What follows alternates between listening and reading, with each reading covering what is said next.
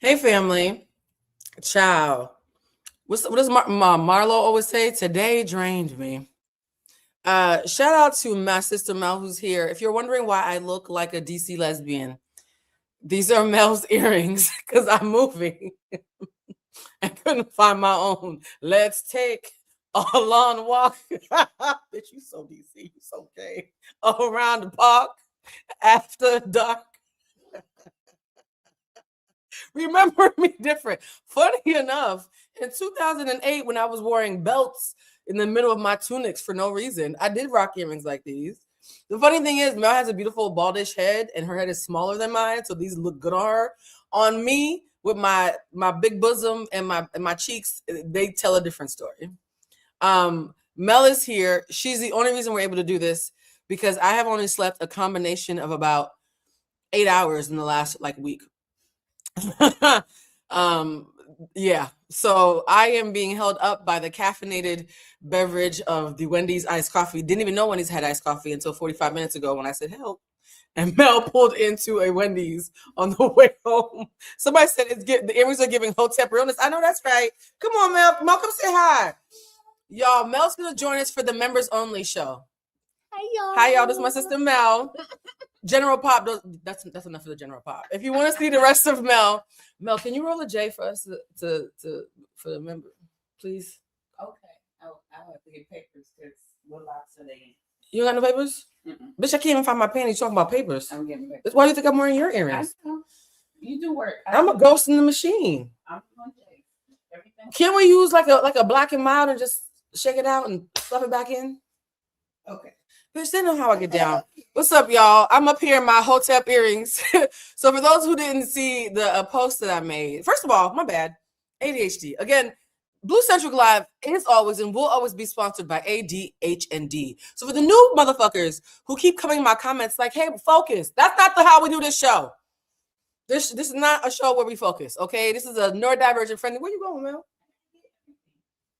Child, we're not doing it for like another 90 minutes. I still got to do the main show. Mel's already getting ready for the members only show as if we have. Anyways, this show is sponsored by ADHD. And I am Blue Telusma, your confused, but not really, hyper-focused, and then confused, and then hyper-focused again host. I am a writer, a producer, an emotional intelligence coach, a real-ass bitch. And I have a lot to say. Because I missed y'all. I haven't been on. How long has it been since I've been on, guys? Like maybe 4, 5, 6, 7, 8, 9 days? It feels like a week and a half. It couldn't have been because I saw y'all before I left Boston. But still, it feels like a week and a half. The first thing is, shout out to everybody over on Threads. You know, it's a light touch for me on Threads. If you see me, somebody said, let her cook. Blue is an ADHD baddie. If you see me on Threads, assume I'm stuck at an airport, on a plane, or stuck in an Uber. I only go on Threads when I'm traveling and stuck somewhere. And I'm like, oh, let me just get a little fix or whatever. So shout out to the people on Threads who I did not realize blew up one of my posts that I kind of wrote flippantly about how me and Mel, my sister, were in Boston visiting my mom for the holiday. And Mel lost her car keys, called me from DC talking about, I can't find my car keys. Can you check the hotel? I go from my room to her room, have the concierge tear the hotel up. They don't find no fucking keys. And Mel's response is, well, fuck it, I'm going to get a new car. Like I said in my post on Threads, the Aries in that logic is very loud. My sister lost her keys and said, fuck it, I'm going to get a new car. Not Ann did. Not you. Girl, you ain't got no mic. They can't hear you. She said Ann did. She meant that shit. Somebody said, what? Yes. Mel, come explain to them real quick. This is a little freebie for the people who aren't members. Mel, explain to them why you got, let's make sure your face shows up. Mel, explain to them why you got a new car instead of just replacing your keys. Because there was other problems. Throw the whole car away. We're fine. Aries logic. The whole car away, and I got another one. Love you. I see members only. Aries logic, y'all. Aries logic. Okay, I always say, when you want to know when does an Aries want something, the answer is always yesterday. Aries want everything yesterday. You're already late. By the time they ask you, they're already annoyed. So, Mel said, somebody in the comments, by the way, I should have opened up Threads and read the comments. The comments are so funny. Somebody was like, yeah, I'm an Aries too. How dare the car act like it can let its keys get lost? I was like, now we victim blaming the car. I do feel like it was some material. A couple hundred Aries rolled up, and all of you sound the same. You're never beating the allegations. Me, Mel, and Bridget have an Aries/Taurus cusp group chat. Bridget Kelly is a full Aries. Mel and I are both the Aries and Taurus cusp, right? But Mel is the first day. So she's an Aries leaning into Taurus. I'm the last day of the Aries Taurus cusp, which means I'm a Taurus just getting away from Aries. I just got out. So, yeah, we're very impatient over here. We want everything yesterday. Not y'all saying Aries, it's very much Aries logic, y'all. Somebody said, my sister is an Aries. I'm a Cancer. That's some shit I do. Honestly, here's the thing. I wasn't judging her. I think my first thought was, oh, wow, is this what it's like when I text people? That's the kind of shit I would say to somebody. So I was like, oh, wow, I'm experiencing myself. This is a lie. It was a lie. It was a lie. I lost my car keys. I'm just going to give up the car entirely and start over. And then 48 hours later, I'm on the phone with her. I'm like, Mel, so when are you getting the new car? She's like, what do you mean, when am I getting? It's outside. I said, bitch, it's only been 36 hours. Okay, so whatever it is, it runs in the family. So for those of you who are newer here, because there's always like new lurkers, shout out to all my exes and people who fumbled me in every capacity of life. I know you're still watching because I'm everywhere. No, seriously, I'm everywhere. I hate going on TikTok. I keep seeing my face. I want the algorithm to leave me the fuck alone with myself. And what's interesting is, in the last month, all I've done is work and move and travel to take care of family, which means I walk around with a naked face looking slightly homeless all day long, unless I'm on Carlos King, and then I, will throw on a face because his audience expects that. You know what's so funny? In this month where I've looked just aggrieved and exhausted, I keep running into men. Let's pull this up because it's been a long time since I've talked to y'all about boys. By the way, now that I moved in, still don't know where my panties are, but now that I'm mostly moved in, or my earrings. Y'all gonna see until I find my earrings, y'all gonna just keep on seeing these. Let's take a long walk. I appreciate you, Mel. It's not judgment, I'm just perceiving. So it's not judgment, I'm just perceiving what's happening. I know what Jill Scott looked like. So now that I've moved in, we're gonna be going live a lot to the end of the year. And then we're gonna have that big old live on January 1st. I can't give you a time because I don't know when the hangover or whatever about to fucking happen on the 31st is gonna unhand me. This last 4 weeks of being around a lot of men, I'm not gonna say boys because I don't even talk to boys, but okay, so let's talk about the 3 boys that three men. Let me be nice, from boys to men. Let's talk about the 3 men that I have crossed paths with this month and the confirmations that they have made to me about what I don't like and what I do like, but mostly what I don't like. Okay. I've noticed that Bluecentric is a flirty, cheeky bitch. Okay. I be vibing. I ain't even gotta be your type. You might feel something. Your dick might jump. Okay. I be vibing. And there are 3 things that I have determined because of not just Icky, because y'all always think it's all about Icky, but I have been with other people, and Icky don't even count. We didn't even date. He was just a figment of my imagination. But there are 3 things I now know for a fact, like it's no longer a theory, it's been confirmed. There are 3 ways to turn Bluecentric off and make her not worry about you, no matter how great your chemistry is in person. Y'all want to hear it? Here we go. All right, I made a list. And this list, even though it's about me, I think it's universal. Okay? Somebody said aura out the wazoo. I'll take it. Shit. Here's a list of, and mind you, I wrote all 3 of these every time a man that I was sexually attracted to and open to hunching made me go dry. Okay? I don't want to be vulgar and call it the how to make me dry list. I'm going to just say, I think the fuck not list. Okay? These are 3 things that I will never, and I mean, what does Brandy say? Never say never. Is that Brandy or Monica? I've been getting them mixed up, child. Don't tell Monica I said that. She could get mad at me. But never say never. I'm saying never on these 3. Okay. The 3 ways that Bluecentric will never check for you as a man. Not salty. We ain't got no beef. I'm just not checking for you. I'm minding my business. Okay. If I'm juicy goosey for you and we have a vibe and you want to dry me up, these are the 3 things that you need to do. All right. Let's go into it. Number 1 of the things I will never, ever deal with a man ever again. I'd rather get a cat. Okay. Number 1, men who are nonchalant. You need to find your chalants in my presence because I have a surplus of chalants and I'm not stingy with them. Perfect example. If we have been flirting all the time in person, and because I'm not a stingy bitch, I'm also not a coward. If I think a man is attractive and interesting and fun, I might hit him up because it's a regular conversation. I'm not doing that whole, oh, let me wait 3 days. I'm not doing that shit. I'm too old for that. If I hit you up and the first time I hit you up, you give me a 1 word or 1 sentence response to anything, you never got to worry about me again, big dog. I know for a fact that there's no red-blooded man on the planet who is interested in you and actually planning to pursue you who's going to give you a 1 word and or 1 sentence answer. It doesn't exist.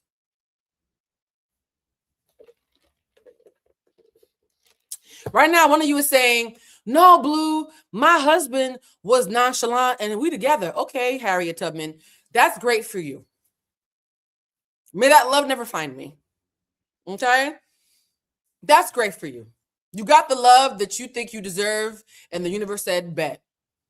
I want something different. So I don't want to hear your stories about how you got struggle love, like a tight ponytail and a bitch with Air Force Ones. That's not what I'm talking about. Okay? We're having a different conversation. No man, no heterosexual or bisexual, shout out to the queer community. How you doing? No red-blooded man who is interested in feminine energy is going to give you a 1 word or 1 sentence response to anything. It ain't gotta be deep. You could be like, damn, my toe is. She'd be like, damn, you did have pretty toes when I saw you at that function. What you doing today? It doesn't matter what we're talking about. No man who actually has intentions for you. Fuck attraction. If you've seen the movie American Pie, attraction don't mean much. No man who's decided to pour into you is giving you a 1 word or 1 sentence response. So if I hit you up and I get a word and or sentence, if you are monosyllabic, you ain't got to worry about me, big dog. It's not beef when I see you. I just know that if we ever speak again, it's going to be because of you. Okay? And also, the attraction I felt for you is now on pause. Because I don't know if you're busy on some fuck shit. Either way, it's no longer any of my business. And that's another thing. For those who are saying, well, Blue, what if he really likes you, but he's shy? I have seen men with disabilities figure out how to get the message across when they see something they like. Have you ever seen, what's that show called, Love on the Spectrum? Them boys were motivated, okay? Had no social skills, no sense of nonverbal social cues, and I'm also autistic myself, so I'm not speaking of another group. I'm speaking about my own people. Even the most autistic nigga, if he wants you, he's going to will his ass over to you and climb your leg and hunch on you and let you know that he's trying to get down. It does not exist. A man who is giving you 1 sentence or 1 word who sincerely wants to do something with you doesn't exist. Fight with your mother, okay? So that's the first thing. No nonchalant niggas. And so I had 2 of the 3 guys that I was curious about this month were nonchalant, and I have been minding my business ever since. One of them, I think, was waiting me out because after I left him alone because he gave me a nonchalant answer, 72 hours later, he responded, okay, as if he wanted to remind me that he existed. Nigga, I know you exist. You're just none of my business. Does that make sense, guys? Okay. I'm sorry. I'm not doing this. Number 2, men who are swayed by gossip. Now, this one is tricky because this one involves triangulation. For those who don't know, I am an emotional intelligence coach, and so I'm going to always find a way to slip in some education. I know for a fact when you are a racially unambiguous Black woman, if you are a racially unambiguous Black woman over the age of 30, and if you are a racially unambiguous Black woman over the age of 30 who's also plus size, there are women in this world who will see you vibing with a man, and even if they don't want him, the fact that he wants you is going to irk their spirit. Because, bitch, how dare you be getting any fever in my presence, right? And so I understand that when you have a big light casts a long shadow. That's just science. That ain't got shit to do with me. That's not personal. I don't ever make physics personal. Big lights cast long shadows, right? Because I respect the science, I know that me being the abundant bitch that I am, I'm supposed to irritate miserable people. So a miserable bitch, and bitch is gender neutral. Sometimes the biggest bitch you know, let me hush. If a miserable bitch tells you some nasty gossip about me to cock block, that is natural. That's like being mad at a cockroach for crawling. It's the nature of a beast. Cockroaches crawl, miserable bitches cock block. Okay? I respect the science. I'm not mad at the science. What I am giving a side eye to is, why are you so quick to listen? Why are you pulling away from me because a miserable bitch told you something about me? Why didn't you check with me? I don't get mad at birds for squawking. I don't get mad at cockroaches for crawling. I don't get mad at cats for meowing or dogs for barking. I do get mad when a man that I'm interested in listens to outside speculation and doesn't respect me or value me enough to come see for himself. Look at here, gossip girl. If that's how you move, I'm not for you. The only thing I want you to tell me after that's happened is how you came to check for yourself. But don't tell me, oh, Blue, I used to like you, but this one random girl who wasn't even interested in me until she saw I was interested in you pulled up and told me that you're a difficult bitch and you're and even though that has nothing to do with the way I personally experienced you, I'm a fucking coward and use that as an excuse in order not to get to know you. Nigga, we don't have to continue this. And I know some of you are going to say, somebody saying Blue preach. I'm not preaching. I'm just, well, maybe I am. It is Sunday. I'll take that. Some of you are gonna be like, Blue, no, I know some good dudes, some really amazing men who just have this as a blind spot. And you know what? You might be right. There might be some good men out there who are gossip girls who let other people talk them out of a blessing. I'm just gonna say this. A good man who listens to gossip is not my man. I'm not fighting you on this. I'm just telling you he's not my nigga, right? A good nigga who can let go of the opportunity to get to know me that quick because a random bitch with a hating ass heart planted a seed is not my nigga. I don't care that he's good. He's not good enough. Make sense? All right. Number 3 on the ways to make my puss go dry in under 30 seconds. Men who are allergic to accountability. If the word if is heavily featured in your apologies, you can suck my dick from the back, proverbially speaking. Was that vulgar, Mel? Oh, Mel, we should put some Kahlua in my coffee so I can come out my shell. Oh, okay. So don't show it on camera because you know they're not a sponsor. But Mel's gonna put some Kahlua in my coffee, right? So now that I've said the 3 ways to make me go dry, let's do the inverse and end on a positive take. So what kind of men arouse me? Men who are very chalanty, okay? Men who douse me in the chalants. I'm drowning in chalants. Oh my God, okay? Men who motorboat in my chalants, okay? Rain down. That's a Mel. How much Kahlua? Mel, I still gotta do a show. That's 8 ounces. Okay, Mel put 8 ounces of Kahlua in a 16-ounce iced coffee. Yeah, welcome. Mel, we only do that in the after show. Anyways, guys, for the members, we didn't reach our goal of 1,000 members by Christmas, so please help us get there. Look, by hook or by crook, I'm getting to 1,000, okay? I'm holding all of the story times hostage until we get to 1,000. Desperate times, okay? I'm not desperate. I'm just motivated. Okay, motivated times. Yes? So, yes, how do you bring me back into the spirit of wetness? Should we play that clip that went viral when me and Brittany were talking about, I was telling Brittany about the spirit of wetness? Ooh, I should play that clip because Icky hated it. Me and Icky had stopped talking when that clip of me and Brittany talking about the spirit of wetness went viral. This nigga was so angry. He posted in my comments on Threads, even though I'm invisible, he couldn't see me. He was like, "This is a lot. This is unhinged." Unhinged, you say? I'm going to play that clip in a second, but let me go over the 3 ways to make me slide down a wall in a good way. Number 1, lots of chalants. Right? Anything sent to me by God is not going to be steeped in confusion. If I'm confused, you need to work harder because I'm a very literal bitch. So it don't take much for me to be clear. Okay.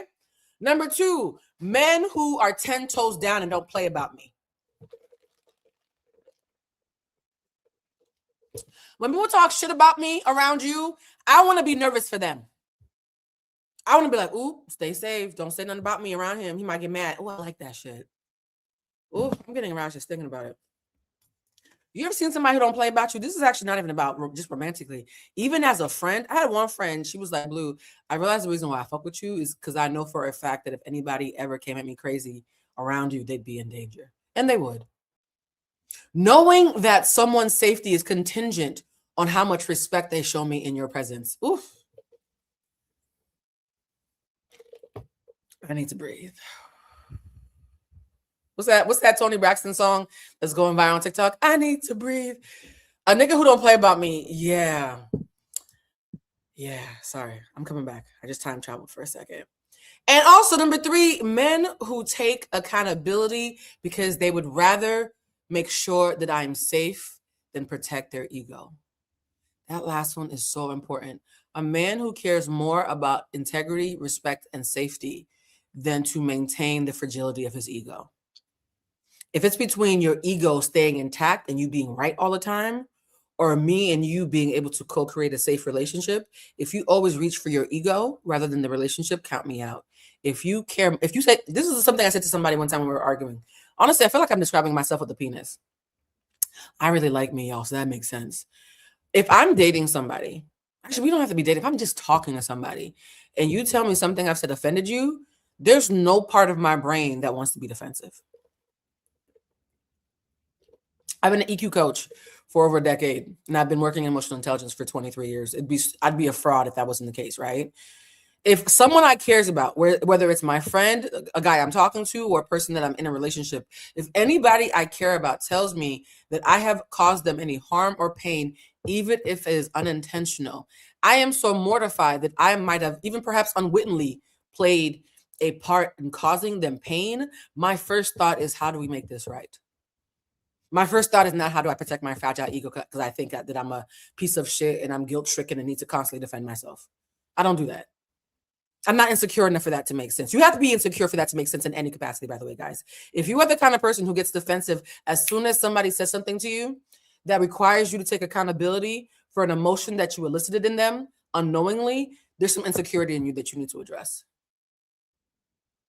Full stop. Full stop. A secure person who has unintentionally caused harm, their first reaction is to be mortified and be like, oh, wow, I had no idea. So what's going on? How do we fix this? Because the ego's only job is to protect what is weak. If I'm not weak, I don't need to protect myself. I'm good. You're not good. So because I'm already good, you not being good does not cause oppression Olympics. I'm not going to argue with you how your pain is less than my pain. Only insecure niggas do that. Niggas is gender neutral. Not racially neutral, gender neutral though, right? So I know for a fact that if I care about somebody, first of all, when people are upset with you and they try to tell you what you did and you know for a fact you didn't do it, you don't have to feign agreement. I'm not gonna let you tell me I did something I didn't do, right? I'm not gonna let you tell me that I'm mad when I'm not. I'm not gonna let you tell me that I'm angry when I'm not. I will acknowledge impact. I'll be like, hey, I'm not angry, I'm not upset, and comma, I see that you're hurt. What's hurting you right now? I don't have to pretend that the story you made up in your head is real about my intentions when I know they're wrong, for me to acknowledge my impact regardless of my intentions. For those of you who don't know about my emotional intelligence class, it's fucking sold out. So I'll see you, but we'll have classes in September. I should probably delete the ticker saying register because you can't register. It's sold out. And the American classes and the international classes. I love you. Y'all sold me out, right? So if you want to sign up for September classes, those will probably go up in February or March. But a man who can be like, oh, I'm so sorry, babe. How do we fix this? Splash waterfalls, not to get graphic, right? And so, yeah, I love that 2025 has shown me that Worcestershire quote that I love so much has now become my lived reality. Worcestershire once said, and I'm paraphrasing, I hope I get this right, I will not have you unless your company is sweeter than my solitude. I will not have you unless your company is sweeter than my solitude. I have built an amazing life, a life that is so amazing that people who have proximity to me, who are miserable, often find themselves wanting to take a chink at my armor. It's just science. Again, I don't take it personal. And because I have an amazing, bright life that casts a long shadow, I need somebody who's an asset, not a liability. If you are fragile, easily swayed, a coward, and full of stoicism rather than compassion, you are not the nigga for me. And I can say now that we only have a couple of minutes left in 2025, that's not a theory, that's a fact. I've been 10 toes on that all year long. I'm so fucking proud of myself. I'm so fucking, for those of you who say, let me write it down, please write it down. This is free game, by the way. This is free game for those of you who weren't able to get into my class before we sold out. And also free game for those of you who've already been in the class and need a reminder, because we have a 75% return rate. How you doing? Okay. And for those of you who want to sign up in September, I'll keep y'all posted, right? So guys, I am wrapping up this Christmas week, just really excited that at the end of the year, when I was the most tired, God threw 3 attractive Black men at me. And I still stood 10 toes down. I didn't take the bait. And you know what's so interesting too? I think a lot of times when women talk about their non-negotiables, they talk about stuff like, I don't want a nigga who's broke. To me, broke is a mindset. You can be rich and still be broke, right? So my version of broke isn't just fiscal. I know a lot of you say, well, I want a nigga who's tall, and Blue, you ain't got no business saying you don't want a nigga who's tall because you keep on dating these tall Nigerians. Okay, but my daddy was 5'4". I'm 5'9". As long as the man is my height barefoot, because I don't even wear heels that much, I'm actually Gucci. I'll take a 5'9" king. Like, he doesn't have to be 6'12", right? So all these like shallow, but valid, something can be shallow and still be valid, guys. I can't date somebody with fucked up teeth. So we all have shallow things that we like. The shallow things that y'all tend to talk about that get a lot of airtime don't mean as much to me. My emotional safety and my ability to know that you'll make me proud of us when I'm not in the room means everything to me. If I am proud of you and myself and our relationship, even when I'm not there to supervise, because I don't want a person to have to supervise. If the way that you walk through the world when I'm next to you and when I'm not next to you is something that I can be proud of, then yay. If I'm constantly nervous that if the wrong sister, cousin, hating ass homegirl, etc., plants a seed, now we got problems in our home, count me out. Flo said 6'12" is a 7. I know, friend. It's just comedy.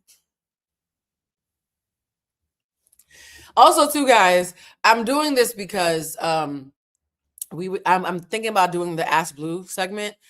Only the members know about how that's going to go. The members, if you want to know about Ask Blue, do not flow for members. Don't tell non-members about how to do Ask Blue. We will talk about that in the members only live later. If you want to be a member, just hit the join button and become a member. But I'm thinking about doing the Ask Blue at the top of next year. And so far, a lot of the questions that I have seen have been around, well, what's your non-negotiables? How do I know when I find a good man? You haven't found a good man when you have butterflies. That's just trauma and maybe lactose intolerance. Butterflies don't mean you find you a good man. Emotional regulation does. When I meet a man that I feel so comfortable around, it takes me a second to even realize how long we've been talking. When I'm around somebody who, if I need something and I ask him really quickly, hey, can you grab that for me? It's not a second thought. I cater a lot, so I need somebody who also caters back because I'm going to give it back in tenfold, right? When my emotional regulation is completely on airplane mode around you and I'm breathing clearly, to the point where for a second I forget that there's even attraction there because I'm vibing with you so much. That is what I look for. Butterflies are for rookies. All right, that ends the catch-up segment. That was 30 minutes. Maybe I'll clip this up. I need to clip up some of these lives because I realize a lot of you guys only want to hear about certain parts of the live. So I'm going to get better starting with this video about making micro clips. All right, so that's my update. Is I've moved into my beautiful new house. 3 bedrooms, 3.5 bathrooms, 3 floors. That last part hurts my thighs. I'm going to have such toned thighs by my next birthday. Yesterday, I was in my room and I needed something, and my sister was in her room downstairs on the 1st floor. We had to call each other on the phone. I'm not going down there, and she's not coming up here. Like, I forgot that when you upgrade your life, you also need different kneecaps. There's a lot of stairs in my house. So, yeah, y'all, a bitch gonna have a tight ass by summer. I'm really, really happy. I feel really, really blessed. And I actually almost did a post about this, and something told me not to because the tone could have read off if somebody didn't know my heart. For anybody out there, and this is a very specific message, for anybody out there who had a great 2025 personally, for anybody out there who is watching the world burning, seeing that our current president is the Antichrist, watching the economic decline of the Roman Empire that is America with 3 Ks, knowing that your loved ones are struggling to make ends meet, knowing that the price of eggs and the price of gas are just astronomically crazy. For anybody who in the midst of this chaos has personally had a really prosperous season, anybody who's thriving during the apocalypse, I just want to create some space for us to like recognize that our feelings matter too. We don't have to gloat. We don't have to judge, because some of y'all like to judge when you up and then cry when you down. We're not doing that. But for anybody who's in a winning season while globally the world is losing, it's okay to just be grateful. Because I'm going to be honest, I had a little bit of guilt a couple of months ago when I looked up from all the work I was doing. Because you guys know I work 6 to 7 days a week. And I had a little bit of guilt because the amounts of money that were coming into my account, they were going right back out. I didn't tell y'all, but those of you who know me already know this. I paid my rent, my mother's mortgage, and any incidental costs that it costs to keep my mother's house alive and her husband, my stepdad, alive. Right? Yes, it's called survivor's remorse. I paid the bills of about 7 adults within reason. Some of them I've inherited from my mother, who was a people pleaser. I am not. So the way that I pay the bills and the way she paid them is different. I need receipts and an explanation and a timeline. I make niggas to me justify why they need this money from me, right? And so I'm in a space now where people are watching me be abundant. And here's the thing about being abundant that nobody tells you. When you are abundant, people aren't acting weird because of how you are. If you're an abundant person who's actually compassionate still, people act weird based on how they would act in your position. If someone knows that if they were the rich auntie in the family, if they were the one who was up and stuck, how you doing? If they were the one who was financially thriving during everybody else's downturn, they know that they'd be judgmental. They know that they would abuse their power. They know that they would be smug. And so they're assuming that you're moving the way that they would. And so even if you're compassionate and generous and reasonable, they're going to find it hard to believe because there's like, ain't no way that you this up while I'm this down and you still don't think you're better than me. Ain't no, I'm telling you right now, I have only had 2 people move dirty on me this year. And they were both people who did it right after I blessed them.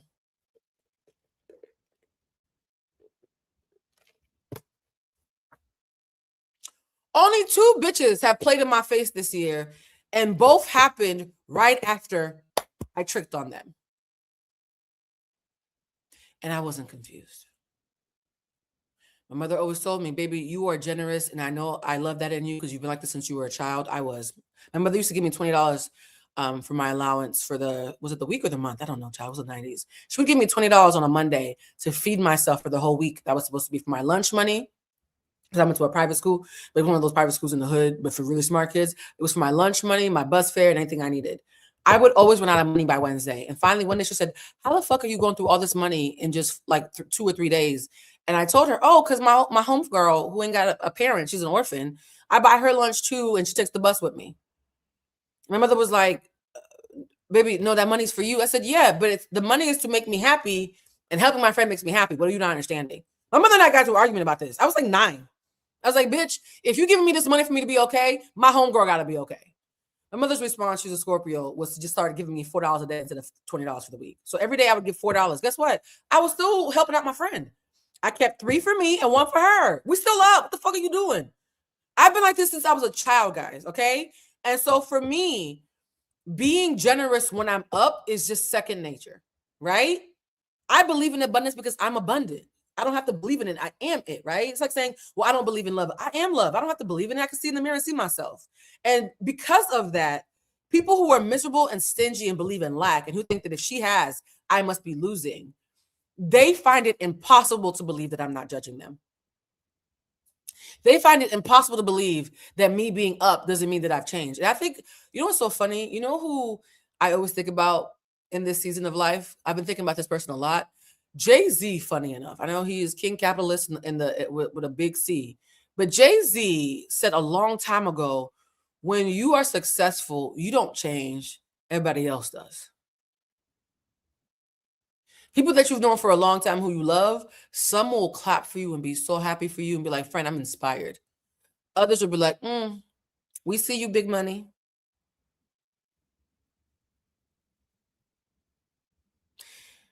Yeah.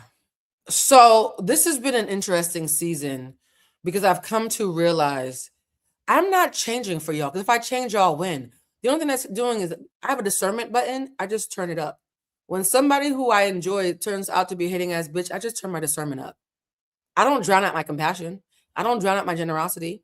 I don't drown out my good spirit.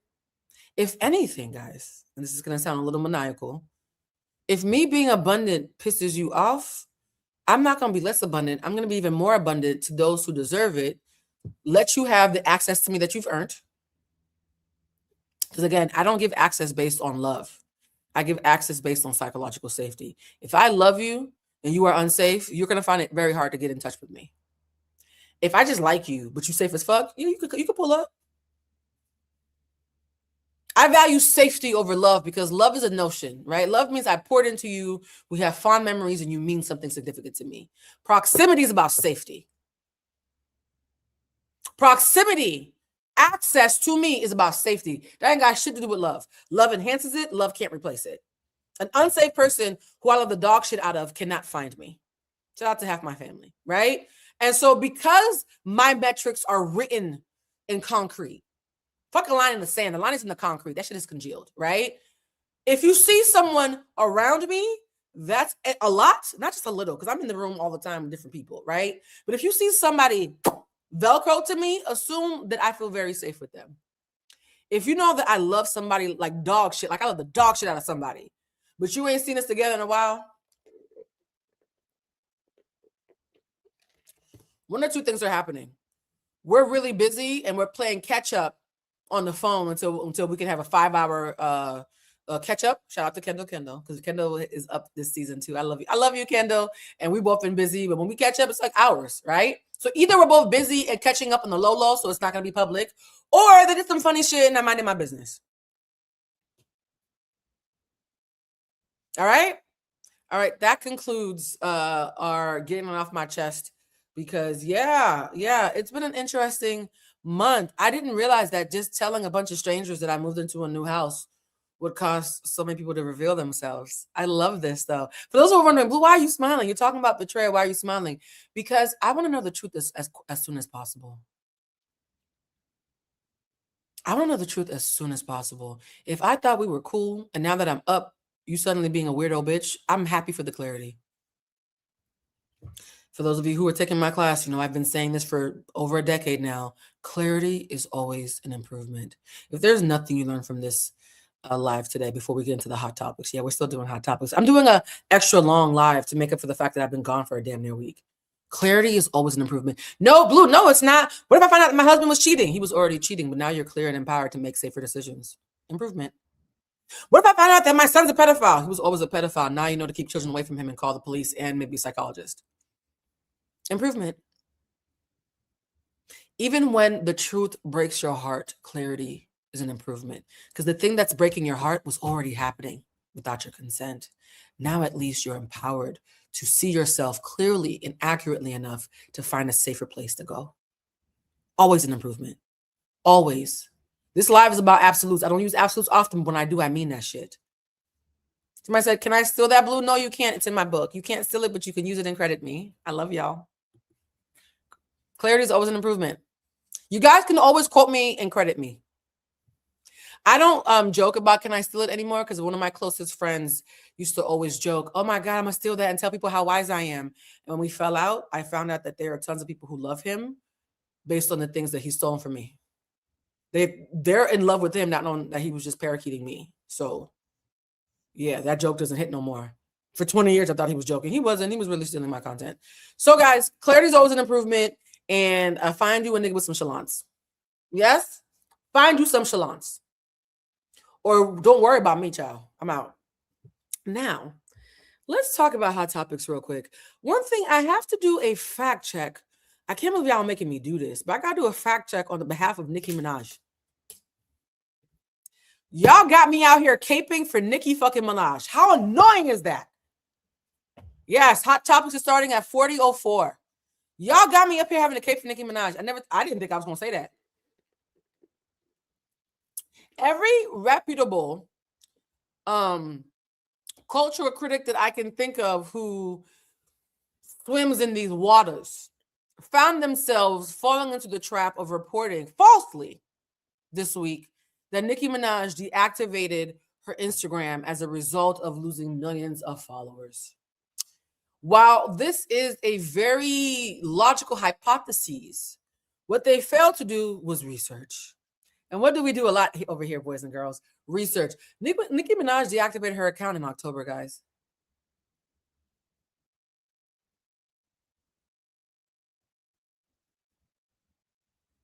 How are you going to lose millions of followers on an account that's been deactivated for 2 months? We need to get a little sign. Research, like a little SpongeBob sign. Research. That didn't happen.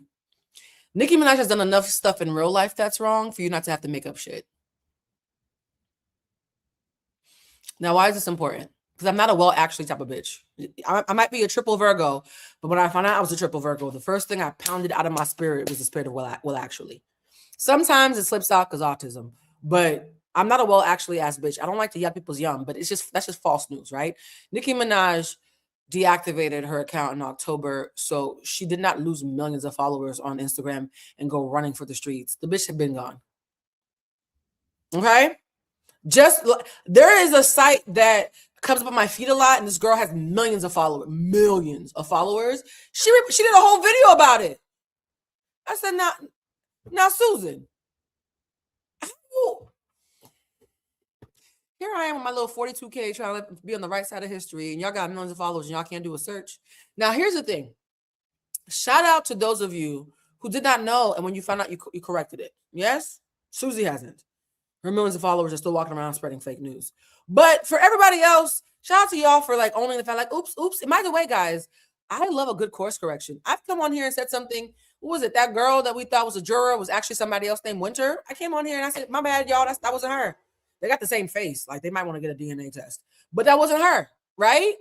Even when I see two twins who are not related and make a mistake that makes lots of sense because it really is a copy and paste, when I find out that's not her, I'm just like, my bad. So this is not about shaming other creators who have falsely reported this.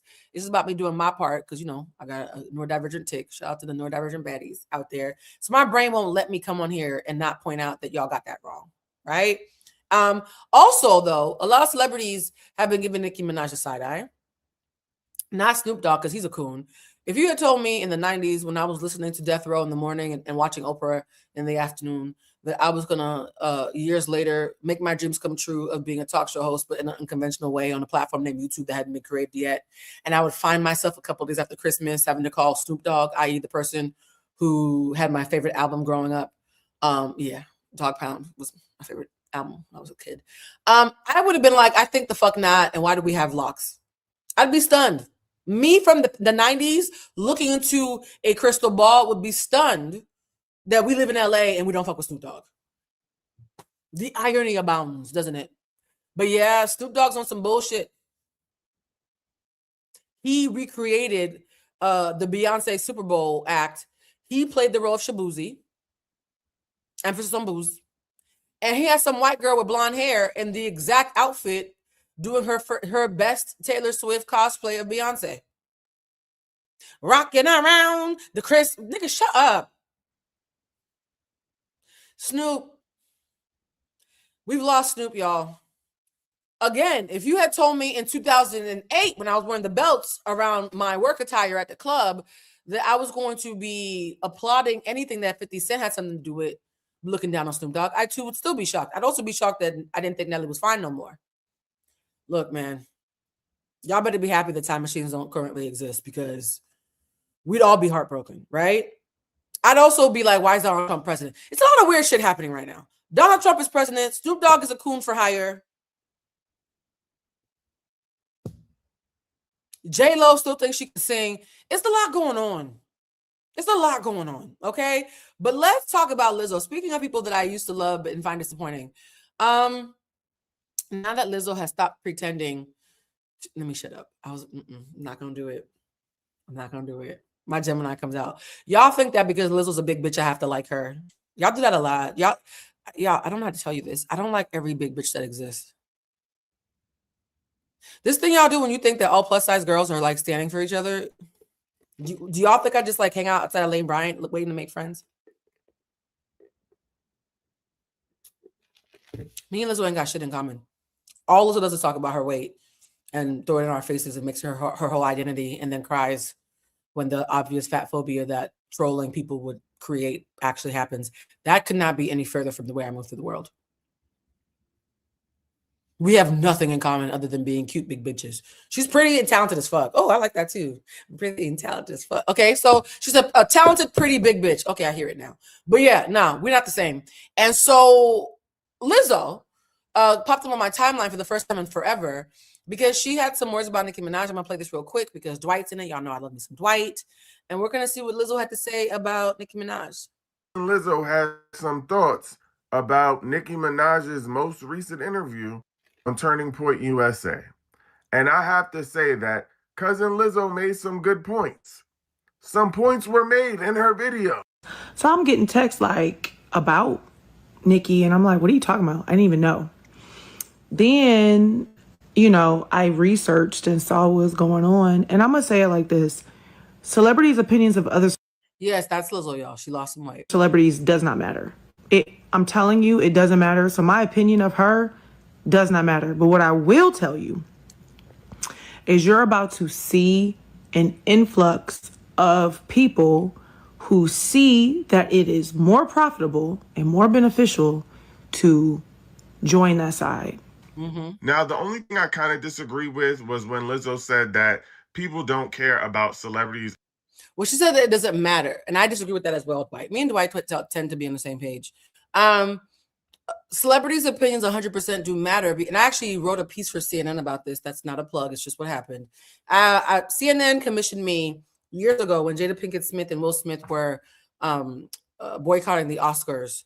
They commissioned me to write a piece about the importance of that boycott, despite the fact that people were rolling their eyes at the Smith family for being rich and out of touch. Janet Hubert, the original Aunt Viv, might have cussed me out for siding with them. That was awkward watching when your childhood heroes, Aunt Viv, like, fuck Blue, you need to get her fired, whatever. Janice, I still think you're a legend, even though you tried to get me fired. But I wrote a piece about how rolling your eyes at the Smiths over that Oscar so white thing was tone deaf simply because it actually does fucking matter. The Oscars do matter. They aren't the only thing that's important, but they do matter. Why do they matter? What did I write in the piece? I wrote in the piece how I had done some research about how the attitudes towards the homosexual community and AIDS, specifically in the United States, started to shift on a ground level after Tom Hanks did Philadelphia. Watching Tom Hanks humanize the AIDS epidemic for millions of people across the globe actually helped and played a part in shifting perspective around men with AIDS. And because Tom Hanks, who, by the way, I always say Forrest Gump is the fictional character I relate to the most, Forrest Gump, Claire Huxtable, and Jessica Fletcher. If you know me, that random list actually makes sense. Because Tom Hanks is so beloved and the script was so powerful, people were able to humanize AIDS. And when it was time to vote for any legislation around AIDS and protecting people with AIDS and HIV, particularly gay men and people in the LGBTQ community, the law started to shift afterwards because they were humanized. That's what my podcast was called. I guess it still exists. My podcast is called Humanize, even though we're on hiatus right now. Because I realized once you humanize someone and stop turning them into angels and demons, because it's dehumanizing to be considered an angel as well, because that's also not human. Once you humanize someone through the arts and creativity and other popular forms of expression that are being ingested on a daily basis, people's mindsets shift. Once people's mindsets shift, how they vote shift. And once their votes shift, the laws shift. Quite literally, the arts shift politics and politics shifts the world. So it was a little tone deaf in this time when our president is a reality star to say that celebrities' opinions don't matter, Lizzo. Really? Did you not see who our president was? If celebrities don't matter, then why do you think he's the president twice? So I couldn't disagree with that sentiment even more. And here's the thing about Lizzo. She does this thing where she tries to feign hubris in order to make up for all the places where she is fatphobic and problematic and egotistical. I know you guys marginally humbled her when that thing came out about the dancers. For those of you who don't know, there's an episode of Humanized starring me and Dexter. Maybe I'll do a watch party with Dexter. We'll watch back our Humanized episode where Dexter, who was a professional plus size dancer and who actually was on Lizzo's reality show and worked for Lizzo and knows many of the dancers who are suing Lizzo, came out and said, yeah, she's not a nice bitch. So now you got two pretty big bitches, me and Dexter on the stage talking about Lizzo, ain't it?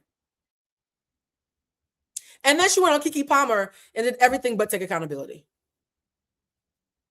So yeah, Lizzo, you're gorgeous. But I adamantly disagree that celebrities' opinions don't matter. What I do agree though is you are going to see more people thinking about risking it all. I think there are going to be some coons who are still in the shadows watching the reception Nicki gets and seeing if Nicki bounces back from this, maybe I can call Erica what's her face with the crazy eyes and take that payout after all. I do think there are some hidden coons who are watching to see if Nicki survives this. When you said Melissa, at first I thought you meant Melissa Ford, but now I'm realizing you mean Melissa as in Lizzo. They both ain't shit, child. Again, that's a story time for after we hit 1,000 members. Let's continue watching this. Opinions about other celebrities. I actually think that when you have a certain level of influence, like Lizzo, that there are people who are also Nicki fans that will listen to what you're saying and follow suit. But I do think that she's absolutely correct that those who say Lizzo is nice, please go read the statements of the victims who we believe and we have personal ties to. Read what she did to the victims and tell me again if you think she's nice. Respectfully. We should be anticipating seeing an influx of celebrities who find it more profitable to align themselves with certain people, even if that means that they're turning their back on their fan bases. Like Onika did, for example, because there's obviously some gain that she's trying to get from what she's doing. Though we're not clear on exactly what it is, there's something that she's trying to gain. Now, I've seen videos and comments of people saying that they don't blame her for doing what she's doing because if it's going to help her or her family, then she's not wrong for prioritizing herself. And ushering in the demise of your community via the Antichrist for a paycheck and a pardon is not wrong. Words mean things, guys.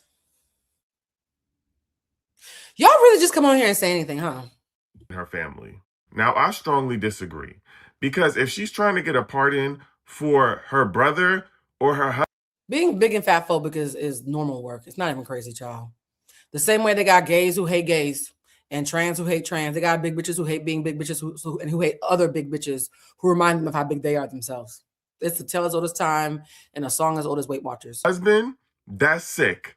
That's sick, especially for the crimes that they committed. Yeah. And even if she was trying to seek citizenship, as people keep saying, she's rich. I don't know if y'all know this, but she's very wealthy. Like, if she really wanted to do that, she could have done that alone. Dwight, I'm going to have to disagree, Dwight.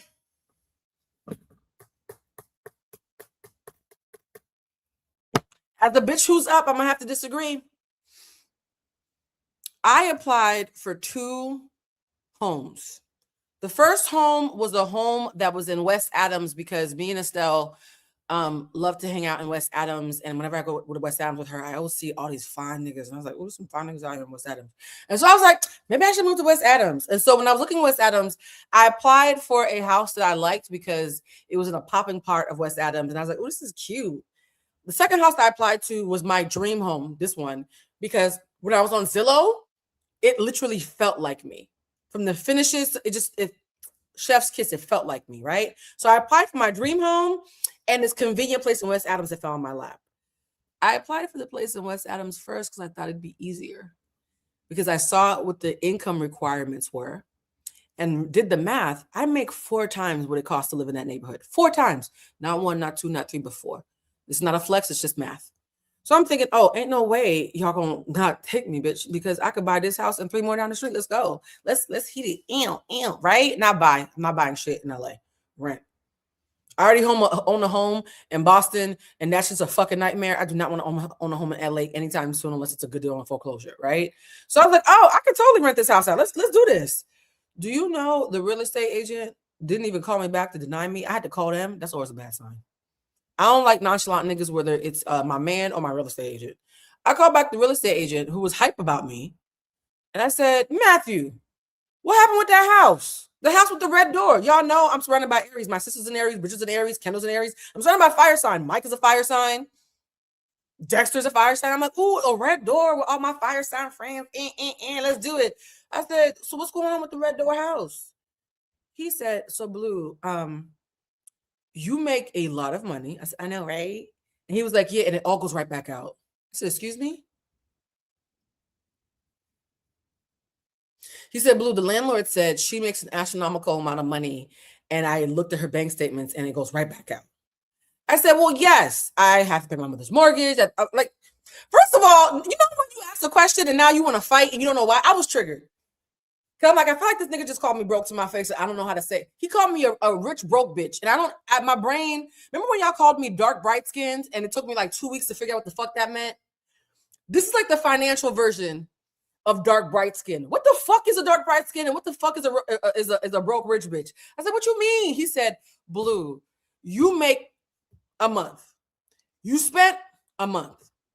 What you got left? I said, now, Matthew, this is feeling like a personal attack. Thank you. He said, no, but Blue. I don't care how much you spend. I like how much you make. I can get you other. I said, Matthew, I don't want to talk to you no more. I hung up on this man. I don't want to talk to you anymore, Matthew. And I called my financial advisor. Shout out to Njadeka. I might have her come on next year. Actually, I definitely will because I've had her on my podcast before. And I talked to Njadeka. And she's Nigerian. She's the one who nicknamed me Chioma. For those who are like, why do you have a Nigerian name? It's because my wealth manager, what wealth, bitch? Apparently I'm broke. But my wealth manager, Njadeka told me, she said, baby, Bluecentric LLC is doing very well. Blue Toulousema is a working class creative.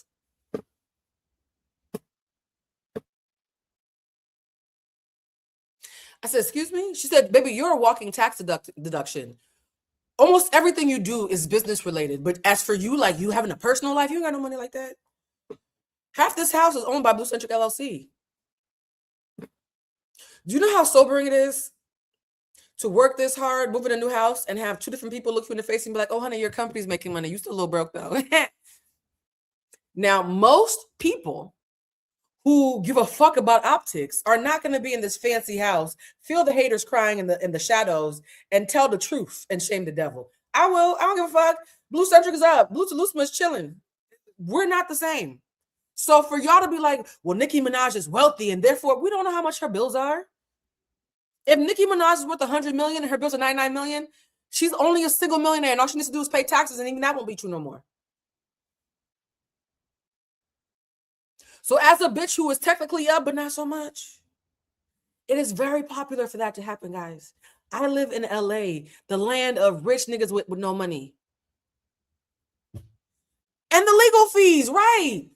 If you got PDF files to the left of you and PDF files to the right of you, first of all, you got more pedophiles than fucking Staples, bitch, right? Like, it's a lot going on in that household, yes? And so, no, I don't agree that she's so wealthy. There's no way that she couldn't buy her way into child. That's not true, Dwight. That's not true. I've made more money than I could have ever dreamed of in my life, and most of it does not belong to me. And I don't have publishing or management or legal fees or a husband with a habit. You could snort wealth through your left nostril before noon if you really want to. Allegedly. Damn, man, how much Kahlua did you put in this coffee? I'm getting worse. You didn't help. Sorry. So, yeah, guys, I don't think Nicki Minaj's money is enough for us to be like, oh, ain't no way because she's so fucking wealthy. Child, that's not how that works. A long time ago.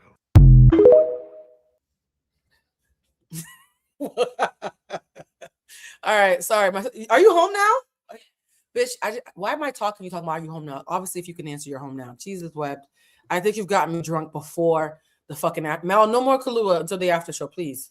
Okay, I'll just drink it. You'll just drink? Okay, bitch. Okay, I'm gonna be right back. This is about to be unhinged. I can already feel it. My sister being in town should have told me. How about Mel just convinced me to buy a 75-inch television, even though I already have a 55-inch television? And it wasn't until I was leaving the Best Buy that I was like, why did I do that? You ain't got no answers? Man. This is what happens when Aries are your general counsel. You get into trouble. No, I don't even want to hear it because the money's been spent. It's fine. It's fine. That's why Blue Toulousema ain't got no fucking money, but Bluecentric LLC's out here buying large screen TVs and shit. That's fine. That's fine. That's fine. I own nothing. I just work here. I got peer pressure, y'all. I love this house. It's so beautiful. Mel loves the new house. She loves the Bluecentric LLC house. Bitch, my financial advisor humbled me so bad. I didn't even move into the master bedroom. I'm living in the guest bedroom, and the master bedroom is the content room because apparently I just work here. When the movers came, they were like, "Should we put in the master bedroom?" I said, "I don't live in there. That's my content room, bitch." Like, for those who are wondering why we're not doing it from the content room, because the content room got about 18 boxes from Roadway that I still have to unpack. So yeah, guys, we're breaking the fourth wall. Just because someone look rich and is getting new stuff don't mean they got any fucking money, child. It could be their company, okay? Ooh, child, this is making me too honest. We got to end this rap before I start saying too much. Anyways, somebody said Mel did good. No, she did. Y'all, we still got a couple hours left. Anyway, Merry Christmas, Kwanzaa, okay? Now, second bit of hot topics, aside from the fact that, y'all lied on Nikki and y'all don't have to because she's bad enough in reality. Second thing is my good friend, Carlos King. I love Carlos. Carlos loves bitches with big personality and Dustin. Okay. So being on Carlos' show the last couple of weeks has been so much fun because this bitch with a big personality and Dustin, who's a man. That's a good man, Savannah. Dustin makes me feel like a damsel. I love her. He's also an Aries. Makes sense. And so when we were on the show, the last episode, he said, "Hey, y'all, I'm about to announce tomorrow at noon o'clock who the reality star of the year is." And he confessed that Olandria was in the running. However, when he said, "Blue, who do you think should win?" And this is on camera, the first name that came to mind is Stacey. I said, "Carlos, I love me some Olandria, but Stacey is carrying Bravo on her back. You understand me? You love Dustin. I love Dustin too. Dustin's a man." I was like, no, it has to be Stacey. And then Dustin and Claudia were both like, yeah, it kind of has to be Stacey. So imagine how excited I was when Carlos said, well, whoever the winner is, they watch our show every week and they love the conversation. And I was like, nah, I really hope it's Stacey. I already know Olandria knows who I am because Love Island stands are crazy and are pumping my shit out all over TikTok, even though I'm barely on there. But Stacey, though. And sure enough, at noon o'clock the next day, I logged on and Carlos announced Stacey as the reality star of 2025. Can we applaud? Can we clap for Stacey? Woohoo! Stacey, we're so fucking proud of you. Detroit, stand the fuck up. Every time I talk about Stacey, I feel like I'm from Detroit. I'm from the D, nigga. I'm from Boston. I'm from the D, nigga, right? Detroit, stand the fuck up. Why am I so excited for Detroit? Detroit, stand the fuck up, Detroit. Shit. I've always, why are you pouring more Kahlua? Oh, God. It's in my cup. You're going to make me do the after show drunk. I can feel it, Mel. Mel, I have to be responsible. Coming towards you. See? You're safe. That's so much out. Okay. Sorry. Your cup is safe. I've always said this. I have never met a nigga from Detroit or Chicago who wasn't talented. Not gang affiliated and slightly criminal, but talented, right? It doesn't matter. Fuck the law, okay? Detroit, stand the fuck up, yeah? So regardless of legal standing, I have never met a nigga from Detroit or Chicago who wasn't talented, and I'm standing 10 toes down on that. Pattern recognition, not glazing, just pattern recognition. Somebody said Blue's getting peer pressure again. I am. I really am. So because y'all already know I stand for Detroit niggas, I love talent. I love talent, right? When Stacey won, and then I realized, wait, Kendall's from Detroit. I love Kendall. Dustin's from Detroit. You know I love me some Dustin. Carlos is from Detroit. Now Stacey, come on, man. Like, come on. Detroit, how do you not clap for that? If I could clap for the Patriots, knowing that's a complicated thing to clap for as a Black person in America with 3 Ks, you could definitely clap for Stacey. So let's do a quick little victory lap about Stacey. By the way, Carlos is such a great interviewer. When the interview was done, because guys, I'm a tough critic. I'm not even gonna hold you. I don't even like half of my shit, so I don't get no passes. I'll watch some of my shit, but like that was ass, Blue. That was ass. Like my autism won't let me even lie to myself about when shit is dope. That interview was so fucking good. I was like, Carlos, you bodied that. He was like, thank you. You know how Carlos, he's like, thank you. He bodied that fucking interview. Stacey bodied that fucking. If Stacey comes on the show, I might have to find a ball gown, have my titties sitting just to greet our good sis at the door. So let's see some of the reaction to Stacey winning the reality star of the fucking year, because I really do think she deserves it. Up in Detroit, Michigan, proud of the D, proud of the 313. What up, dog? Yes. What up, though? My mom was a single Black mom that raised me, no help from my father. He wasn't present in my life. I was raised a Jehovah's Witness. A lot of people don't know that. Yes, I was going to door selling watchtowers. If you can imagine that as I a think little you knocked on child. mine a few times. I didn't celebrate Christmas until I was 21 years Those of you who are saying she is so fucking freaking pretty, Stacey is gorgeous. It's so funny because I love Stacey. I think she's a beautiful woman. To this day, I'm so sorry. I'm a face queen, not a body queen, because anybody can have a six pack. But if you're snarling from the neck up, I might still pull away. I'm a face queen, right? I'm very body neutral, right? Just love whatever body you got, but I'm a face queen. I think Kenya Moore and Stacey have some of the best face. Giselle Bryant, too. I'm not a Giselle hater. Giselle's beautiful. Kenya and Giselle are probably top 2 faces in the Bravo verse for me. One I love and one not so much, but I'm not a hater. I think Stacey is somewhere in the top 5. She's a beautiful woman. Ashley Darby was not in the top 10. old until I moved out of my mother's house, you know? And so I'm saying all that to say I've always been raised to be resilient because Portia is beautiful, but I don't get excited about her face. I get excited about her ass. So I can't, I'm talking about faces. The parts of Portia that get me excited are not from the neck up, respectfully. How you doing? been viewed as someone who's a little bit different, even just from my household. That's why I'm sharing that with you. Mhm. So to be in a group of women who say, okay, well, she's not like everybody else. What's going on here? Klarna feels redundant to Kenya. I feel like Kiana, aka Klarna, and Kenya give me that same feeling. You know, I can have a kid feeling like Taylor from Love Island, but Klarna is associated with Afterpay, right? You know, there's Klarna and Afterpay. I'm not a fan of Afterpay, and the way that Klarna makes me feel facially, I already get from Kenya, so we don't need her. That spot's already been filled. I'm used to that. And I have my own show. I have, you know, I had a line that was coming out. When I left QVC, I had a fashion line under my name that I designed that was debuting in August. And I left that job to join RHOP. I love how, unlike Angel, who rented out an Airbnb at a discounted rate and got evicted from her rental house just to be on the show, Stacey's like, no, I give up opportunities to be on this show. I'm not out here asking for a house that looks like $50K a month that I only pay $2K for, allegedly. And that was shade on Stacey's part, but it was also facts. I left a fashion line. You need to go back to it. Meaning, are you? I'm pretty sure QVC is like, is there a way to do a deal with her? I'm hoping you're doing it. Okay, never mind. Not Carlos trying to produce while he's on camera. Okay. You never know what the future will hold, but I gave up a lot to come home. Because you guys been married for 16 years. Almost 18 Almost now. 18. Well, Not her and Guillermo. His name is so hard for me. I hope I didn't butcher it.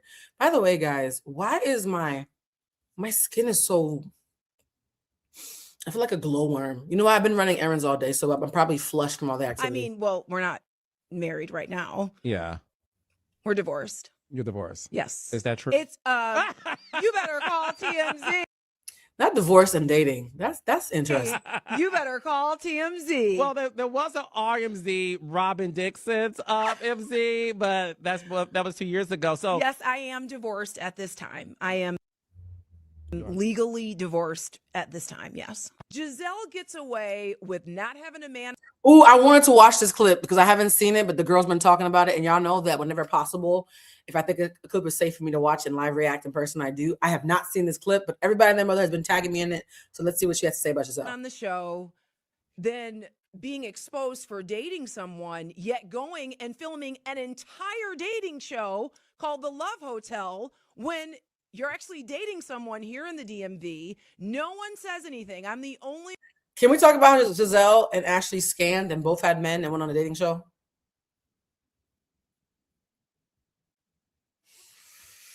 Let me tell you something. If I was in a relationship with a nigga I really cared about, you could not pay me to be on a dating show. I'd rather be at home scrambling eggs and give my nigga a blowjob. There's no fucking way I'm going on a dating show where I already got somebody. There's other ways to make money.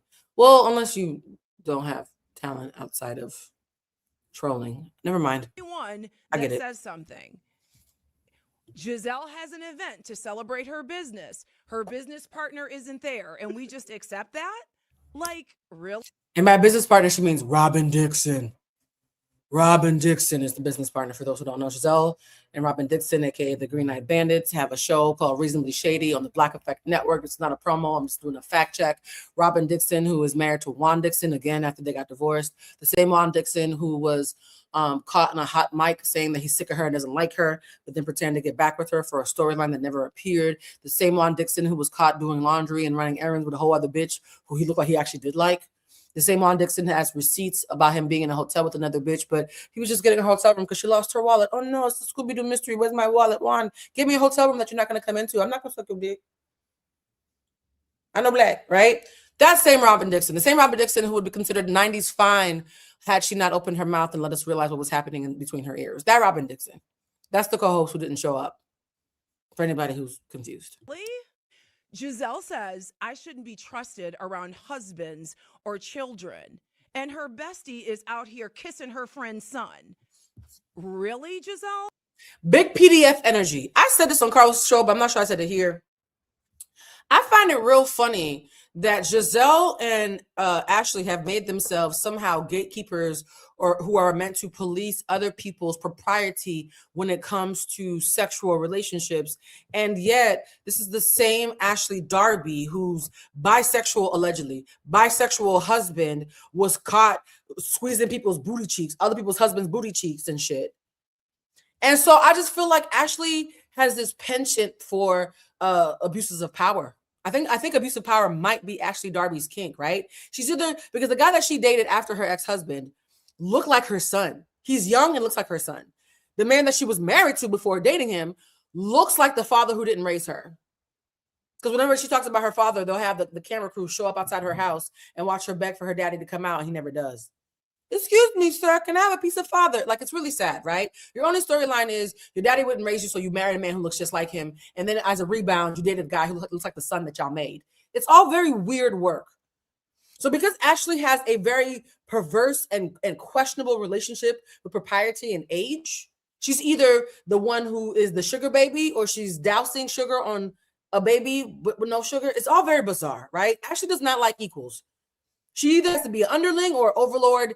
Either way, it's bizarre as fuck. But to have that be the person who is policing the fact that Stacey hung out with a man who used to be married to a woman that she had never met. Their whole storyline is being mad at Stacey for dating Monique's ex fleetingly, even though Stacey had never met Monique. Guys, I've said this in previous shows. Dating men who are exes of women that you've never met before is just called dating. We're all dating someone's ex that we've never met before. If we're lucky, that's the best case scenario, is that the guy that you're dating, his ex is somebody. That's literally the best case scenario of dating. We can't trust Stacey because she fleetingly hung out with a man who used to be married to a woman she's never met. That is Ashley and Giselle's gripe. But Giselle is getting hunched on by NFL players while going on dating shows for a paycheck. Which, if I was in the red pill community, I'd be calling prostitution, but I have more nuance than that, right? And Ashley is having sexual relationships with the son of her friend Charisse when he drove her home from a party because she was drunk. Mind you, he was 27. He's 27. She's 37, but she's known him for over 10 years, which means she met him as a minor. He was 16, 17 at the oldest when they met. If a man was friends with Charisse, met her 16, 17-year-old son, watched him turn into a man for a decade, and then let him eat her out when he drove her home, when they got a ride home from him being drunk, we'd be calling him R. Kelly. Yes? If you were my homegirl and you saw my minor son grow into a fine-ass man, and you get drunk, and I tell my son, who sees you like an auntie, to drive you home, and you lean over and make out with him and then go on other shows and admit that he might have licked your kitty cat or something else afterwards, we'd be throwing him under the jail if I was a guy. But Ashley Darby gets to be sexually inappropriate with someone's adult son who she's known since he was a minor. That part matters. It's not 27 versus 37. It's 27 watching 17 turn into 27 while she's 37 after an 80-year-old man done dumped her ass, right? and squeeze everybody's husband's booties, allegedly. Ashley, you're too depraved and your storyline is too fucking anemic for you to be talking about Stacey dating a man who used to be married to a woman she ain't never met before. Are we following? I'm reiterating it and being redundant on purpose so the absurdity can announce itself slowly but surely. Yeah, Stacey's eating with this. Ugh, I almost threw up in my mouth a little bit when Ashley admitted that. I would Same. have taken that to my grave. Same.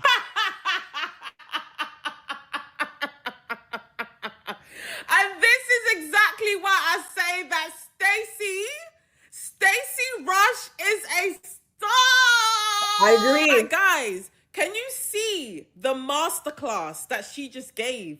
Like, Yeah. that was a read, if I ever seen one. And let me just tell you, yeah, that Giselle and Ashley better come prepared at that reunion, because guess what? There's a new sheriff in town. Yep. There's a new sheriff in town, okay? Like, the way that By the way, guys, if Wendy doesn't go to jail or at least stays free for another season, I hope her and Stacey take over. If Wendy stays out of the federal penitentiary long enough for another season, I hope her and Stacey stage a complete fucking coup in Potomac. Stacey will eat you the fuck up and not even break a sweat and then pop a breath mint after you told her she stank because she doesn't give a fuck. Yeah? Stacey did go watch the clip. It's all over the place. I was going to include it, but it's so popular, I feel like I don't have to. There's a clip of Carlos saying, Stacey, you are so good at QVC. You could sell water to a well. Can you sell this cup of water? By the time Stacey was done doing the infomercial for the damn water, I got thirsty. And actually, I want to drink some water now, bitch. Stacey is making me want to drink water.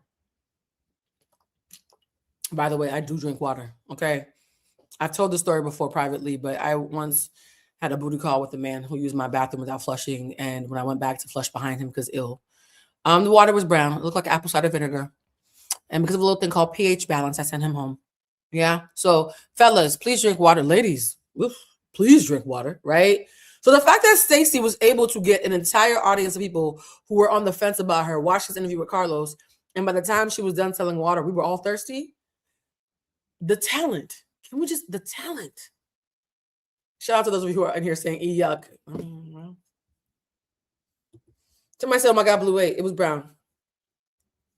That was God. I feel like my spirit guides are a little bit nosy about my sex life. Because whenever I'm about to mess with somebody who doesn't know how to respect pH, I always find out ahead of time. I dodged so many bullets.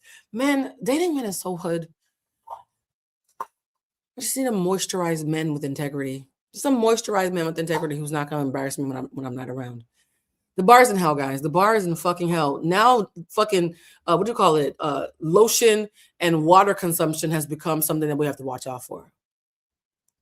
And y'all wondering why I'm thinking about getting a dog. Seriously. she just gathered them together. Like, I can't wait. Guys, I can't wait. That reunion can't come fast enough. I'm telling you. And you know Giselle can't give a read for shit. Hold on. Stacey's in her 50s. Nah, hold on, bitch. Nah, hold on. I gotta stop the whole show for this. Hold on. Stacey, age. How? No.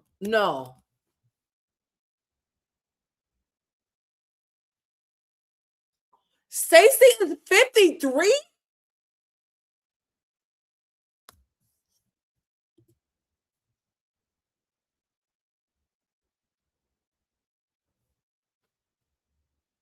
Bitch, I love you more. Goals.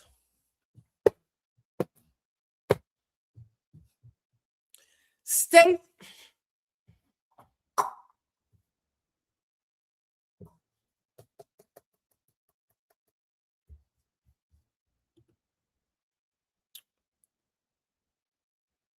The way I feel like Monique, when Monique the comedian gets emotional, she's like, y'all know I'm a skin curl girly, okay? I know how hard you have to work to hit 40 and still have any elasticity left. Yes? Shout out to everybody I went to high school with who's fighting a battle that I'll never want to relate to. I'm not anti-aging. I'm just pro-moisture, okay? I'm not anti-aging because the opposite of aging is death. So I can't say, I'm very pro-moisture. I know how much it takes to, oh, bitch. Yeah, we knew Giselle was in her 50s. Giselle gives fine, mean old bitch. Nobody's shocked that Giselle's in her 50s. Your spirit can age you. Nobody's surprised that Giselle's in her 50s. Beautiful woman. Looks like a baby doll. But we all know a fine Vanessa Williams looking bitch who's so miserable. You thought she was 50 when she was 35 because she's just so fucking mean. That doesn't surprise me. I've always said that aging is not just about skincare, it's also about personality, right? So Giselle being a 50-something-year-old baddie child, I ain't gotta Google that, I believe it. She's just gonna be sat there like, it's gonna be like Pastor Holy Whore all over again. I'm so excited. Ashley, you better come prepared because you've had so much chat this season. You too, Kay. You also. Giselle's neck does give her away, but let's not. I'm not age shaming, but the rings around the. I'm not age shaming. I'm just perceiving. Whenever y'all talk about Giselle's neck, I run upstairs to go moisturize. Where is my moisturizer, child? Y'all about to make me stress moisturize. Let me just hit play. So better be prepared because, wow, that interview with Carlos King and Stacey Rush, 10 out of 10. 10 out of 10. I know Carlos, that those women watched that interview and were sick. I know they were sick. Like, sick to their core, vomiting. Gagging. They were gagging. In the toilet. Because, listen, Stacey is a star. She knows exactly what she's doing. And they've just never seen a pro at work like this before. Like, I can't wait for that reunion, guys. I can't wait. Now y'all got me over here stressed looking for my serums. When I fucking tell you this lady just sold me a glass of fucking warm-ass tap water, tap water that I don't even usually drink, I just got up and got some fucking tap water and put it in a fucking cup and drank it and felt like Stacey Rush. People, you know, people just are not made like that. Just off the cuff. Off the fly. Rolling down the river with the tap water is Stacey Rush, and I fucking love it. And this is why she made millions of people want to drink tap water. Shit was trending all over Twitter. I don't even go on Twitter like that, and I saw that shit trending on Twitter. And y'all don't understand. Doing an interview like that, I'm not glazing Carlos King. I'm saying as somebody who's had to do it before. Doing an interview like that and making it that engaging, even for folks who don't watch the show, even for day ones who stand for Giselle and what's her face, it takes a lot of mastery to make complicated shit look simple. My sister has only been here for 24 hours. When she saw how much work it takes for me to research, storyboard, and then edit all of the clips and create the run of show, and I come on here and joke about my ADHD as if I don't have a 17-page dossier of research that I did for us to seem like we're just shooting off the cuff. I'm not shooting shit off the cuff, right? It took me decades of doing this work to make it look like I just rolled out of bed and not thinking about it, right? I tell you guys all the time, I do a day or two maximum and about 3 to 6 hours minimum of research for every single life. Every single life, right? A full work day of research for a single life, minimum. And when y'all watch me do it, you're like, oh, Blue's just coming to kick it with us. Ain't nothing casual about this.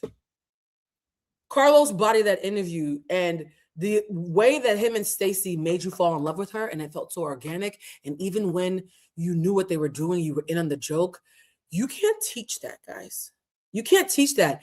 What Stacey is doing is everything that Angel thought she was capable of and is finding out in real time with millions of Americans she sucks at. Imagine conspiring for an entire season to bring someone down, fail in real time because the person is so effervescent, they're laughing at you as you're trying to bully them, and then hoping that you could save face only to watch the edit and realize that all of America is in on the joke and you're the punchline. Yikes. That's rough. That's rough. And here's the thing, guys. You would think, oh my God, well, if Angel really is the solid former journalist that she says she is, she would notice that this is not her calling and leave. Y'all, I hate to say it, but a boring bitch with no personality or sparkle on camera who is a stan who finessed her way into being a cast member, but looks like she can barely hold up the cherry blossom that it takes to be a star. If someone like that bombs, even if it is cringe to the rest of us, she's just happy to be talked about. She's not quitting. And he's going to have to fire Angel. People like Angel getting dragged is still an upgrade from their regular life. So if you're waiting for Angel to quit, it's not going to happen, child. Even she had smoke for Dustin. Who the fuck has smoke for Dustin? That's weird behavior. That lady's not going nowhere. So unless Andy comes to his senses, we're stuck with doom and gloom, and Klarna and Afterpay for another season probably. She's excellent because she's quick with it. There's no planning. Carlos King said do it, and she did it. And that is why Potomac is her show. Case closed. Amen. By the way, guys, about the shop. About the shop, I have to make an announcement. I was going to wait till next week, but since you brought it up, guys, I have to make an announcement about the shop. I was thinking about making a video called I'm closing down my Black business and here's why. I might still title this clip that. So why am I closing down my Black business? Let's get into it. And shout out to Flo, one of our moderators who's up here showing you guys the link. So my shop is doing exceptionally well. So well that the Square app keeps offering me loans and credit cards. Like, we don't know what you're doing, but the fucking items are selling like hotcakes. Would you like to go into bed with us, right? So why am I closing down the shop? Well, and I was going to do a live about this and have clips about it of other Black business owners. We often talk, and guys, this is a detour, but it's important, and so I'm going to keep it in. We often talk about how Black businesses often phone it in and do not do their due diligence to create a good and seamless customer experience because they're resting on their laurels and expecting their Blackness to be all their community needs in order to subscribe and opt into their goods and services. Yeah. We often talk about a Black business in the Black neighborhood will be lazy sometimes with their customer service, their follow through, and their professionalism because unresolved racial trauma has made us have to stand for our own. And we would rather do more for a white person or a non-Black person than for the very people who live in the same neighborhood as us. We talk about that all the time. Yes. What we don't talk about is how even if you are an autistic, thorough ass bitch who speaks as if she is in a professional setting, even when she's casually at a kickback, what we don't talk about is even if you are someone who worked at Harvard and has 20 years of experience and an impeccable track record, there are Black people across the diaspora, because two of you who've caused me to close down my shop are from that group in London that I hooked up with products, even though I don't even ship to London as a gift. I'm never making that mistake again. A lot of times customers, Black customers, when they're dealing with the Black business, have a sense of entitlement and a nastiness about how they deal with shop owners and business owners that is steeped in crabs in the barrel mentality. So what has happened is there was one young lady named Kayla. She's blocked. I'm not using her last name, so I can't get sued. A young lady named Kayla from London. When our site had that glitch and allowed about 25 Londoners and people from the Canada and a couple other countries to buy products from us, I sent a message saying, hey guys, this was a glitch. You weren't supposed to be able to buy anything from us. And the fact that you bought $200 worth of products with zero shipping across the pond probably should have told you something was off. You were hoping to get over. And you know what? I'm so grateful that you were trying to buy from me. I will still send it to you and go through the hassle of sending it to you, pay the manpower to send it to you if you simply cover the proper shipping, which means every single order to London, I lost money and did it anyways because I was grateful. That wasn't business. That was me quite literally doing the opposite of what y'all complain about. I was a Black business who was going above and beyond for Black people rather than phoning it in, right? I was willing to lose money and pay people a ton of fucking salary to make sure you got your packages at a fraction of the cost as long as you simply covered the shipping. Because I was so moved that so many people in the UK and Canada wanted my products. 80% of you had sense. 80% of you paid those invoices. You got the packages. If you couldn't find it, I would send you the tracking number. I would look it up for you. We worked it out. So happy. Oh my God, Blue, thank you so much for doing this. I can't wait till you can ship to London more often. So happy. So imagine my shock when a young lady bought a single $11 pouch of spiritual bath.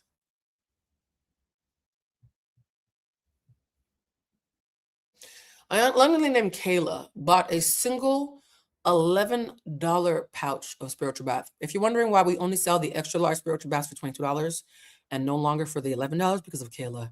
I'm realizing I'm never working this hard for $11 ever again in my life, respectfully. I'm a little bit too far in my career. Kayla bought an $11 spiritual bath, and I sent her the message. I sent everybody, hey, love, for this package, unfortunately, it's going to cost a pretty penny. It's actually going to cost more to ship it than the product itself. Do you still want this? Or do you want me to just refund you the $11? Because my thing is, if I'm paying $11 for the product and like 20 something for the shipping, fuck the product, right? Kayla says, nah, I still want to send the invoice. So I send the invoice. And then when I send the invoice, she pays it immediately. Easy peasy. I think Bridget was in town that day. So I was prepared to either give it to Bridget or my sister when she was coming a couple of days later. I said, Kayla, the copy and paste message I sent to all the folks from London. If you're from London and got a package from me, you can attest to this. Hey, thank you so much from order for Bluecentric shop. We had a mass order, a bunch of orders. You will get your product in the order in which it was ordered, in line. And this is a pre-sale, so all orders for this first batch will ship out no later than October 21st, right? I told everybody the same thing. It's a pre-sale. Everything ships out no later than October 21st in the order they were bought. Kayla responds, nah, that's inappropriate. Send me my shit right now.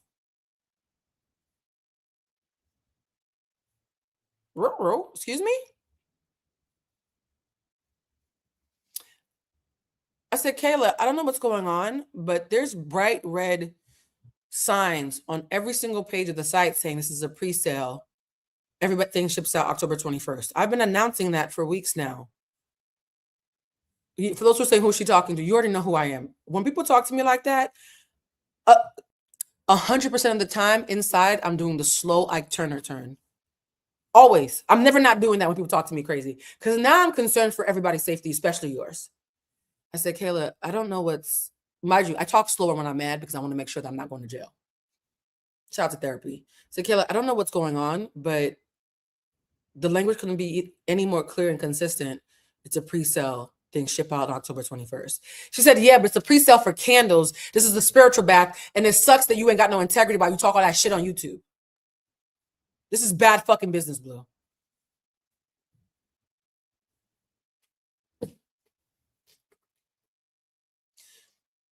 I said, now, Kayla, mind you, I read it. You know when you get so angry, you laugh out loud? I said, Kayla, using words like lacking accountability and bad business for someone who is offering to sell you a product that they're making $0 on. I pay 4 times what you paid for the product just to have my staff help me ship it to you. I'm losing money and doing it as a gift. If the gift is not to your liking, I can just send you a refund. I hope you have a good weekend. Let's end this here. There's no need for it to get ugly. I said, have a great evening. She said, no, I can't have a good day because people in my family have dropped dead and now you're fucking my day up even more. Hold on, people are dead? What's happening? People are dead? Honey, you sent me $11 with no shipping and handling to the UK. What you mean people are dead? I said, Kayla, because of the work that I do, I'm clear that you're trying to trauma dump in order to dysregulate me and get me to soothe you out of guilt. That doesn't work on me because I literally teach classes about how not to fall for this. So can we just, whether people have died in your life or not is none of my concern. I'm not even going to say my condolences. When you weaponize grief, suddenly you can suck my dick. So if they're dead, has nothing to do with me, bitch. We ain't got nothing in common. I don't feign compassion. I only give compassion when I feel it. I felt no compassion. I've had people die in my life too. I've been to several funerals in the last 5 years. I've never used that as an excuse to be a horrible person. I said, Kayla, instead of trauma dumping on me over $11, I'm just going to send you a refund.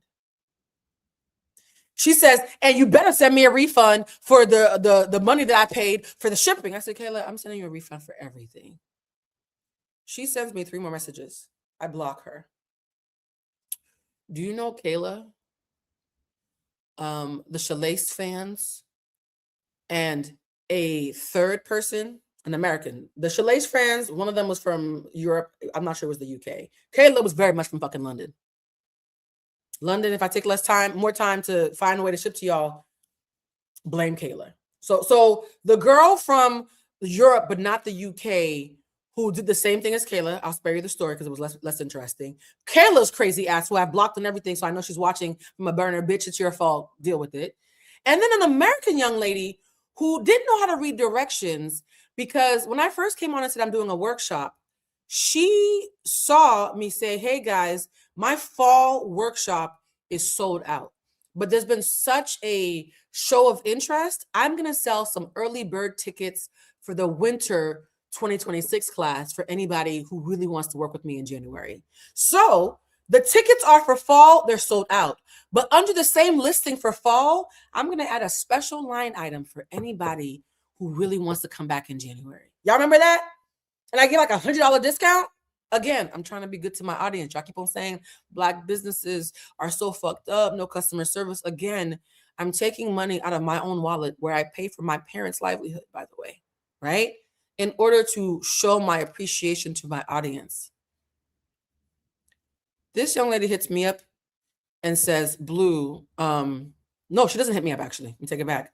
This young lady signs up for a one-on-one addendum. For those who don't know what that is, I teach classes, but the classes can be triggering. So I always tell people, if you want to do a one-on-one because something in class has triggered you, so we can talk offline from everybody else, order the addendum so you can have some one-on-one time with me. It's an addendum, which means it's an add-on to the class. This young lady buys the addendum, but doesn't buy the class.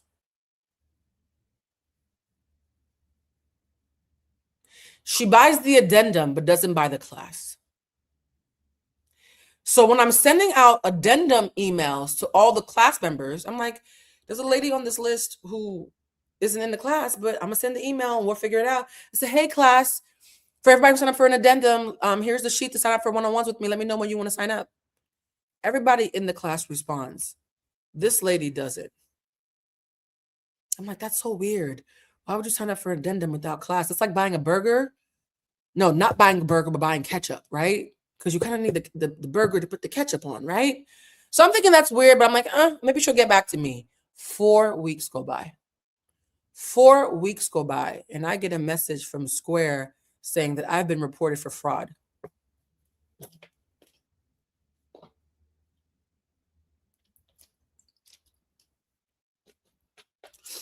I've been on Square for 7 years. Only 3 people have reported me for a chargeback, and all 3 are people who overslept, missed their call with me, and rather than eating the consequences, tried to lie to their bank to get their money back. And all 3 times, I sent the bank a screenshot of me calling them. Because whenever you guys do a no-call, no-show, I take a picture of it to show that I called you and you didn't do your part. Yeah? In 7 years, only 3 people had tried to scam me in 7 years. And all 3 times, I said, this you? This you? So when this young lady does it, I'm like, wait, I'm confused. I went out of my way and hit you up 4 weeks ago to figure out why you signed up for an addendum for a class you didn't buy. So I hit her up and say, hey, love, I emailed you 4 weeks ago. You never responded. So why are you reporting me for fraud? I'm the only one who's putting an effort. She said, because I signed up for the class and you didn't send me shit. You are a fraud. I said, no, baby, you signed up for an addendum to the class. Do you really think that 20 years into my career, I'm selling a 2-month class for $160? Respectfully. You really think that this deep into my career, I'm giving up 8 weeks of my life for $160 fucking dollars? And if you did think that, even if you did think I was a broke bitch who doesn't know my value, because that's what I would have to be to sell a class for 8 weeks for $160 fucking dollars. When I emailed you and say, hey guys, thank you for signing up for the addendum. Please let me know when you would like to meet. Why didn't you use it as an opportunity to get back to me? She says, oh, I thought you made a mistake. And I told the bank that you were fraudulent and asked my money back. So between Kayla, the other miserable bitch, and the bitch who doesn't know how to read her own ticket, I got a call from Square saying there's been a lot of fraudulent activity in the last 60 days on your account, even though you've been an exemplary merchant for 7 years. They said, we're going to have to put you in probation while we investigate why there's been so much fraudulent activity. And that's when I said, actually, no, you don't have to do that. I'm shutting down the shop. Guys, let me explain something to y'all real quick.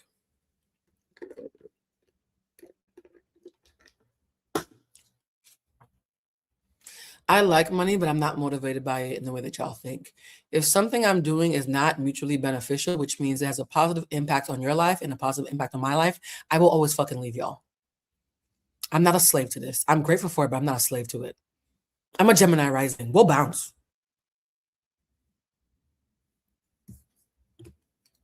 I've been engaged twice, y'all. And the minute my fiancés showed their asses and showed, oh, you just want to trap me because you think I'm going to be a good wife, but you have no intention of being a good husband. Fuck this wedding. I'm out. There's no way to bribe me out of my psychological safety. There's no amount of money. There's no amount of, I promise you guys, if I was the kind of bitch who could be bought, I would have been famous years ago. I've had many high profile people offer to make me famous. And then they told me the terms and I told them to suck my dick. 2 of them were billionaires. I've met 2 billionaires who've gone back and told our mutuals, this bitch does not give a fuck. I don't. Yeah? So, because I can't be bought, it's weird when you're around somebody who loves money but can't be bought. That's tricky, isn't it? It's called emotional intelligence. I was like, yeah, I'm not doing this. I'm not spending, because you guys, I've spent weeks fighting with the banks to send them affidavits that y'all were horrible Black customers. Not y'all who are listening, but the 3 bitches who, and I'm calling them bitches on purpose. I'm not taking that back. Go do respectability politics with somebody else. I'm at that shit. I said, yeah, I don't want to do this in 2026. These are intention candles that I don't only hand make, I have ceremony around them. I have my closest friends and family giving up whole weekends of their lives to help me ship them out. Everything is hand poured, hand labeled, and hand shipped. The amount of love that I pour into these candles, that's why the directions say you have to put them in a ball of water because the juju is so strong, the candles are volcanic. Anybody who's using my candles can tell you these are not regular candles, right? And a lot of you have hit me up and said, Blue, that thing that I've been praying on and using the candles while I journal for the past 2 months, that thing just happened. I get testimonials every fucking week from people who are using my products and seeing actual results. And for you to make me be on probation because you couldn't pick up the phone, couldn't read a ticket, or you're just fucking nuts and spend $11 and thinks that means that you can blow up my email, by the way. By the way, guys, don't email me like we're friends. We're not. I adore y'all, but we're not homies. If you have access to my email because you bought a product from me, don't abuse that access because I'll take it back. Yeah? Whether you're spending $11 or $1,100, you're not buying my friendship. I'm a merchant who cares about my audience who's selling a product. Yeah? That parasocial shit where people come on social media and get y'all addicted to them so they can rip your wallets, but they don't really like you like that. I'm not doing that. I'm not pretending like people I don't. I don't like some of y'all because of how you act about a Black woman business. Here's the thing. Kayla, the bitch who couldn't read her ticket, and the other bitch who fell asleep and then lied on me, I don't believe any of them would do this if I was a man or a white person. We don't talk enough about, in the same way Black businesses often phone it in because they see their customers look like them.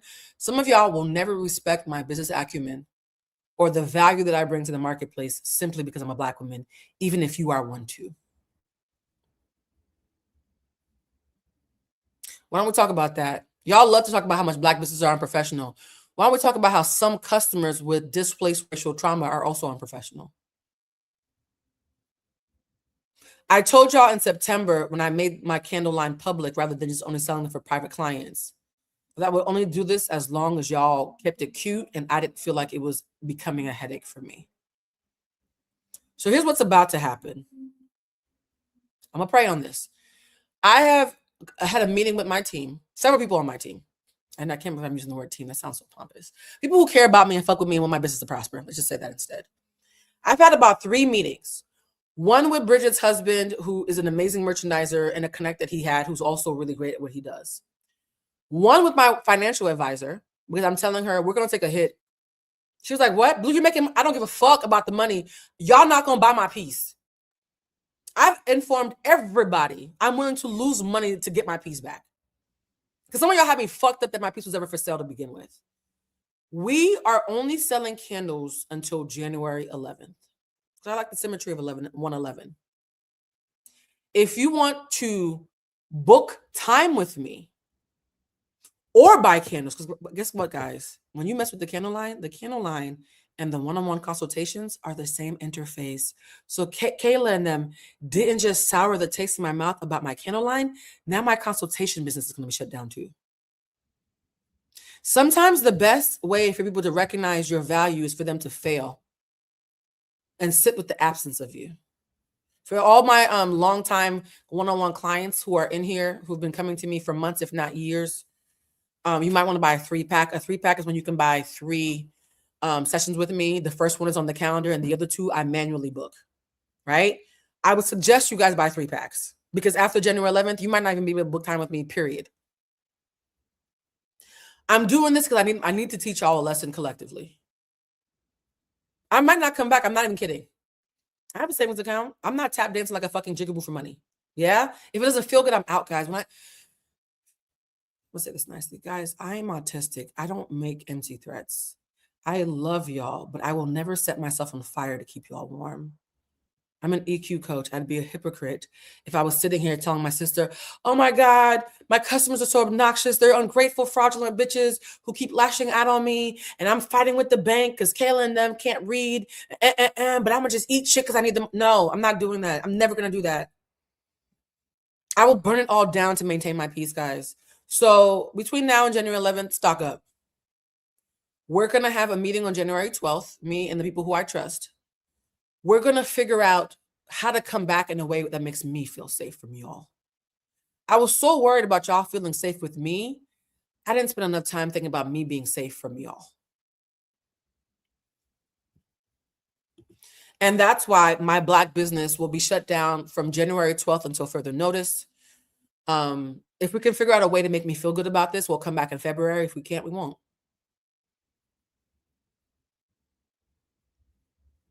Right? For those of you who really love the products and have been sending me those messages, I adore y'all. I really do adore y'all. It breaks my heart to make this decision, but yeah. And people who are like, well, Blue, how do I buy the candles? Okay, so the winter OTS thing, let me delete the winter OTS thing because we don't even do winter OTS anymore. Hold on. I'm going to edit this real quick. We're going to delete winter OTS and put purchase intentional candles before shop hiatus. I'm saying hiatus to be nice for now. On 1/11/26. And book readings before shop hiatus. Save this. Put it back on the screen. Yeah. So Bridget and my sister and I, we're all going to be in the candle shop this week. And in mid-January for the last, it breaks my heart to say this. Y'all don't understand. I love making these candles so much. I might, if I don't feel good about how to do it without y'all being nasty to me, and disrespectful. Fuck nasty. It's disrespectful, right? If I don't feel good about making sure I'm safe from the entitlement and audacity that y'all buying $40 candles from me embolden some of y'all with, because seriously, read the room. Then I might just sell them locally in LA. The candles will be sold to who can appreciate them.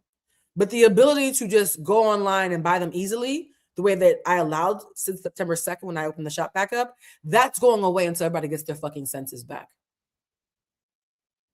Somebody said, Blue, what about a members only shop? If we're going to have one, I'm not going to say it on here. Guys, I've been selling candles for 7 years. I just told y'all about it publicly in September. If I decide to only sell them to people who respect me, that might be how I do it. What did I say earlier? Access to me is always directly connected to safety, not love. I feel unsafe. I'm creating distance. That will always be my response to anybody and anything that makes me unsafe. You can't make Blue Toulouse unsafe and then still have access to her. Everybody, my mother included. I love my mother. Even she's gone through this. I will leave. Anything that needs less of me to have any of me can have none of me. Anything, anyone that needs less of me to have any of me will have none of me. Okay? So, yeah, stock up. Love y'all so fucking much, but stock up.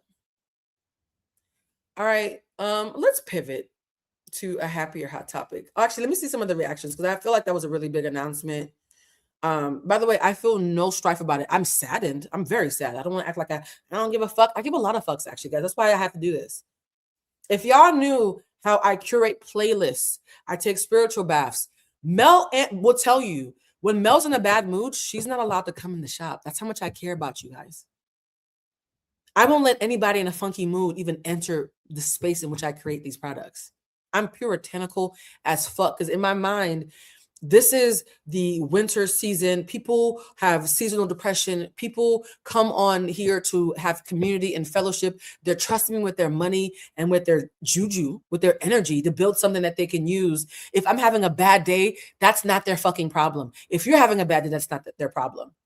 Right? Oprah once said she had a sign above her Harpo Studios back in the day that said, please be responsible for the energy that you bring into this space. I need y'all to know, as much as I love Bridget and Mel, neither of them are allowed to work with me when they're in a funky energy. They'll tell you they've tested the theory because they're in Aries and they love me. Love you, Mel. Nobody's allowed to work with me when they're in a funky energy. I will send you home and figure it out, and I love you so much. I'm not even upset. Come back when you're in a better headspace because my audience deserves more than this, right? And so because I'm dealing with emotional intelligence, because I'm dealing with psychological safety, because I'm dealing with energy, energy can't be destroyed or created. It can only be transferred. I don't ever want somebody to get a bad batch of candles because I was in a funky mood, but I want to do a cash grab. So yeah, guys, I'm heartbroken. I am heartbroken. I've been told I'm not sympathetic because me looking heartbroken can seem stoic. Shout out to autism. I'm incredibly heartbroken. Ugh, I don't want to cry. I'm incredibly heartbroken that I have to do this, but I will always do the hard thing if it's right, even if it hurts my heart. Okay? Thank you, Atalia. I appreciate you. Somebody said very disappointing that you have to deal with this, support your decision. Yeah. So January 12th, the shop is closed. So I will honor it. It will stay open until 11:59 Pacific Standard Time on January 11th. And the minute the clock strikes midnight on the 12th, I will probably smoke a J, have a good cleansing cry, be proud of myself for the people I have been able to help. And we're shutting down my black business until further notice, until I can feel like it's mutually beneficial. Somebody said, I have a magnet on my new fridge place that says, please be mindful of the energy that you bring to this. Oh, I love that. And for those who are heartbroken, how many weeks is that? Because I picked a date that had good symmetry.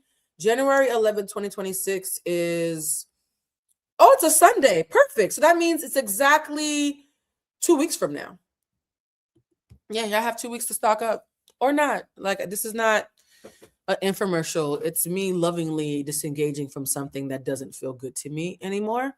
And my prayer is that we do figure something out. And I'm going to pray on it too. Like, I'm sincerely going to pray on it, and we can come back in February. So in February of this upcoming year, I'll either be announcing to the public that we're back in a safer way, or I'll be announcing to a very small minority, whatever I feel like announcing to them. All right, let's move on to something a little more fun. Yes, guys, please leave positive reviews and stuff because I really do love the private ones that I've gotten. This live, I want to end on a positive note. We started talking about men, not boys, men. We're going to end it talking about someone I suspect might be a good man. It's interesting how it feels like every couple of months, there's like a flavor of the month when it comes to attractive black men. I know y'all went through that whole Michael B. Jordan thing, and then Idris Elba is eternal. So that's not a phase, that's just a lifestyle, okay? And then you went through the Damson Idris thing, and then we started out this year with Aaron, Pierre, that's Mufasa, right? So when people ask me what my type is, I don't say tall, dark, and handsome. Even though that's what I date a lot of times. I don't say rich because I can make my own money, and a broke man mentally is worse than a broke man financially. The one thing I have always said when people ask, what is your type? Universally, since I was about 17, before I was even fucking, is that I've always said I want a man with a strong back, because niggas with strong backs can hold heavy things. Niggas with strong backs can lift heavy things. I am things, if you're not picking up what I'm dropping, yeah? So as somebody who likes a man with a strong back and a good heart, that's my type. If you got Sean back in a good heart and we have good banter, I might give you a try. When I saw my good girlfriend Scotty Beam on my Threads timeline, that's getting me in trouble. Lusting after somebody saying, I'll eat beans and toast for this. And then she posted the infamous what's that man's name? The man with the PO officer's name, who's a rapper. He's dark as night, but he only dates light-skinned girls who look 12. Rick Ross. When Scotty posted the picture, the meme of Rick Ross going like a cookie monster. Scotty's usually a play it cool Libra baddie. Like, who got her like this? And then I hit the button and I said, oh my God, that's a strong bag. And he has kind eyes. A strong back and kind eyes, bruh. Or I should say, bruv. I said, now who this? I don't know who this man. And then I felt what they call in the UK fanny flutters. Look that up. I felt some fanny flutters. And I said, now what's going on with this? Who's this strong man? Then I was like, Blue, you know you're a demisexual, guys. By the way, demisexual is what y'all think sapiosexual is. Sapiosexual is not a real word, but y'all done made it a real word. Just like conversate. I'll let you have it. I'm not going to use it, though. The word for sapiosexual, the fake word that was made by a meme in the late 90s and y'all think is smart, is actually demisexual, which is actually a well-vetted term about people finding attraction to each other. A demisexual is someone who is sexually attracted through banter and connection, which means I get sexually and romantically aroused through conversation and emotional connection. You being fine is not enough. Which, by the way, has served me well living in LA, where I'm surrounded by fine niggas who bore the fuck out of me all the time, right? Had I been not a demisexual, I might have gotten pregnant, right? With the wrong baby daddy. So I need you to have good conversation, or I don't give a fuck how you look. So I was like, damn, he fine. What he talking like? And then I heard him talk. I said, oh, fuck. I didn't say he was smart. I said he was emotionally intelligent. There's a difference. Because you don't have to be an intellectual, quoting Chopper, right? And talking about how you listen to Tchaikovsky and, you know, doing your favorite Fraser Crane impersonation in order to be emotionally intelligent. Emotional intelligence is something else. It's not about book smarts. It's about knowing how to maneuver your internal world. There's a world inside of all of us. And if you're constantly drowning in that world, you lack emotional intelligence because you don't have coping skills, right? Emotional intelligence means you have excellent coping skills and vision and integrity. Ooh, what a sexy lineup. So he starts talking, and I'm like, he has a strong spine to go with that strong back. See what I did there? Yeah. Then I was like, okay, so no, I have a lady boner because I like how he talk. So I started doing some research, and I said, you know what? I've been gone for a little bit. When I come back, we're going to discuss Anthony Joshua. Let me do a little bit of research. I started doing research. Come to find out, the internet is full of men, particularly husbands, who are angry that Black American women have discovered Anthony Joshua. Have y'all seen this? TikTok is full of men who are crying in the rain like a Jodeci video because their wives are rubbing one out to Anthony Joshua.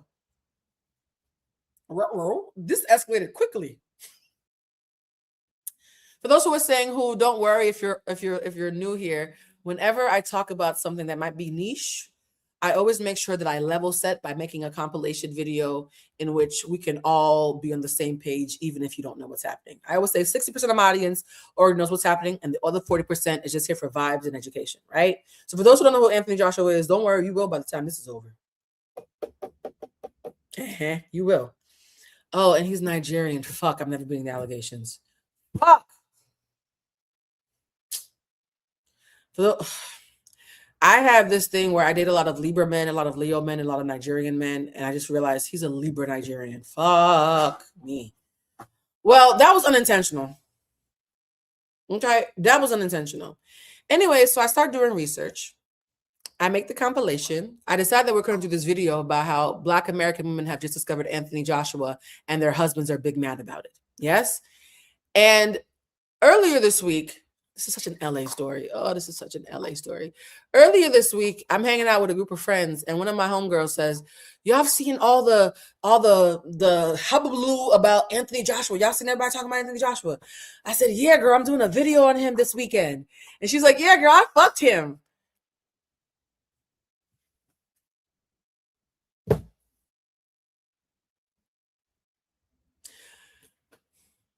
That's so LA, by the way. Mentioning how a nigga who's popular is fine and finding out one of your homegirls in the room done fucked on him is so LA. I said, my life is a sitcom. I said, you what? You did? Now, there was one time I was at a function and I realized at that function, I'll never forget this, I was the only girl at the kickback who hadn't fucked Drake. I'll never forget that night. I was the only girl at the function who had not fucked Drake. And I remember looking around the room like, fuck 6 degrees of separation. It's a half a degree of separation, right? So this is nothing new to me. If you can be at a party and you're the only person who hasn't sniffed Drake's dick, being at a function that somebody fucked on Anthony Joshua 10 minutes before you're about to do a live about him, it's a little bit less surprising. So I said, really? I'm not going to tell you what she said because that would just be corny of me. I will say this, though. I will say this. Number one, she's a racially unambiguous Black girl.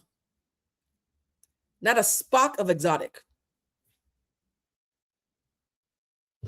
She's a regular, pretty Black girl. Because y'all tried to tell me, y'all know we all got some trauma around light-skinned British men. Well, all British men, actually. Let's not lie. All British men, particularly the biracial-looking ones. If you see a Black British man who's attractive and successful, you have to ask, do you like Black girls, though? Because we're not the default setting for them, right? And so there had been rumors that he had been tied to Gigi Hadid and all these other white women. And so whenever I see an attractive British man, I'm already emotionally detached from, too many fanny flutters because I know what's up. And when my friend said she dated him, I was like, girl, you look like a cute nigga. You're a pretty girl, but you's a nigga. And I love that. No, you're a pretty girl and you's a nigga. But negates. And, right? Like, you're a very pretty Black girl. Interesting.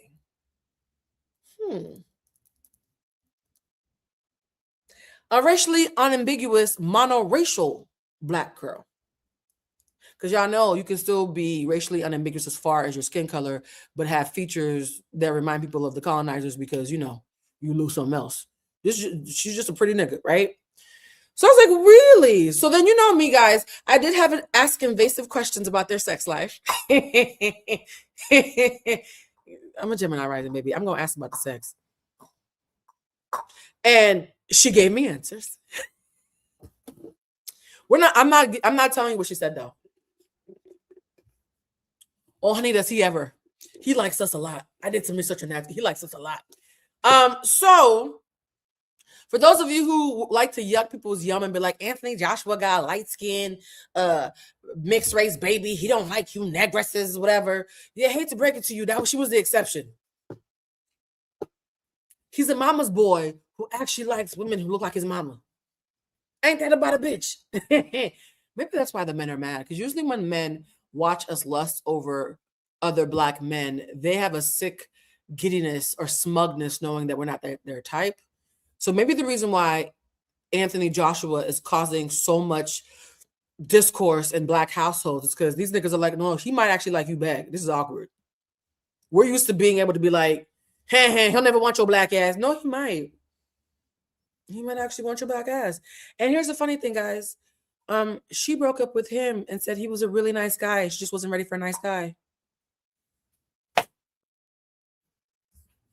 What? I said, bitch, you did what now? Okay, let me not share too much. Sorry. So yeah, Anthony Joshua, word on the street is a decent mama's boy who likes Black women. It happens to be 6'6" with a strong back and a couple of belts, like championship, whatever they call them when you knock niggas out. Not a unicorn before Christmas. This is a lot, yeah? The amount of investigations I do for y'all, right? I'm on the front lines, eating macaroni and cheese, asking the questions that need to be asked about this nigga stroke game for y'all on my day off. Yeah? Somebody said LA is full of dumb women because, girl, what? We're not going to call my friend dumb. I'm just going to say that choices were made, y'all. Yes, baby. We have to do a recap. 6'6", 230 pounds, all muscle, strong back, strong mind. Whew. Let's introduce y'all. By the way, shout out to my Haitian sis. I think her name is Kat. I was on the fence about doing this video until Kat, I'm going to make sure her name is Kat in a second because I'm horrible with names, did a video called Fine Nigga Math. That's what I call it in my head. It might be called something else, where she explains the recipes for fine niggas. And after I watched that video, I said, I would like to talk about this some more on this Anthony Joshua thing. And I'm not going to hold you. You know, I've been really opulent but single this year. I haven't had my back blown out as much as I did last year. I've also made a lot more money. This year I've had more money and less dick. Honestly, I don't mind I don't mind the trade-off. If God said, I'm going to give you 5 figures a month or some questionable penis, what would you say?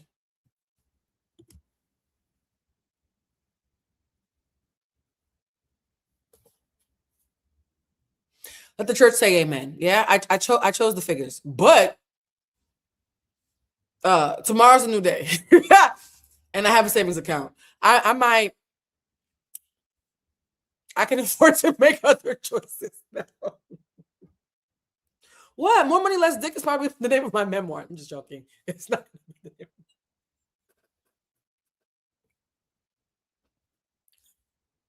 I do miss dick a little bit though. Actually, I'm not enough for me to sell my soul. Anyways, guys, let's learn some more about Anthony Joshua because this Kahlua that my sister overpoured in my fucking cup. Mal, you set me up. This Kahlua that my sister overpoured in my cup got me sharing a little bit more than I probably need to. So let's just watch. For those of you who don't know what Anthony Joshua is, let's get familiar real quick. Mathematician or a scientist, but this is fine man math. If you add Aaron Pierre and Billy Brown, that's Nate from How to Get Away with Murder, you get Anthony Joshua. Additionally, you take Keith Powers, you add it to Avery Wilson, you get Rome Flynn. She's right. Additionally, if you take that same Keith Powers and you add it to Kofi Sirobe, but you take away 3 inches, 3 inches only, you get Damson Idris. She's right again. I ran the numbers. That's just what it is. Additionally, if you take Idris Elba, Kofi Sirobe, right? Now you have to take away some Kofi Sirobe, but then you have to add equal parts of Method Man and Marvin Gaye. You get Trevante Rhodes. She's right again. I don't know. She's right again. You got 2 more here, okay? So you have Steve Harvey. If you have Steve Harvey, but then you add Tyler Lepley, you get Michael B. Jordan. I feel like you guys knew that one. Bitch, the math is mathing. She's cooking. I'm sorry. I'm a hard audience, but the bitch, this is actual girl math. Bitch, I'm inspired by you. Okay? I'm inspired. I love us. Shout out to my Haitian sister. Let me see her name. Her name on here, I want to shout her out. Her name is Love Cat Francis. Cat Francis, how I say, sister? Your calculator is plated in gold. I love everything about this video. Give me 14 more. And then last but not least, you take Orlando Jones and you add Solange Knowles. You get Tyler James Williams. Also one that we kind of already knew. Anyway, that's the math. I'm just reporting the math. Anthony Joshua is fine. Y'all sitting over there asking all the wrong questions. You asking why didn't we know? Why we just now talking about how fine he is? First off, I didn't even know who this man was. Them promo pictures that I was seeing don't look nothing. For those of you who say he's alright, don't look at fucking pictures. The more he talks, the finer he gets. I promise you. I love a man who appreciates in fineness the more he speaks. I love it when I think a guy is cute, and by the end of the night, I'm like, I want to take him to the back. I love that shit. So he gets finer, I promise. Like the actual videos that I'm seeing. When I seen them promo pictures of the fight, I didn't really even care. But when I seen the videos, I was like, excuse me? Oh, darlings, I just want to give a shout out to Jake Paul for introducing me to the lovely Anthony Joshua, ladies and gentlemen. Yes.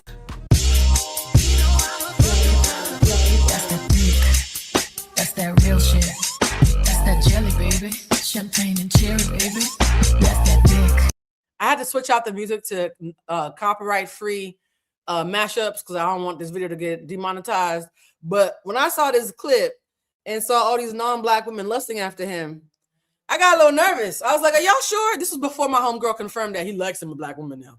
Before she confirmed it, this made me a little nervous and made me think the things that we always think when a fine British man or fine Black man in 2025, to be honest, is getting finer. And so this video, don't let it fool you, ladies. We in here, I promise you.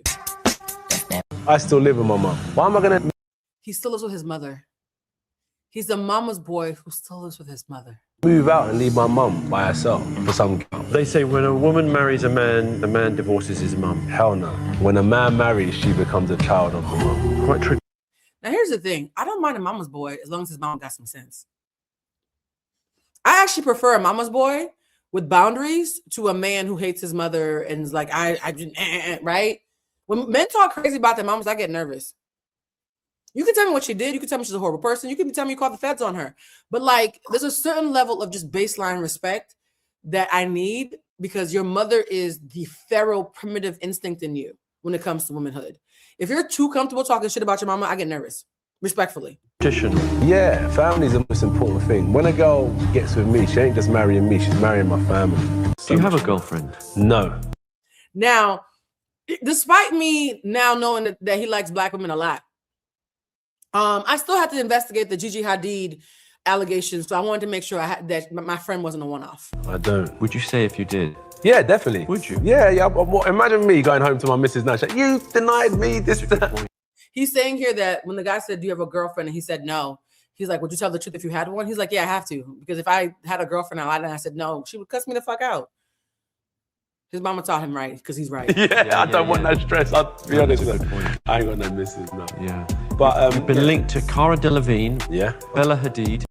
Look, what did I say? I said a mama's boy with boundaries. I don't care if his mother's a true Nigerian mother. Does he know how to set a boundary? If he doesn't, I'm out. So I don't concern myself with the family. I concern myself with you. You're the one I'm dating, right? If you can keep your family in line and show a reasonable amount of respect for my safety, we're good.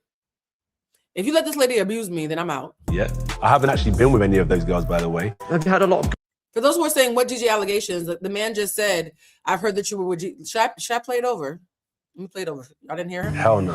When a man marries, she becomes a child of the mum. Quite traditional. Yeah, family's the most important thing. When a girl gets with me, she ain't just marrying me, she's marrying my family. Do you have a girlfriend? So this is the part, guys, for those of you who missed it, I'm going to run it back, where they ask about, and thank you. Why is it when he's with a white woman, they immediately say that they're dating, but when he's constantly with black women, they just think that's his cousin or his homegirl? Anthony Joshua, before I knew who he was, there's a video of him with a black girl that he was dating that I had seen on TikTok like 6 or 7 months ago. I didn't know who he was, though. They were like, yeah, this man is with his, and I was like, oh, that's a tall, fine man, I guess. And I kept them moving. They were hard-pressed to speculate that they were dating. But you see him even breathe in the white person's face. That's his new girlfriend. For those of you, racism doesn't need a question mark, child. An exclamation point or a period. No, I don't. Would you say if you did? Yeah, definitely. Would you? Yeah. Imagine me going home to my missus now. She's like, you denied me this, that. Yeah, I don't want that stress. I'll be honest with you. I ain't got no missus. By the way, his family is beautiful. They are. He has a beautiful family. Yeah. But you've been linked to Cara Delevingne. Yeah. Bella Hadid. Yeah. I haven't actually been with any of those girls, by the way. I haven't actually been with any of those girls, by the way. They named all these white models. And he's like, yeah, I'm Gucci. And by the way, the girl who gave him the light-skinned baby that had y'all all freaked out is somebody that they're saying that he knew since he was like in high school. That's different. Why is that different? Because if you grow up with somebody before you make it, regardless of what their race, you're going to always be more open to somebody who knew you before you had anything. That's just human nature, guys. That really is. I remember there was some friend who was being an asshole to me when my career started to take off. And somebody asked me, why are you so nice to her? And I was like, because she knew me before I had anything. And so there's a fondness there, right? When you have a bunch of strange new people blowing smoke up your ass and someone who knew you when you didn't have shit has your back, it just, there's a bond there that's beyond anything racial. So I'm not caping. I'm just humanizing, if that makes sense. Have you had a lot of girlfriends? Well, in terms you don't have to. I feel slightly vulgar. Well, even asking, but you can answer it if you want. Yeah, I've had girlfriends. Do you keep it all on the down though? No. How would you meet women if you were? Okay. Well, okay. So those who want to know how to meet Anthony and Joshua, I didn't ask. I don't want to say too much about what my homegirl said because she is in the public eye herself, but it did make my day. And mind you, this homegirl that he dates, she's the friend who, whenever we're going out somewhere and we're talking about a cute guy, the first thing she asks, she even asked the night she told me was, does he like black girls? Does he like black girls? Like, she's that friend who militantly asks everything. Whenever we're talking about any black man, the first thing she asks is, does he like black girls? And that's who he dated. So he's not dating some valley girl who was called Oreo her whole life, who doesn't want to be black. He dated a girl who makes it a point to ask, do you like black women? And for those who think they know who the friend is, don't name it, guys. Don't name it. Anthony Joshua. Well, could be in the local supermarket, at the petrol station. Really? Yeah. Could be anywhere.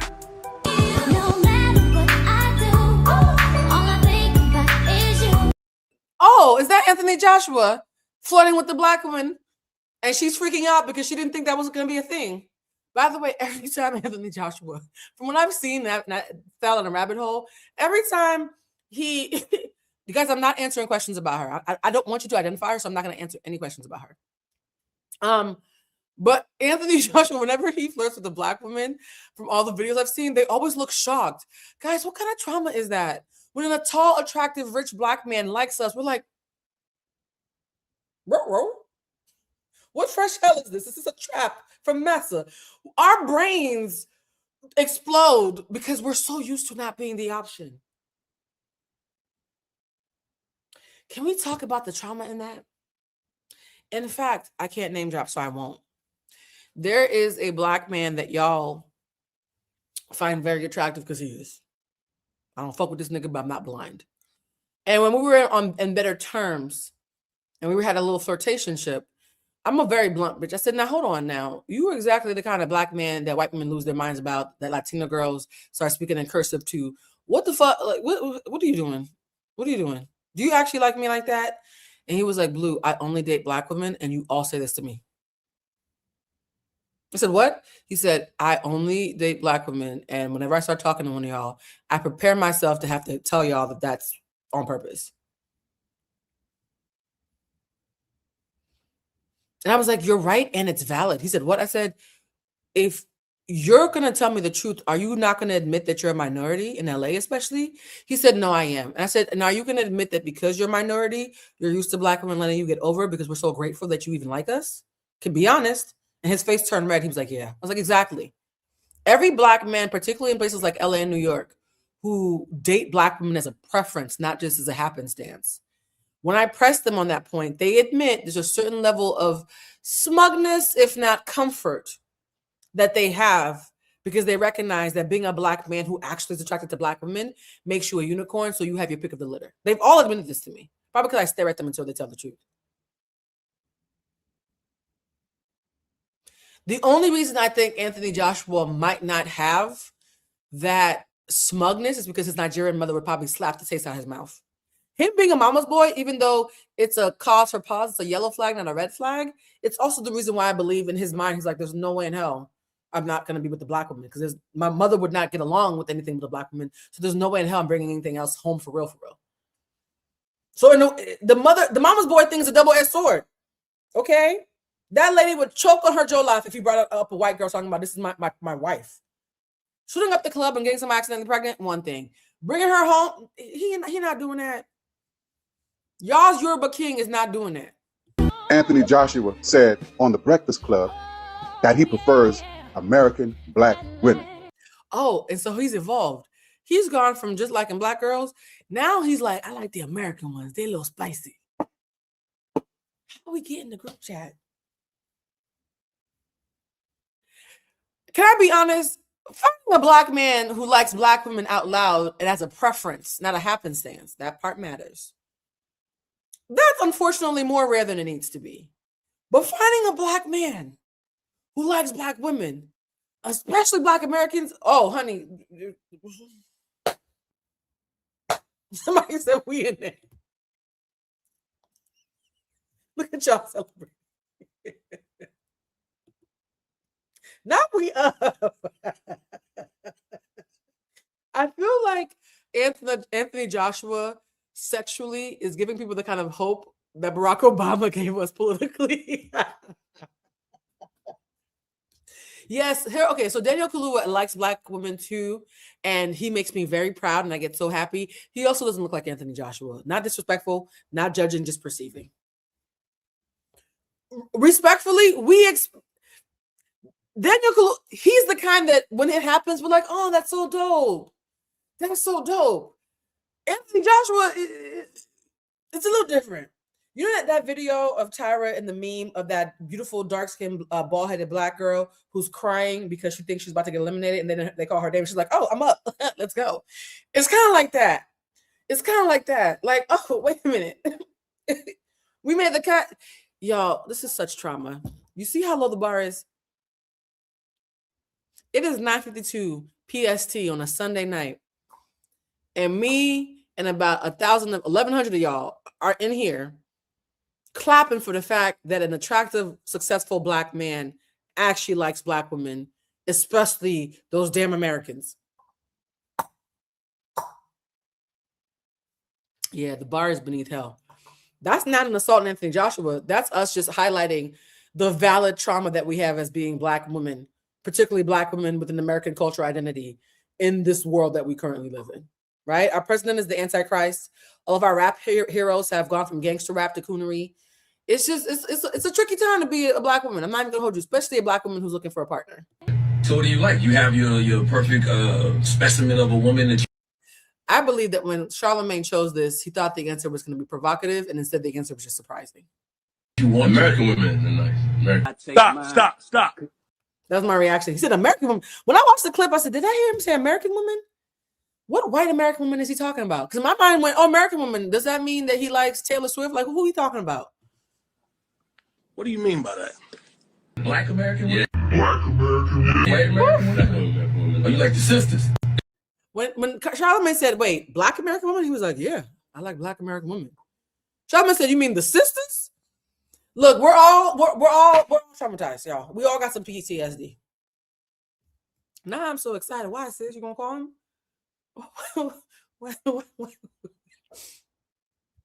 Somebody said 300K, lost our job. It cooked though. He can marry all of us. He's Nigerian and he got money. Girl, we're not doing the sister wives thing. I'm not in here with 1,100 sister wives. Don't do that. Don't do that. Yo, I want to send an energetic hug to all the women who have had a rough year and still have the audacity to think that they might still get them a partner and some happiness in the middle of the apocalypse and the world burning. Earlier, I said, if you up during the apocalypse, don't brag, but also don't feel guilty, and don't forget to be grateful for your blessings despite the survivor's remorse, right? Conversely, also, you know, if you are a black woman who's still hoping to find love in this economy, I love that for us. My thing is, I'm either going to end up in a beautiful partnership or having a beautiful life as a single person. My life being beautiful is already predetermined. That's going to happen. Whether I do it singular or in relationship with somebody else is what remains to be seen. But my life being beautiful is already a thing that's already currently happening. And so I really do think, though, ladies, you need to get to the point where the beautiful relationship is icing, not cake, right? The beautiful relationship is the icing. It can't be the cake. Because sometimes these niggas ain't got no eggs, child. Sometimes we ain't got no eggs, respectfully. So yeah, it has to be the icing or you're in for some dark days. Yeah. My brother. In the panties of 1.2 million black female listeners suddenly grew a damp spot. This man in his life, I had to stop playing the live because he had Beyonce in the background, and Beyonce does not play by copyright. But he said that him and his wife were watching the Anthony Joshua fight, and she don't like boxing. So he's just chit-chatting with her or whatever, not thinking anything of it. And until she didn't respond, and he looked over at her, and he was like, I watched my wife be sexually aroused right in front of my face watching the fight with me. You see the look in his face? He was devastated. This poor black man was devastated. So much so that he got on the TikTok to talk about it. And he wasn't the only one. They love this nigga. Must be the accent. He said, they love this nigga. They love this nigga. It must be the accent, baby. Okay, it's not just the accent. Time will bring the By the way, this is him with the black woman that I saw earlier this year before I knew who he was. And they were not friends. He was making sure that she wasn't get hit by cars. He was in Dirty December in Nigeria and stuff, showing his ass. This nigga was outside with black women, like proudly outside. Wasn't no sneaky link, wasn't no homegirl, like booed up. he was spider monkeying these black girls that he be dating. So yeah, I mean, it's real cute. I'm not even gonna hold you. Yeah, you won't remember me. I really hate that y'all women found out who the hell Anthony Joshua was.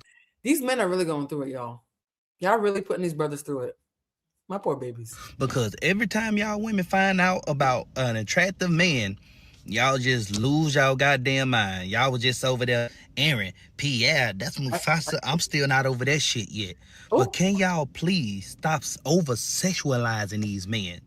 It don't matter if he's 6'6", muscular, nice jawline, nice chest, nice six-pack, nice smile. Wait a minute, I want to hunch him real bad. Girl, we're in public. Wait a minute. Sis, you know we can see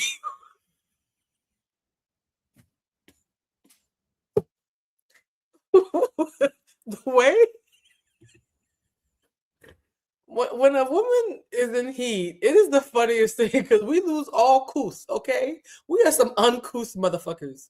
I mean, we're not as predatory and scary as men, but it's wow. The audacity is loud. Nicely. It don't matter how good Anthony Joshua look. Y'all supposed to be watching this man fight. He beats up man for a living. This man is a gold medalist. This man is like a 13-time defending world champion. And y'all just acting like this man is a piece of meat. We do the same thing to you? Right. Do you do the same thing to us?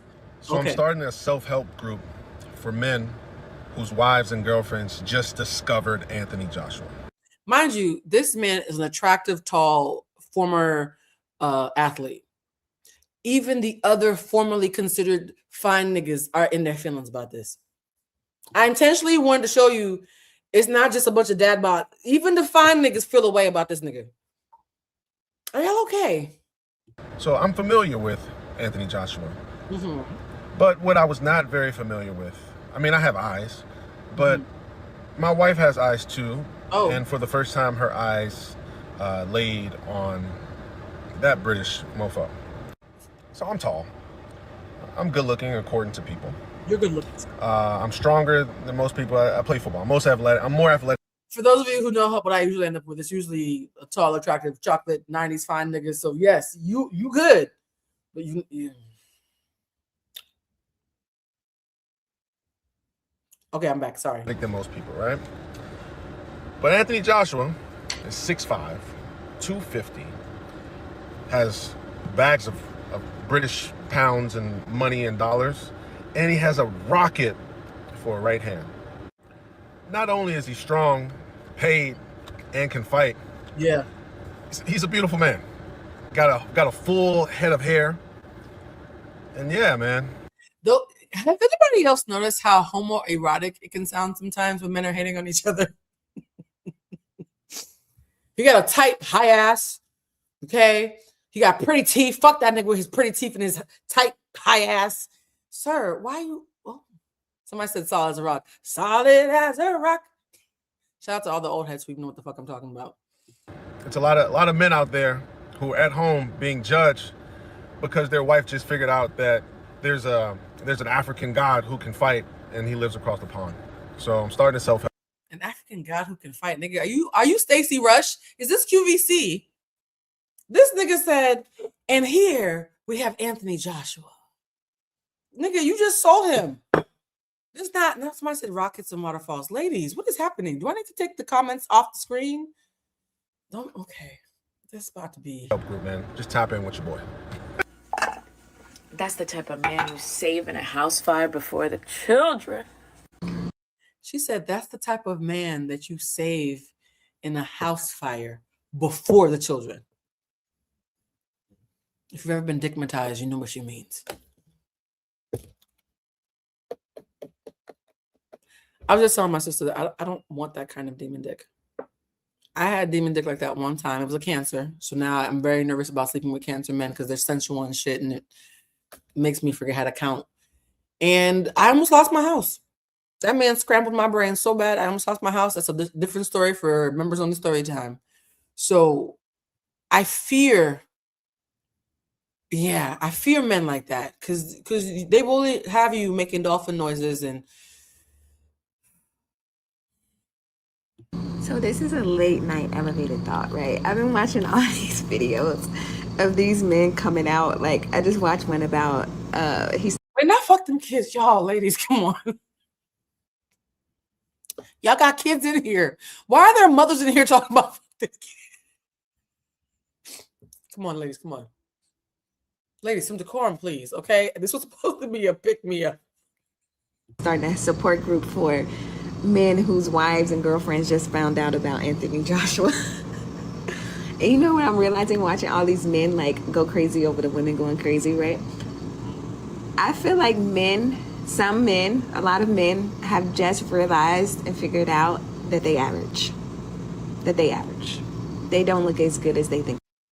Some men have just figured out their average. I think because Anthony Joshua is incredibly intelligent, incredibly strategic, incredibly disciplined, sexually disciplined, financially secure, and he's built like he has an arm like a rocket ship, like that man said. That's why even the other fine men feel away, because he's not just fine, it's all the other boxes they check up. A man who's used to being, well, I'm not fine, but I'm financially stable and mentally strong. Okay, well, he's that and fine. The men who are like, well, I'm not financially stable and strong, but I'm fine as hell. Okay, he's financially stable and strong and he's fine. Like, when a man is this well-rounded, the other men have to sit up like, now, hold on, brother. I thought we had all agreed that we were going to feed them scraps and tell them that it's dinner time. What you mean you're giving away a buffet and your mama's in the back making another bowl to go? Like, that's not cool. I thought we all agreed that these women were just going to take the bare minimum. Well, they look. And I think that's what the chaos is happening, because a lot of men are finding out they're average or below. I'm sorry. Hey, can you lick my Skittles? Ladies, what's happening? I didn't even mean to click that one. I meant to click the we up, but then, oh my God. Okay, I'm going to be more intentional about it. I underestimated how hard up this group was, so I'm going to be more intentional about it. Okay, you know what? I might have underestimated the demo. I feel like I accidentally threw a raw steak at a pool full of sharks, and I'm trying to figure out how to walk this back.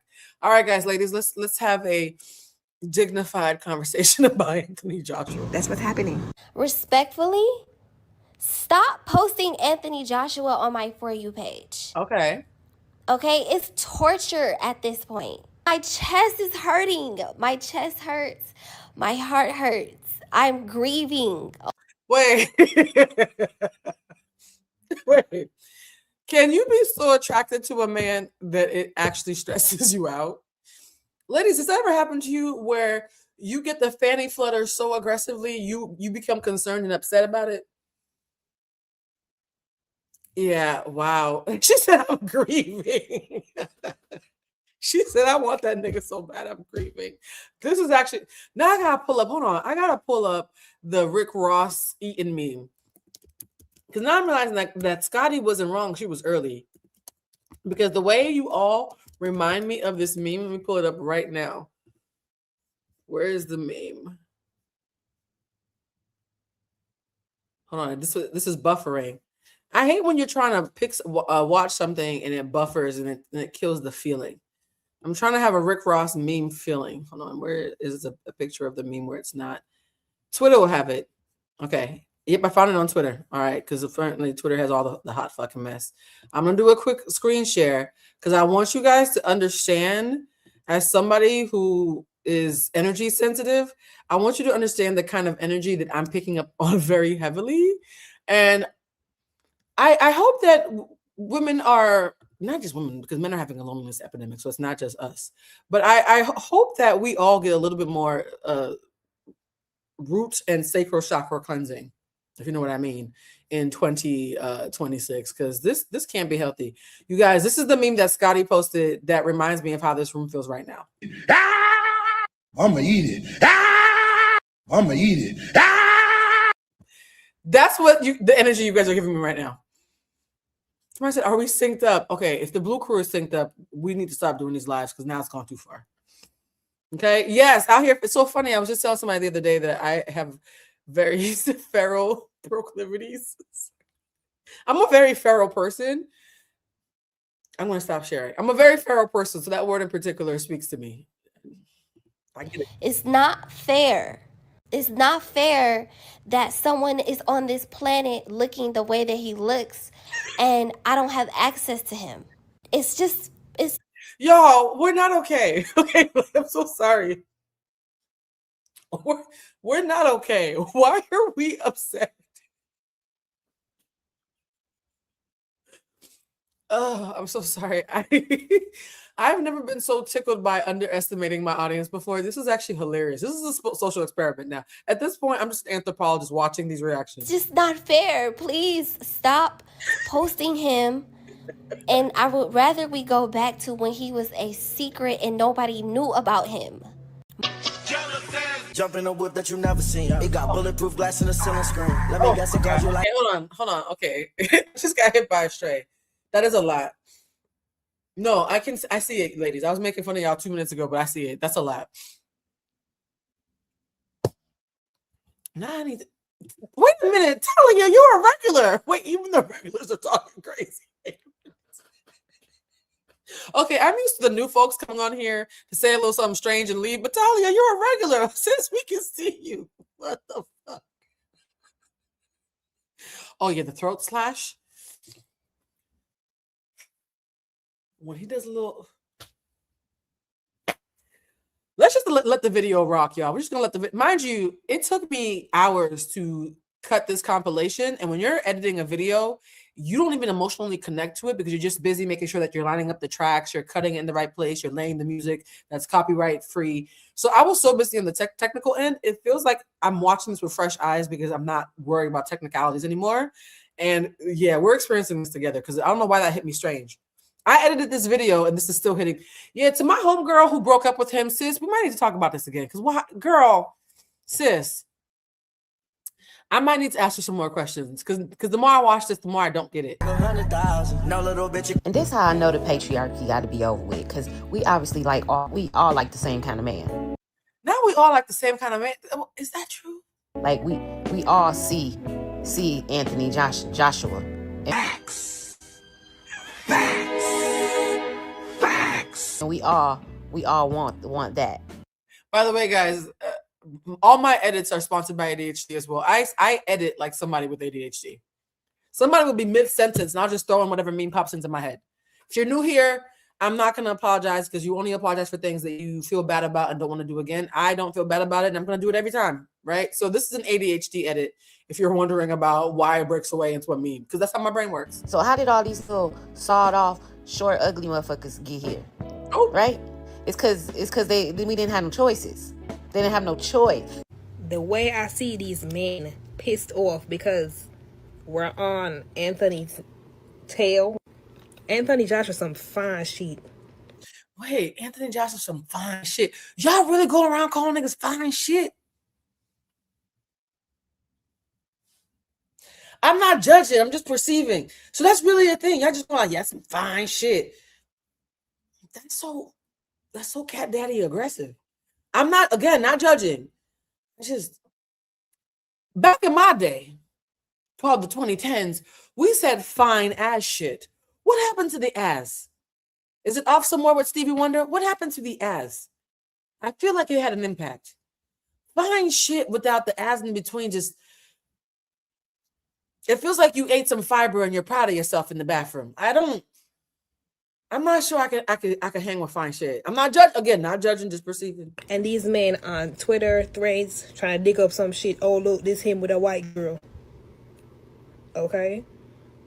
Why do y'all hate when men get attention? Fine men at that. Mm-hmm. The man is fine. I don't care how much Latina white bitches he posted up with. I don't give a damn. And they posted a video with him and his dark skin girl. I think it was his ex. The man is fine. No, I know what it means. It don't feel good. Like, why are men so jealous of other men? Like, what? You know what's funny about this app? All these women are now noticing Anthony Joshua. Look, even the tall men who look like they could be Anthony Joshua's cousin and got big old arms, even they're upset. Somebody said, now how's Stevie getting this? Child, I don't know. You know who sponsored the show. Fellas, are you okay? I mean, this nigga been around since 2012. We don't care. We just found out. Let us have this. Where have y'all been? Minding our business, not going to boxing rings.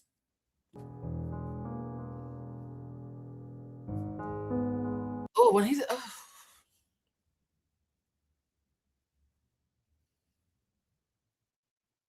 I've had too much therapy to need a man to be menacing to find him attractive. A little bit of strong back aggression don't hurt though.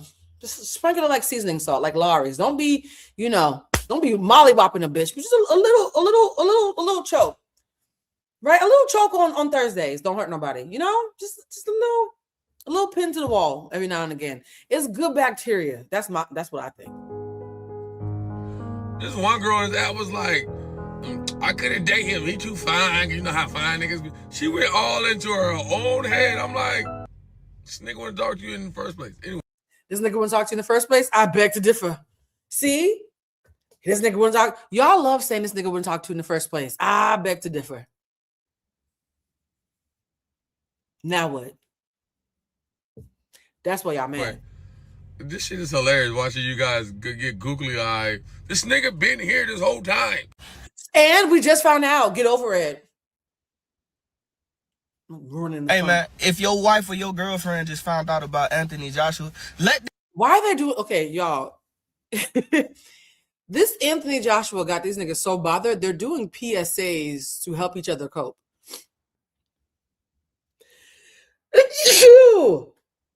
My mother always said, if you sneeze at me, somebody, you just told the truth.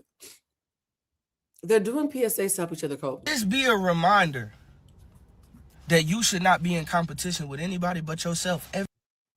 I intentionally put this man in because I feel like he's talking sense. I hope it's not just a PR spin, but he's trying to counsel the men who are upset about Anthony Joshua about how to deal with, thank you for the bless yous, guys, about how to deal with the fact that all their wives want to hunch on somebody else in their face. Every single day. AJ, Anthony Joshua, he the new heartthrob, man. And let's be honest, he a vaginal throb too, man. He's throbbing. Whoa. I missed this the first time. He said he a heartthrob and a vaginal throb. Sir. These hoes, you should not even be worried about this. You should wake up and be the best version of a husband or a boyfriend. Wait, how Joe Budden get in this? Wait a minute. Okay, we're all over the place. It's fine. We're all over the place. That's fine. We all have our desires. Or a man, period, that you can be. You should wake up and get your finances to the highest of heights that you can financially get. You should get your physique in the most physiqueal shape that you can fucking be in. Wait, wait a minute. Why is it always when niggas give pep talks, they slip in something that don't know Merriam or Webster? He said physiqueal? Look, I'll allow it. For the sake of what he means, his intention, I'll allow physiqueal.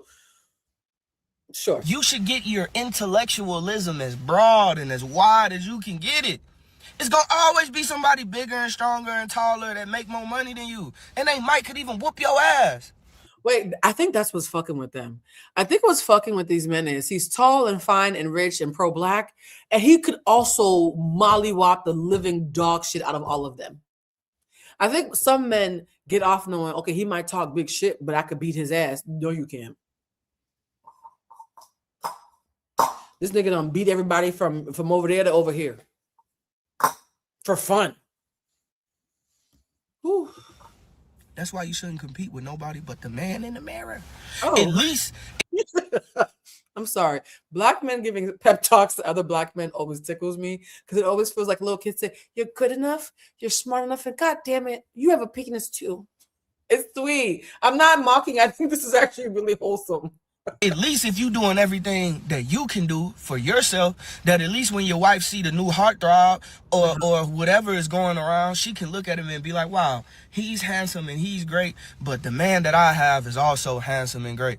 Yeah. You don't want your fucking girl to be looking at the TV or seeing some man outside and then be thinking like, wow, why can't my man do this? You don't want to do that. So every day, you should not take the mediocrity route. You should wake up and take The what now? My brother, I'm trying to be here with you, but you can't keep The mediocrity route.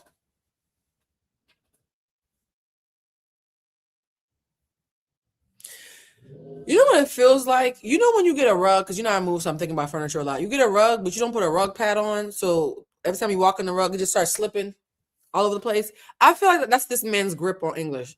He's making excellent points, but the words just keep. No, I know mediocrity is.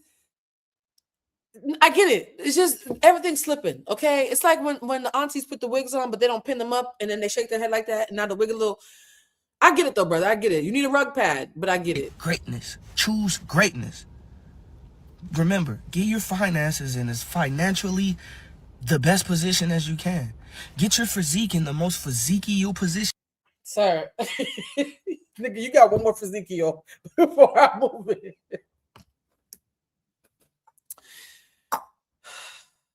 Black man, I love you. That's all I'm gonna say. You're trying, okay? No, he's trying. He's trying. You can get it. Expand your mindset, young brother, and let this be a reminder that you can be great too. I feel for y'all boys. I look good over here. I'm doing all right.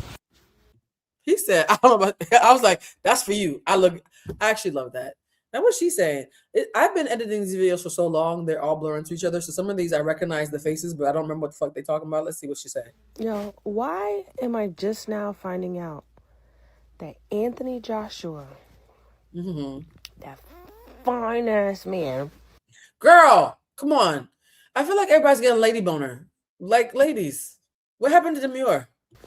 is Nigerian, Oh, has an English accent, oh. and he's 6'6". What? Nah. Where have I been? Where have I been? Can he fight me next? He could literally fight me next, but naked. Wait. She said he could literally fight me next, but naked. By the way, guys, another ADHD moment. My sister and I got some Wendy's on the way over here. Am I the only person who never noticed that the Wendy's has the Taurus symbol in the middle of her necklace? Y'all, I'm not making... Look, Wendy's has the Taurus symbol.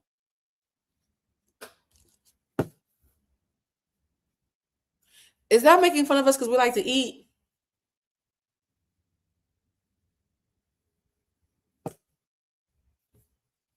Can't see it. What you mean you can't see it? The Taurus symbol is a square with a U as horns. What you mean y'all can't see it? It's right. I'm looking right at it on the screen. Oh, somebody said move the comment. Okay, that's weird. It's in the same spot. It's a circle with the... Wait, how's the message box covered? I'm holding it up. Y'all, it's nowhere near the chat. That's interesting. Okay, there must be a delay because there's no super chat. Okay, I'm going to just keep going. Look, it's a circle with... That's literally the Taurus symbol. Huh. Interesting. No worry, I'm not going to fall down an Illuminati rabbit hole. I would need to like eat an edible for that to happen. And I won't be. In a bed. Cost 7 bands. I'm doing what you do in your dreams. I fuck your bitch pussy Vaseline. These bitches always want to capture me.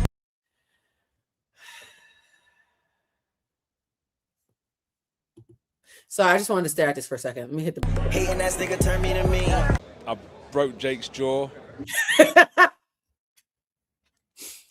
The way he's so casual. Somebody said stay focused. I am. I'm working on it. Oh, he's a Taurus moon. Oh, that's why he's so like, I want to be up under my mommy and my missus. Oh, that's very us. Okay.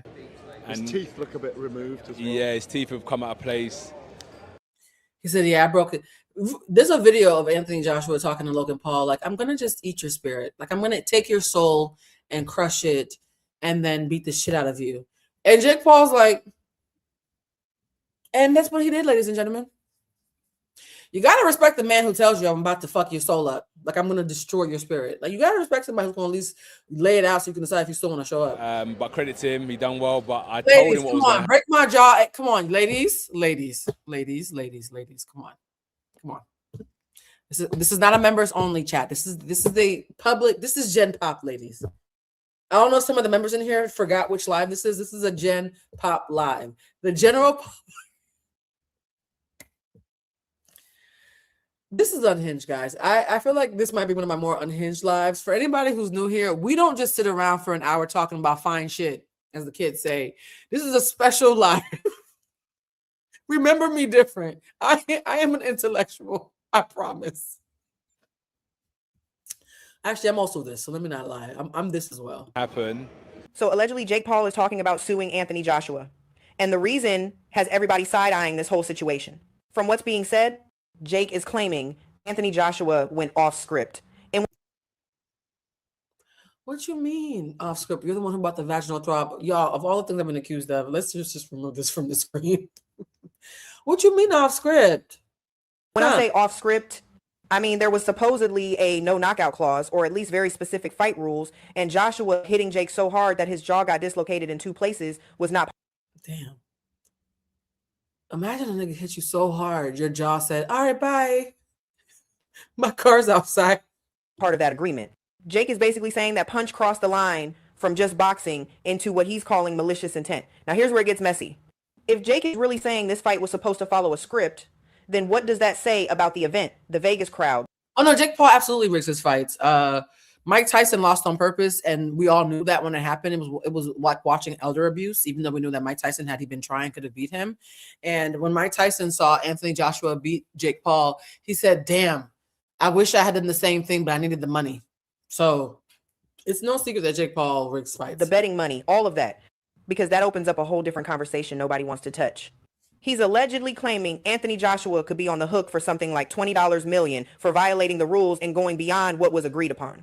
But let's be real for a second. This is boxing. I mean, look at this picture. I've often said that white supremacy is a learning disability. Yeah? Because there's some things that you say that are so stupid when you are in the clutches of white supremacy that nobody who's ever made love to logic would ever think makes sense. And the fact that Jake Paul looked at this man, right? This ancestral DNA that has come back fully intact and is coursing through this Yoruba king's body and said, yeah, I think I can handle that. It's a learning disability. I'm sorry. I know Jake Paul, for those who don't know, is MAGA. He's very conservative. He's very anti-woke. He makes fun of the woke, and woke just means to be awakened to injustice. So that's a weird flex. And this big black Yoruba man is about to whoop your ass and you still think you got a shot. Come on. People get hit. Jaws get broken. That's literally the risk you take stepping into the ring. Mm-hmm. We were all entertained, Jake. That's the game. Mm-hmm. Sometimes you win.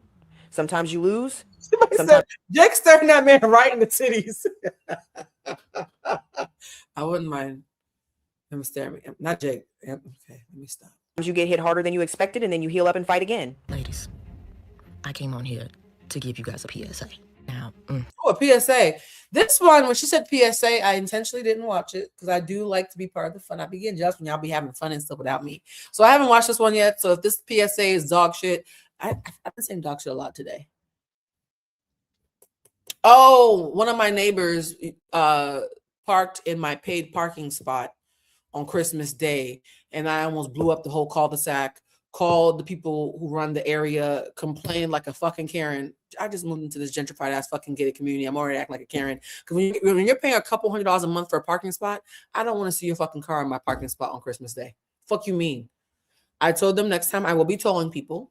Be very clear.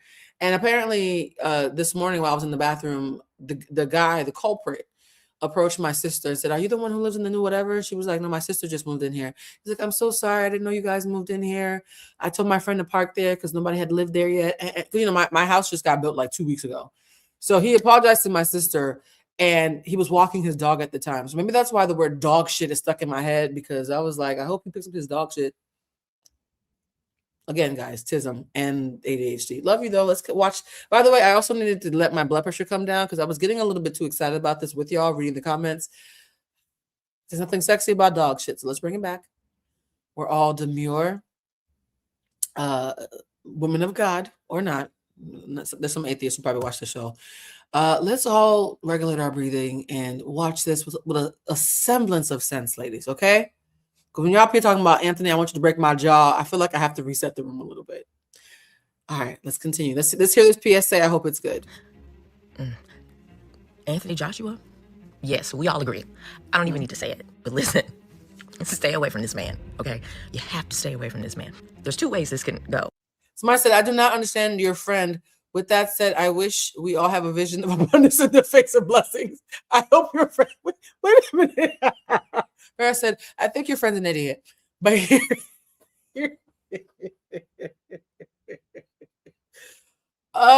look, man, it just wasn't... He wasn't her person. Somebody said, y'all got me wired up. Oh, my bad. I'm going to warn you about the worst one. This man has told the world and shown the world that he knows how to break and take... Oh, y'all want me to make it big? I'm just have to make myself small. Okay, no. I just work here. I will oblige. I'll make myself little, make it big. It's big now. Y'all some horny bitches. Usually y'all want me to talk. Y'all said, fuck Blue. Let's see more Anthony. You know what? I'm going to just sit here and eat my vitamins, my little Flintstones, and my business while y'all sit here and fiddle DD, whatever y'all doing. Okay, that could work out in your favor. It also can have... This man said he learns the way people thinks. Your breath work. That man that is a dangerous man. Oh, yeah, he told Jake Paul, I'm watching your breath work. I'm watching how you think. I'm studying your mentally. I want to fuck your mind up before I beat your ass. And ladies, I couldn't play that clip because I felt like it might cause a frenzy. Now I'm happy I didn't. That clip just feels like masculine phone sex. This man will have you Googling at 3:47 a.m. how to heal a broken heart. Yeah. This man will have you stalking his socials. This man will have you Googling twin flames. This one will have you make it. He can talk you through it. Oh, y'all know I have a praise kink. Oh. Okay, let me breathe. A heartbreak playlist. Unbreak my heart. This one will have you praying to God. Please take the heartbreak away, Lord. This is what this one will do. I'm telling you, I've seen it. I saw it. I saw it inside. Wait, no, I need that. Ladies, wait. I'm gonna play this one more time. Ladies, okay. I feel like if I stop the clip, y'all might turn on me. But I need to remind y'all what y'all sound like, okay? This is what y'all sound like. I'ma eat it. Ah! I'ma eat it. Ah! I'ma eat it. Ah! Ladies, y'all up here sound like Rick Ross. Are you not ashamed? Are you not? Yeah, I'm happy I didn't play that clip. If I played the I'm gonna break your spirit clip, God knew that I'd have to probably private this thing. Yeah. So let's, for those of you who are like, Blue, stop. Why do you keep stopping? Not Blue, please play the clip. Y'all, I'm trying to keep the blood pressure regulated. Do y'all promise to behave?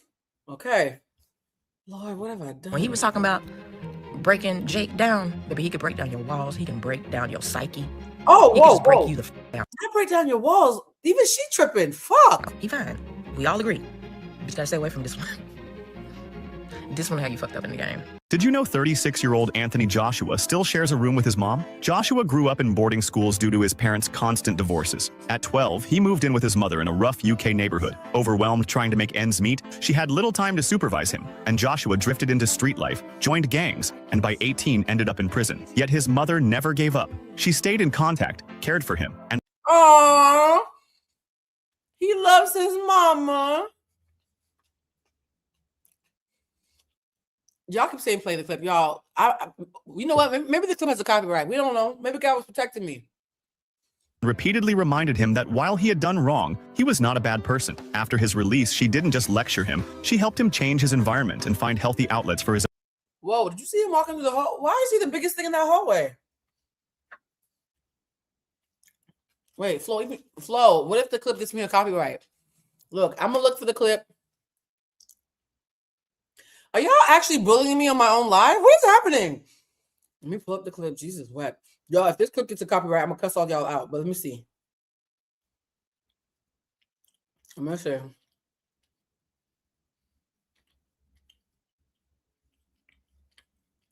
Is this buffering? All right, I'm going to shut it down and open it back up.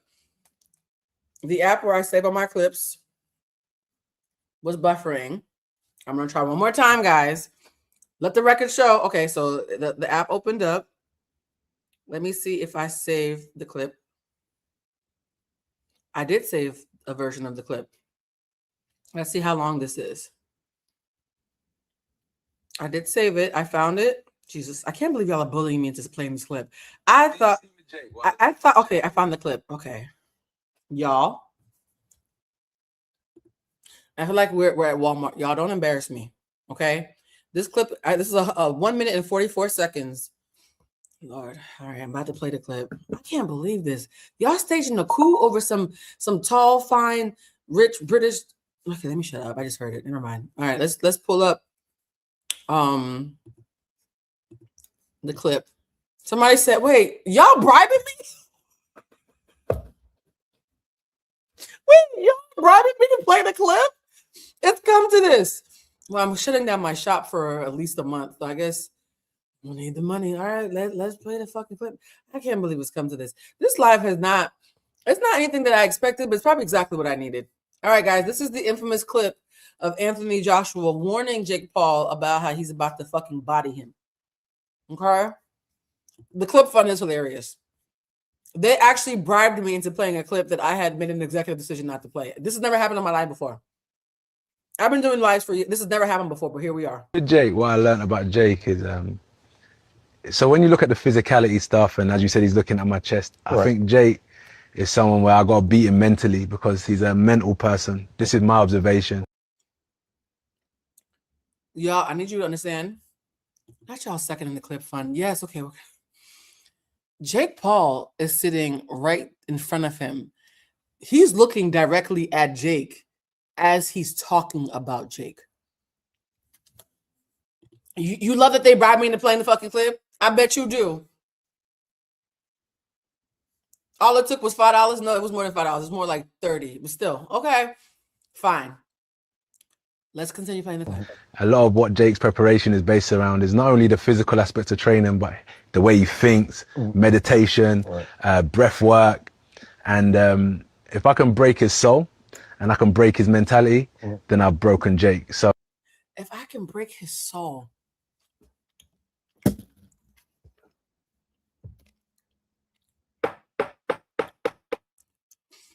if I can break his soul and break his mentality. Somebody said there's literally a clip fund. Look, man, I'm still trying to run a business here, okay? this is why it's going to be an interesting fight, because I just don't look at it from a physical standpoint. I know the person that's in front of me, and I know that I got to break it. That's what I said, I got to take his soul. When they revealed that Jake Paul was sitting right there when he said it, the way I howled, he's like, yeah, I'm going to break his soul. I'm going to fuck his head up. What you think about that? Like, Jake is sitting right in front of him as he's saying it here. That's why I love it here. Do you know how menacing you have to be wearing glasses while looking somebody straight in their face and smiling as you tell them that you're going to break their soul? Thank you, guys. Y'all really... Jake Paul. Not bark like you want it. I've never been this close to feeling bad for Jake Paul. Look at Jake Paul's face. He's like, I thought we were just doing a pre-interview. What is that? What is happening? Now he can snatch my soul. Now, ladies, seriously. Not the Haitians. Mes amis. Aye. Well, look. I'd be lying if I said I wasn't a little aroused by this. This is an embarrassing live. I thought we were going to come on here and talk about hot topics. I took a week off, and this is what I come back to. I leave y'all unsupervised for 5 business days so I can move into my new home. And look at y'all. This is. I think it's hilarious. I also think that this just says how sexually repressed so many of us are during the apocalypse. It's not just physical. I got to take your soul in the ring. Only person. It's not just physical. I got to take your soul in the ring. He said that to somebody before on a date. If someone said it's not just physical, I take your soul, I might not come back to live for a little bit. Y'all might have to come get me. Y'all might have to call my sister to do a bonus check because feral. Y'all know I'm feral. This is wow. person that can do that is God. I knew he was gonna say that. He said, Jake said, well, the only person who could do that was God. He said, I knew you were gonna say that, Joe. Is he f***ing with your brain? No, I don't know. That's what I was gonna ask. Is how do you play? How do you say, is he fucking with your brain? No. I mean, I was gonna ask though, like, so how you gonna take my soul? Bruh, just admit he's fucking with your brain. We literally saw your spirit prematurely leave your body as he was talking. Right, Jake. Somebody not you use him. Jake Soul said, "Remember me different." Yeah. Jake. He is a wall of black man meat. Okay, like when they say mandingo, which is a derogatory term, the whites were talking about him. This is the buck they had to break back in the days of your ancestors, Jake. Your ancestral DNA is telling you to fear him, and his ancestral DNA is telling him to eat your face and spit out the gristle. This is all very feral on all sides. I think everybody's ancestors are involved in this interview, and I'm happy it wasn't a woman running it because I feel like she would have just been smirking the entire time. Plan on doing that? Like when is it gonna start? I mean, obviously in the fights different, you know. But I mean, when are you gonna start taking it? I've just seen. Not Jake.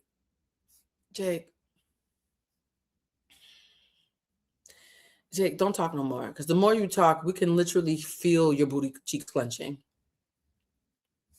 Not bucking or whatever Beyonce said. I had a response to that I know was inappropriate. Let me hit play. In fights when I can see someone's, let's call it energy.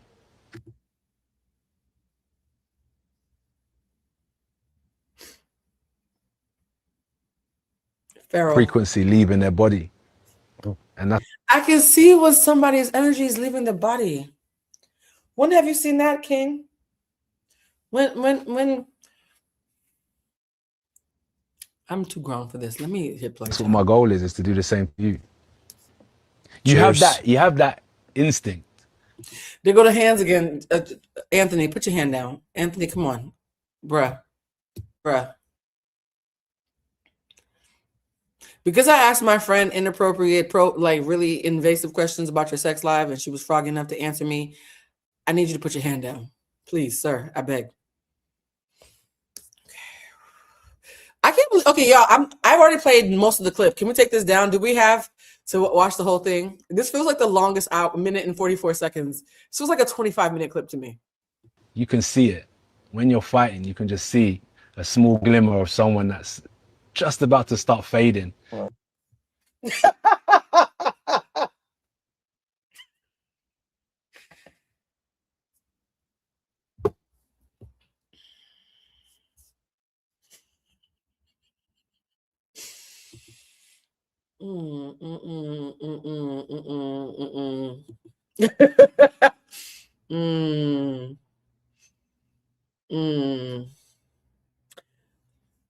I'm gonna make myself small. I just work here. Look at the difference in their demeanor, guys. Anthony looks like he'd beat him up right now if they would let him. Somebody said this is bull. No, guys, okay. Wait, I can't. Oh, wait. Oh, shit. Girl. Wait a minute. I didn't mean to put that on the screen. Okay, y'all are. Let's just watch the rest of that. And then you just keep exploiting that until some people give up. Some people get knocked out. We'll figure it out. But as I said, for me, it's not just. He said some people give up. Some people get knocked out. We'll figure it out.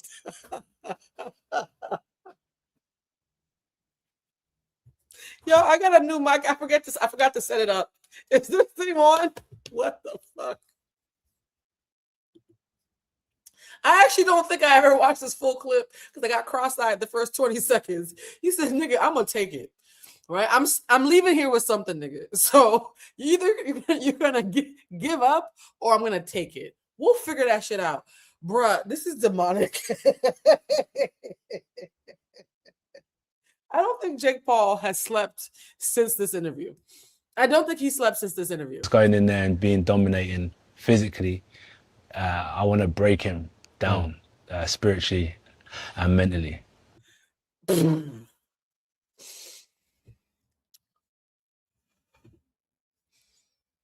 Y'all, let's hold on for a sec. I need a break. I know the clip is almost done. I need a break. All right, let's finish this. Let's wrap this up. That's some deep boxing shit you just broke down. Yeah. Wait a minute, Cameron's the interview.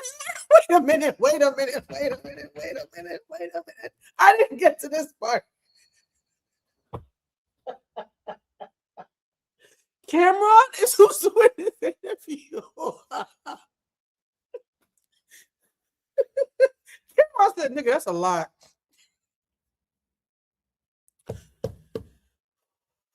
Oh, y'all, hold on. Who else knew that this was Cameron's interview? Cameron? Look how, okay, can we just look at Cameron's face. Cameron looks like a cuck in a threesome who just watched somebody get their back blown out. He looks so stressed out. Okay. Doing this while looking the person you're talking shit about in the face with Cameron sitting in between you is wild. Okay, Anthony, you're nuts. I'm so sorry. This is wild. I'm a wild bitch. I'm a feral bitch. He's out feraling me. This is a whole new Cameron. He said, damn, nigga. When a nigga who's been to Diddy's house is looking at you like, I ain't never seen no shit like this. Yeah. So that's the clip, y'all. I was trying to save us from that moment, and y'all forced my hand. Let's continue with the previous. Actually, let me play this one more time because now I feel like I have to. That was worse than I remember, and by worse I mean better. Okay. One more time. I'ma eat it. I'ma eat it. I'ma eat it. You guys, I'm so sorry. Look, I knew that the Christmas Hot Topics Super Live was not thank you in cap locks. Flo, you're a moderator. Nobody has decorum today, huh? Y'all, seriously.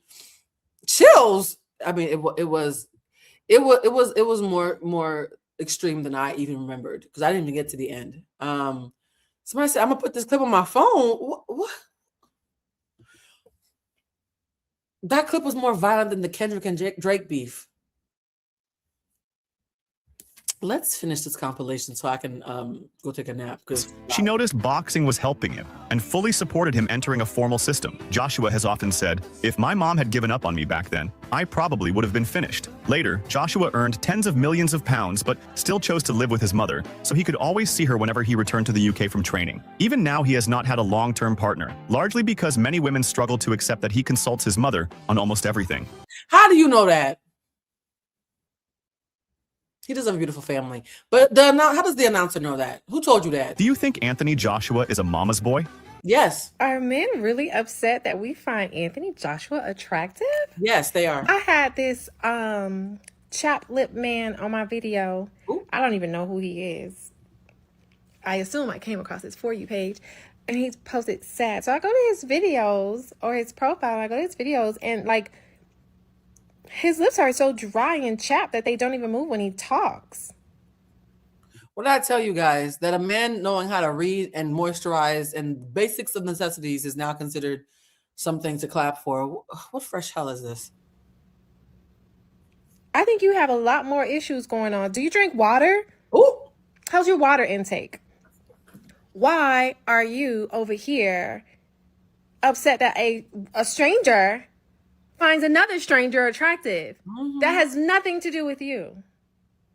Drink some water. Get some lip gloss. Hey, I'm out. Well, the candle that reminds me of Anthony Joshua, funny enough, is the Big Wick candle. Let me show you from the candle line before the candle line goes away, child. Bluecentric shop. Hold on. There's actually a candle that makes me think of him a lot because it was the energy that I was conjuring up. Let me choose my words carefully. It was the energy that I was transmuting and pulling up when I made the candle line. And so I'm going to take down the thirsty ass Rick Ross for a second. I'm also going to take this down and show y'all. Share this tab instead. All right. I'm going to show y'all the candle. And when you see the candle, you'll understand. So there's a candle on the shop called Big Wick Energy for when you want to manifest strong masculine energy in yourself and or others or a situation. Oh, the Black Friday sale has ended. I need to take this down. But the Big Wick Energy candle, I mean, look at the candle. Right? This might as well be Anthony Joshua's stomach. And it's all about, funny enough, the kind of energy that I'm attracted to in really hyper masculine, but still compassionate men. My friend here, Buddha, he is a Anthony Joshua type. He's ripped, he's sexy, he keeps women safe, he loves Black women, he works out all the time, he meditates for an hour every morning in silence. And so the fact that Buddha is who I used as the muse for this candle, and he is an athlete, the Anthony Joshua candle would be the Big Wick Energy one. Yes, I know him in real life. Everybody who's in the candle lineup, people, I had a photo shoot in Joshua Tree and rented a house and invited a bunch of my friends to do a photo shoot for my candle line. I spent a lot of money on the candle line, guys. It was a huge investment. Yeah, this is my actual friend Buddha. He's been on my podcast before. And so, yeah, Fit Buddha is what we call him. And Fit Buddha is very much a copy and paste energetically and even physically of the Anthony Joshua type. So for those who are asking, that's the candle from the shop until January 11th, child. January 11th at 11:59 PST. All this is going away until further notice. But yeah, that's the one that reminds me of Anthony Joshua. Let's put it back on the video. Joshua, and I'm proudly of Nigerian descent. And today I'm repping Niger. And this is Rep Your Flag. My favorite Nigerian food has to be jollof rice, red stew, coleslaw. Wait, jollof rice, the best? I do more tasting than cooking. My favorite Nigerian musician has to be Fela Kuti, and the song I like the most is Water No Get Enemy. Yeah, this is a whole Anthony Joshua interview. I feel like because it's almost 11 o'clock. Me personally, my favorite type of music to dance to when I'm in Nigeria is the traditional music. Not so much the charting songs and songs that you hear on your radio station. This is more like local artists. He's very Nigerian, guys. I want you guys to understand Anthony Joshua is very Nigerian. Okay? Very Nigerian. For the sake of time, I'm going to fast forward a little bit because he talks about how much he loves being Nigerian a lot, which we know that. It's one of the few places in the world that I've been that is completely different to anywhere else. So it's very. They asked him, what is your favorite place in Nigeria? He said Lagos. Lagos. Like he's okay. Very, like, the Brits can barely claim him. I'm going to be honest. Okay. You know how they had that joke, you're fresh off the boat? He still acts like he is looking for an excuse to go back to Nigeria any chance he gets. And that's because to him, Nigeria and his mother are his like core. Somebody said spread them. Ladies, come on. I love that for me. Wait, what's happening? Child, the fucking Nigerian auntie is about to be in this man's DMs. What have I done? Very unique, and I love that about Nigeria. The Nigerian slang and expressions I love the most is when they're trying to chat up a female. They'll tell her, baby, you're the most beautiful thing I've seen. I saw a butterfly this morning and I thought it was you, but that's some Nigerian shit. Y'all know I've been love bombed by a lot of Nigerians. He's not wrong about that. They be talking like that. I remember one time Icky told me, when I make it, I'm going to make sure that you and your mother are taken care of forever. I was like, nigga, we've known each other 3 weeks. What is happening? It was just your thoughts in my mind. They're very persuasive, very romantic, and they've got a way with words. One of the best things I like about the Nigerian culture is the expectations that your parents and family members have of you for education. Okay, so he loves being Nigerian. He loves the expectations. He loves everything about it. We get it. We get it. And don't forget to watch me versus Jake Paul, December 19th, live on Netflix. You watch. Y'all bitches like 10 of me. Oh. Real, it was just me and me. Oh. You don't know how tall your girlfriend is. Oh. So hard, she was on her knees. I cannot get tired of money, but this money, it will turn people right in the greedy. I know he's sick of my money. Since that AG fight. Now, why'd I put that in there?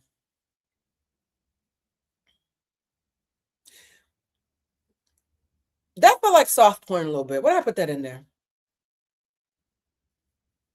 Interesting. With Jake Paul, this guy's been all over my TL. And it's just a US woman first in over this guy. And honestly, I'm here for it because it's always good to see a fellow Nigerian. Oh, I found a man who's not hating. Okay, Blue. I forgot this part, y'all. I've been juggling so much. I forgot making this fucking video, to be honest. Getting praise and all that type of stuff, especially the fact that he's British as well. Flo, seriously, even the moderators have lost it. So, guys, there is a compilation I made of the actual fight for those who missed the fight. So we are in a second going to get to watch a sped up reenactment of just exactly how he beat Jake Paul's ass. I knew y'all were going to want to see it. I knew y'all were going to be slightly fair, not as much as it actually happened, but don't worry. We will be watching the fight for those who missed it in like a 60-second version of the fight. Okay. I actually did proper research because I know my audience, but my God. It's funny because the US women, when I look at the comments and stuff like that on TikTok and everything, they're like, oh, where's this guy? Steph, he's 6'6". Oh, this man? I don't know. He probably 6'6" too. I've been all this time, and it's the UK women are like, you didn't know about him, da da da da. And it's funny because the US women probably feel like UK women gatekeep all these sort of like, you know, celebrities, you know, and they start to blow. UK women, how do you feel about the fact that this man's about to get took by one of us? For those who are saying he looks like Jonathan Majors, as somebody who's broken bread with Jonathan Majors on several occasions, he looks very much like him. He very much does. It's very much. But the truth is, I feel like UK women just, when it comes to hyping people up, it's so much different than the US. So I feel like UK guys going to the US more. I mean, can't blame them, man. Take me through there, take me through there. Take me through there, take me through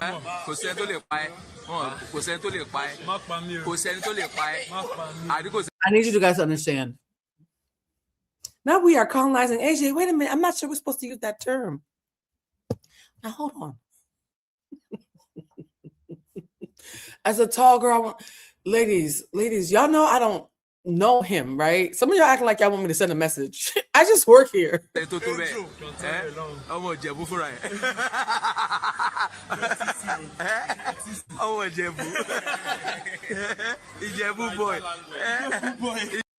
so funny because watching him when he was much younger and not famous at all, I was, y'all don't understand. One of my crushes, actually now more than when he was much more young and in the moment, is Craig David. I think Craig David is aging so beautifully. Craig David feels like he's the kind of man who treats you well and he feels good and he smells good. And after he leaves, you don't want to wash the sheets after. Does that make sense? I like a man who's well groomed. I'm a triple Virgo. I don't care. Boys will be boys. You can't stink around me. I mean, I know people stink in some respect because of morning breath, but I like a man who enjoys hygiene. My triple Virgo, I need a man who enjoys hygiene as much as I do. Like if I stink, I'm immediately running to the bathroom and fixing that. I need you to be just as mortified when you stink. Somebody said Craig David, I loved his music. Sure. Craig David is aging very well. You know how some men get finer with age? Craig David is definitely 10 times finer now than he was when he was younger than me. Yeah, boy, we're gonna kill you. Hold on. Hey, I don't know who needs to hear this, but we all can't have Anthony Joshua. Said who? Ladies, we need to get a grip. Oh. Honestly, these comments are out of control under every video that I see. I must have had a psychic inkling we're going to need a PSA, because why is this in here? Some of these clips are timed a little bit on the nose. See, we all can't have it. So, you know who's gonna go for him? Lori Harvey. I know she's gonna snag him up.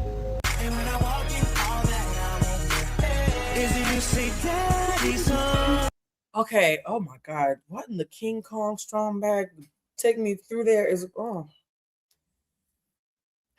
I need to stop this live. My future husband might see this and be like, what the fuck is going on? Well, we're going to keep playing this. This is a young lady that I want to feature because this very cute young lady, there's a clip of British men reacting to her because when she first met Anthony Joshua, the first thing she said is, oh my God, he's so big. And she looked so stunned by how just massive and big he was. And then they did an interview and you could tell she was excited and nervous. It was very wholesome. And he was so lovely to her, despite the fact that she's looking at him. This is her video, by the way, of her looking at him like, I got to interview who for my first boxing match? This is a hell of a job. I talk about, I just work here. She just works here, right? So they had an exchange where all the men were like, why is she so thirsty? Because she can see, nigga. So everybody's making fun of her for being thirsty. She does 2 interviews with him. I think one before the match and one right after the match. They go viral. And then when she's all dressed up, they run into each other on the red carpet. He's like, "Oh, hey sis, we went viral." And she's like, "Yeah, we went viral." She's all of us. This young lady who I think is probably in her mid-20s is all of us. And so I wanted to take a little moment to applaud this young lady who found out about Anthony Joshua from the safety of our homes, where we could rub one out and have nasty thoughts in the privacy of our abodes. This young lady had to figure out who he was with the cameras rolling and went through every range of emotion on camera and has now gone viral for being a red-blooded woman. And so I wanted to shout her out, sis, because you're doing the Lord's work. This is a hell of a first boxing match. This should go on your resume forever. Bare minimum versus princess treatment. What's that? It's called bare minimum versus princess treatment. Okay. The game bare minimum versus princess treatment is when you tell a man a thing that he would do for a woman and ask him, do you consider this the bare minimum or would you consider this a special occasion? When a man says it's princess treatment for something normal, it's a red flag. When a man says bare minimum for something amazing, it's a green flag. Does that make sense, guys? Right? This game is meant to gauge just how much, what baseline of good behavior a man has normalized in his head. Somebody said the height difference. I feel like we all look like that next to Anthony Joshua. I'm 5'9". I think I would still look like that next to Anthony Joshua, respectfully. Not gray sweats. Ladies, come on. Oh, he is wearing gray sweats. Oh, shit. Yeah, I didn't read the room when I made this live. I didn't realize, oh, this poor girl, she was fighting for her life and she still made it a delightful interview. So that's why I wanted to applaud her. For the woman. Okay, cool. Ready? Everything's princess treatment for a woman. Well, no, so bare minimum would be like, that's not a lot. And princess Like, it should treatment be is more. like, oh my gosh, Oh, that takes a lot of effort. Okay. Good morning text. Good morning, text. Like, that's what she should do. Like you should do is bare minimum. As I should do for Yeah, her. Yeah, like- bare minimum. Oh, I love that. So he thinks good morning text is bare minimum. I agree. Opening the car door for her. Bare minimum. I agree. Ooh. Filling up the car and paying for her gas. That's bare minimum. I agree. I want a man who's going to fill up my tank, not a man who's going to have to borrow my car. I don't even try. Get anything I want? Get whatever you want. Get whatever I want? Get whatever you want. Carrying her back to the airport. Depends if I've got free hands, but yeah, if I've Carrying her bags in the airport. It does depend if you have free hands because the airport is stressful. got free hands, bare minimum. That's more of a logical answer. Yeah. You're vague. Buying her an outfit at an event that you invited her to. Bare minimum. Hold on. Buying an outfit for an event that you invited to is bare minimum? I like that. You want to know one of my bare minimums that people treat like princess treatment? Waiting for me to get in the house before you drive off. When people drop me off and drive off before I'm in the house, my first thought is, oh, so if the serial killer came to get me, you wouldn't give a fuck, huh? By the grace of God, I made it in here, huh? Conversely, if someone, a friend, a relative, but especially a man that I'm romantically attracted to, sits outside in the car and waits for me to go in, my first thought is, oh, you love me. It's irrational. I immediately think you love me. I don't care. It's irrational. It's like a primitive thought, like, oh, you must love me. You don't want me to get killed on the porch. You don't want me to be on Dateline. You don't want to be sharing pictures of me with the man. I love that for us. So yeah. Wow, guys. He's amazing. Introducing you to her mom because you said you were super close with your mom. So me introducing her to my mom? Yes. That's princess treatment. That one's princess treatment. Okay. Remembering her coffee order. Princess treatment because we've got a lot of things. Really? To have. So, okay, remember your coffee order. I actually do think there's princess treatment because that's so granular. It doesn't show how much you like. It shows you care a lot, but it's not a be all end all. It feels more like icing than cake for me. Remember my coffee order. The money to pay for the coffee. My mind's occupied by work. Oh my gosh. But remembering the order is a little bit difficult. So you think it's a little princess? Yeah, like you got to understand that I've had to work to get the money, which has taken up my brain capacity. Okay. So give me some room to breathe on this one. Okay. 2 more. 1, buying her flowers. Bare minimum. I like that he's giving real answers and not just saying what he thinks is going to make him look good. If he said everything was bare minimum, I would have given him the side like, nigga. The fact that I really do think, and this could be naive of me or just good old fashioned horniness, I really do think he's being honest here. Somebody said that's very Southern Cali. People look at me crazy when I wait. Funny enough, I've always said that of all American men, Southern Black men, and niggas from Chicago and Detroit, what's up? But Southern Black men, one of the things I love about them is how safe they make me feel. Yeah, men from Detroit and men from the South tend to make me feel very safe because there's this old school, like, hey, you know, I always say this, guys, misogyny is impossible to avoid. Racism is impossible to avoid. Classism is impossible to avoid. You have to have a conversation with yourself about which kinds you want to confront and eradicate and which kinds you have made peace with and consider a little bit of good bacteria. The form of misogyny that I consider good bacteria that I have no intention of eradicating from my palate is a chivalry. Chivalry is misogynistic. It's saying that we are damsels and you need to take care of us and protect us. It's primitive. It's a primitive feral thing. And I love that shit. I don't care. You used to work at Harvard and you're an intellectual. I'm never going to have a problem with chivalry. If Bell Hooks has convinced y'all, or Audre Lorde, or who are my other favorites, Alice Walker, if all these women who I adore, shit, even James Baldwin, who is my Lord and Savior in some ways. Y'all know I love James Baldwin. If any academic in the world has ever convinced you that chivalry is wrong because it's a form of misogyny, the answer is I agree, and I still like it. I like that shit. I like a little bit of toxic. I like a man who is chivalrous, even if it means that inherently it means that he thinks he has to protect me. I'm not even trying to hide that. And so before anybody says, because y'all love to do this, well, Blue, I thought she was this woke. Sometimes I take naps. Sure, I'm woke. I take naps sometimes. When it comes to chivalry, I'm going to always take me a nice little nap when it comes to that. I like that shit. That should be normal. Aw, it's so sweet. I know that's right. Breakfast in bed. Bare minimum. He's got it. He's got it. Thank you so much. I'll let you Thank get you. to here. I know. God bless. Thank you. I'll Bye. see you guys soon. Have See you fun. soon.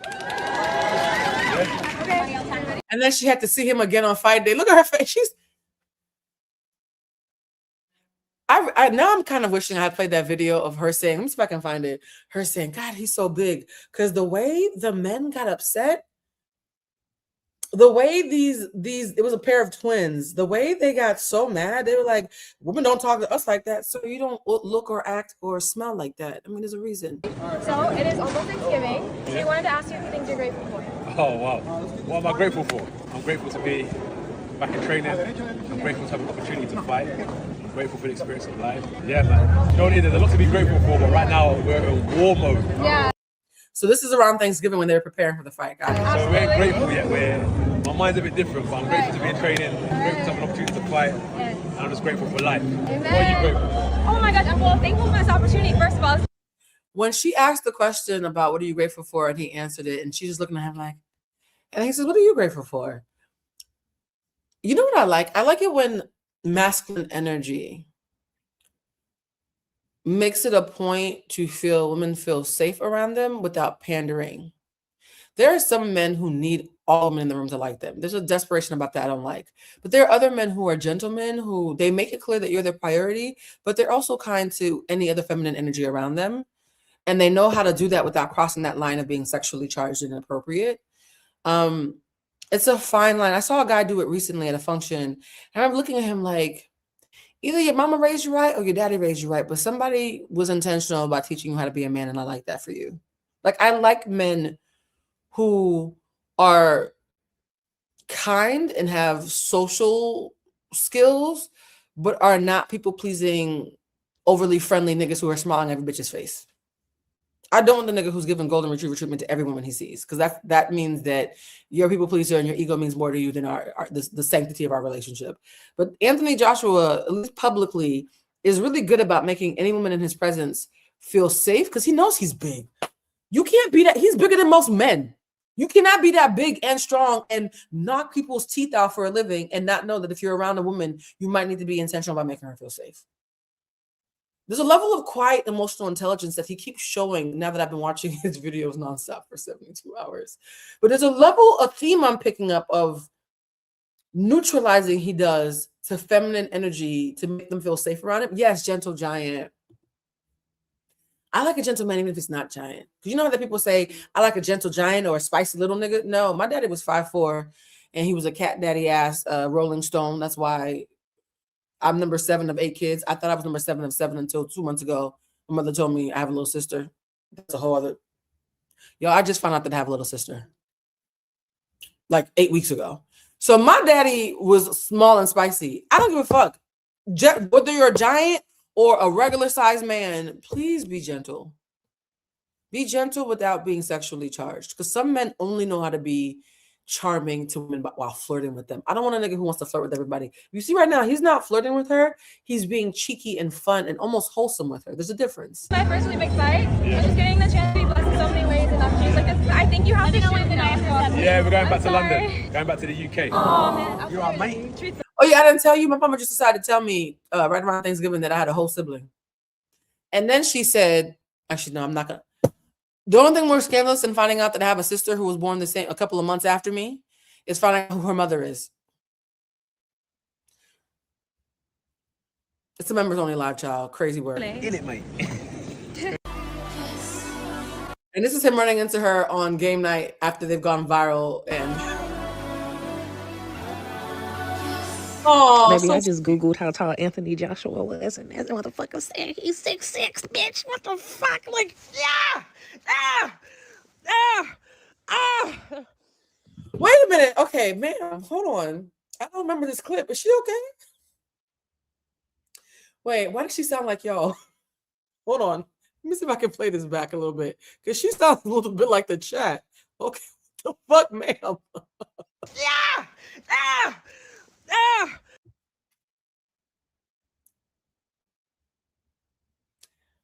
Is that what we look like in here? That just sobered me up. I think we were all in a fever dream collectively, and that just sobered me up. Somebody said she sounds like she's in the chat. No, that doesn't make us sound good, guys. That's not a good thing. Wait, she's one of us. This is embarrassing. Okay. Ladies, we need to hold it together. The men are going to use this against us. All the men on TikTok who are going to be Googling to see what we're saying because they're still salty, they're going to watch this and be so upset.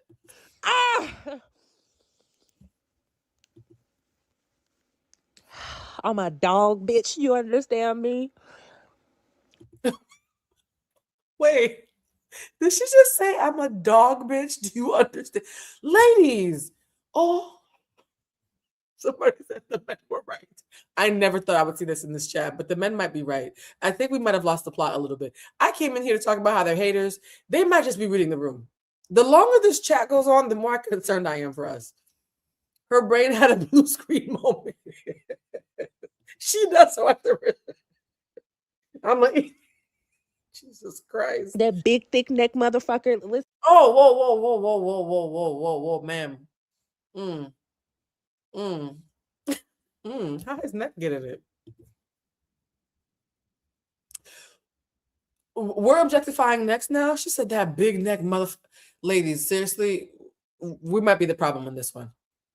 Y'all know I'm a people's person, not a girl's girl. So when we get it wrong, I'm willing to call my own people, my own gender identity out. We might have some. You love this lady? We might have lost the plot.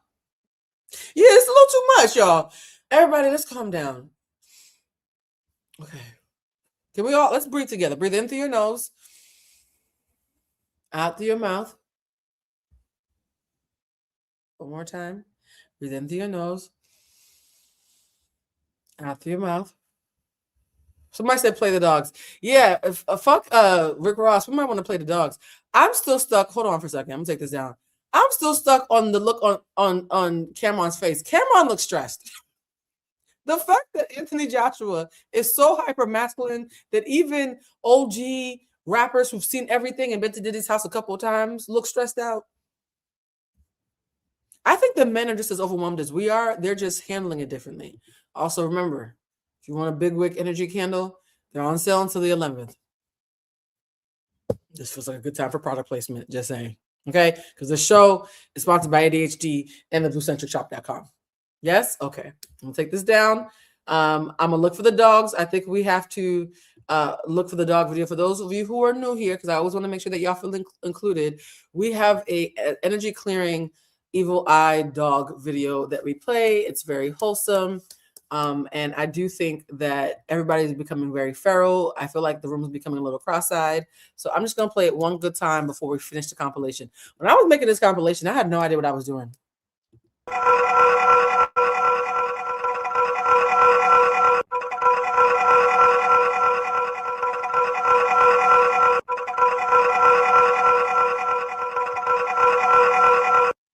Somebody said,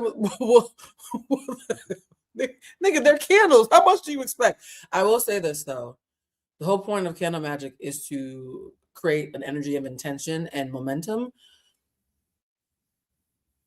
I once was hard up and was intentional about the kind of masculine energy that I wanted. Very intentional. It was a big priority at the time. And I did use the big wick energy candles. I'm not going to tell that story ever, actually. But yeah. There's some stories that I've been informed I'm not allowed to tell. That is one of them, but it can't hurt. I'll just say that responsibly. He said that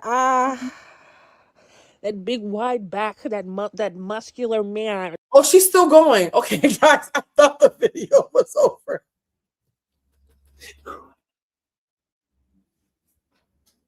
Wait, I thought she was. Mm, mm. I thought we were going to the next clip. Sis, can somebody go check on her? I'm actually concerned because we have community. She's by herself going through this. That muscular man who knocked that YouTuber out last night is 6'6".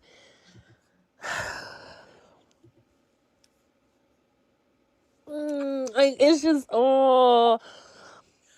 Okay. You guys, I've never seen this whole clip because again, I like to watch them with you guys. Someone says you cleared the energy, and she said no. Why did she still go? How long is this clip? Somebody said shout out to your board of trustees because she's on mine. Yo, I'm actually concerned for her. Hold on. What is her TikTok? I'm going to go check on her. Her name, I'm crying right now. I'm actually crying watching this lady. Y'all, are we a bunch of cats in heat? Oh, speaking of cats in heat, for those of you who know why I'm moving, fuck you, Terry. For those of you who know why I'm moving, one of the things I was like, oh, now that I'm moving, I don't have to deal with the horny cats in my alley who keep fucking while I'm doing lives. Y'all know in the old house, I'll be doing a live and I'll hear the cats just having raucous, loud sex outside my window, and they used to be distracting for me. Well, how about the first day I moved in here a couple of days ago when I actually moved in here? Within 2 minutes of it was Christmas Day. Oh my God, I came here on Christmas Day, landed here before going to Christmas dinner at Estelle's because Estelle always throws an amazing. Estelle, if you see this, you are such a great host. This is the second Christmas in a row where you've completely made my day, my holiday, I should say. So I come to the new house to drop off some stuff before I go to Estelle's, and I'm like, oh my God, this is my new home. This feels like home. And I shit you not, I heard there was cats fucking outside my window of my new house.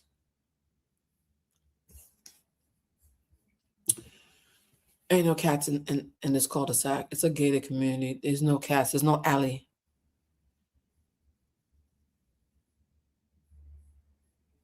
I think it's me. They say sometimes cats are drawn to witches.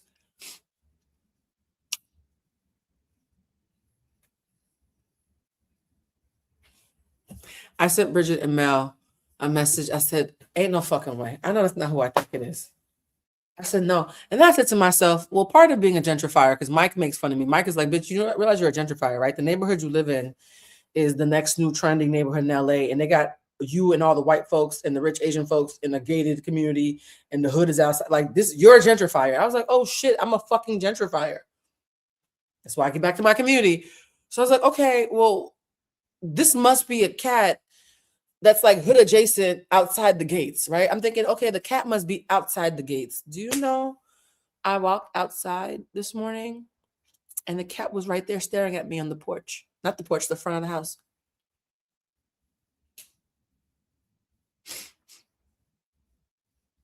The feral cats keep finding me no matter where I go. So at this point, I've given up on the fact that I'm not getting away from the cats. If the crows show up, because crows circle my house whenever me and Bridget are making candles, then I might actually have to just do some spirit work. Like, what the fuck? But yeah, I'm not getting rid of the cats, guys. I don't know what that's about. Anthony, hey babes, like, oh my God, look at you, just glowing and shit. Oh, there was a lady that everybody was making fun. Somebody said that might be your cat. Listen, there's been a lot of cats. Maybe it is the ancestors. I'm gonna look up what cats mean, because it's one thing. But why are they always fucking though? Sure, it's cute. Oh my God, Blue, the homeless cats feel so safe with you. Kitty purr. Why are they always fucking though? Okay. Somebody said, Blue, turn her off. Oh, she's over. Yeah, we're done with her.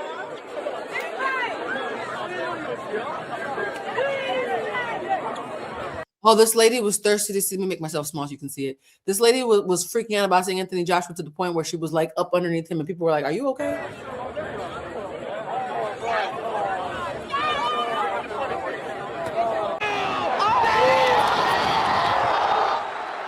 Y'all, even celebrity men are in the audience crying.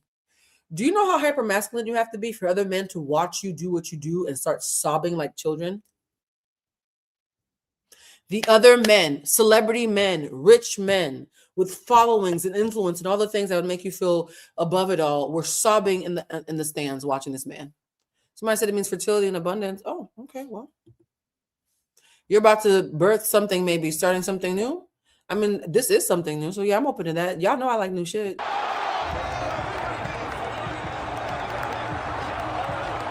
Those who don't understand, oh, there goes Rick Ross. Not Rick Ross, the patron saint of horny feral energy. I did not know he was in this clip. That's actually quite funny. Dude, Dennis was there. Speedy was there. I think they showed, what's the white guy with the broken nose? Owen Wilson was there. Like anybody that you could think with a lot of fucking money was in the stands fanboying.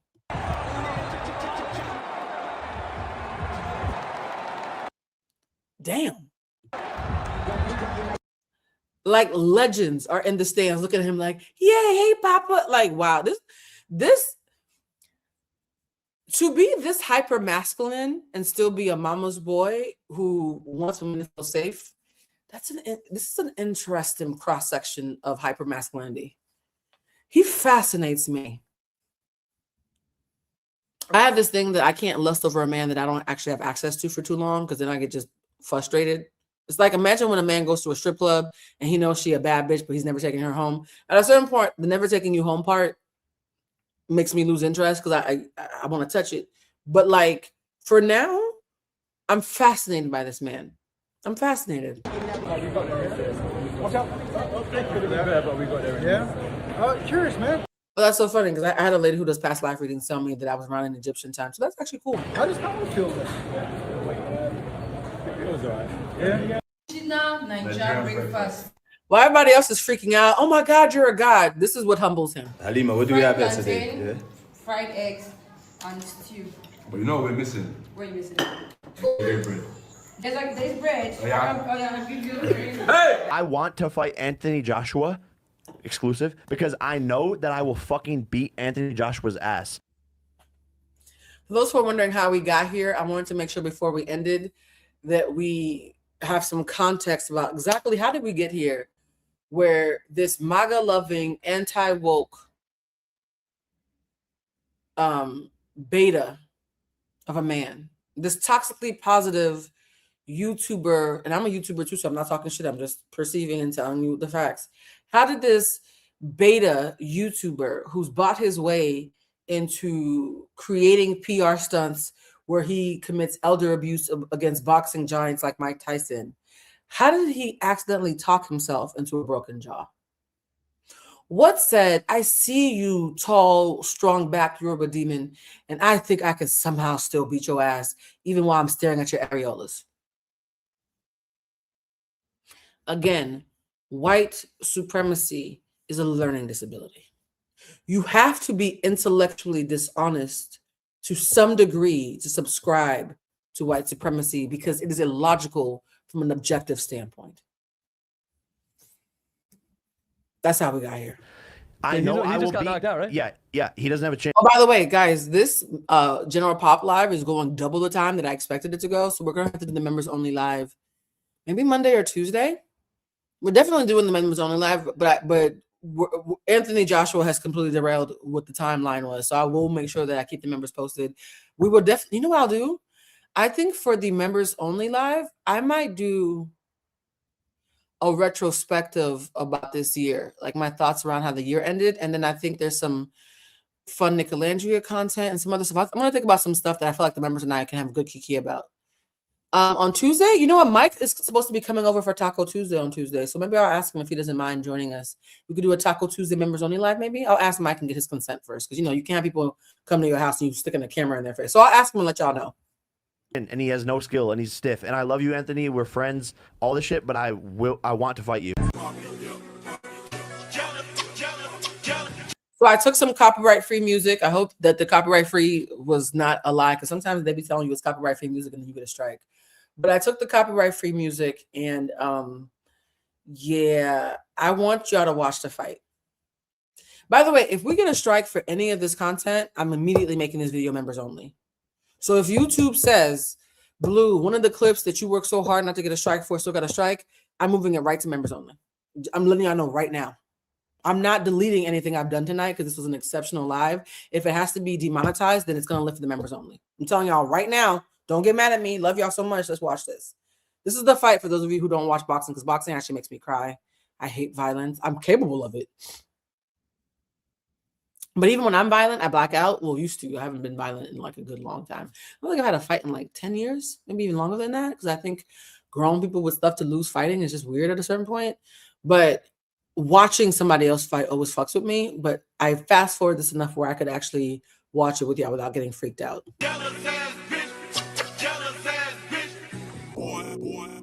I picked this song because they're singing Jealous Ass Bitch, and I do feel like Jake Paul's white supremacy is why he wants to beat down a Mandingo. To have a blonde-haired, blue-eyed white supremacist, in my opinion, who's normalized his white supremacy, fighting against a Nigerian Mandingo, quite literally, is so like chattel slavery coded. This is so ancestral on both sides. I cannot stress this enough. This fight, there's a reason why this fight stirred something in everybody's ancestral DNA. By the way, Jake Paul's brother, Logan Paul, tried to steal Anthony Joshua's chain after he beat his brother's ass. And now Jake Paul's brother and mother are both speaking ill of Anthony Joshua. And you could tell they want to say the N-word with the hard ER. You can tell they want to say, this nigger beat up our son. Your son is the one who went on camera and said I could beat his ass. So he asked for it. Jump in a whip that you never seen. It got bulletproof glass in the ceiling screen. Let me guess, it cost you like 100,000. No, little bitch, it cost 7 beans. I'm doing what you do in your dreams. I fucked your bitch pussy Vaseline. These bitches always want to capture me. Hating ass nigga turn me to me. Fucked all y'all bitches like 10 of me. On the real, it was just me and me. We don't know how tall your girlfriend is. When we saw her, she was on her knees. I cannot get tired of money. Do y'all see the way he's knocking this nigga out? Do y'all see? Do y'all see? But this money, it will turn people right in the green. Imagine whipping somebody's ass and just walking away like, all right, anything else? You want me to take the trash out before I leave? I know he's sick on my money, because every time he calls, he wish that he comes around. Sitting in my left, right pocket, watching. Oh. I got sins on my mind and some bills. Do you see him cowering? Y'all, I wanted us to watch this together because this is low-key giving Montgomery Brawl with hands, right? This is low-key giving Montgomery Brawl. Like, what you mean? What? This is like your grandma saying, go get a switch.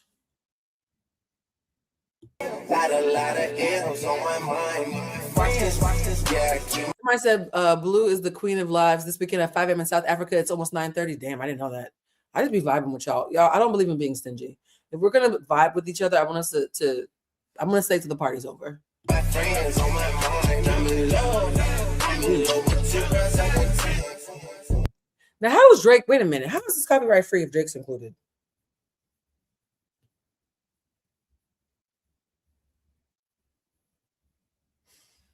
Living on the edge. Okay, hey, YouTube guys, be kind to me, okay? Lot of model bitches check for me. Nigga don't check for me unless you got checks for me. I kept a split like a hobo, no check. Ooh, and then he did the neck. Ooh, I didn't see this part. Imagine dislocating someone's jaw, walking away calmly, and then be like, I told you I was gonna kill that nigga. And then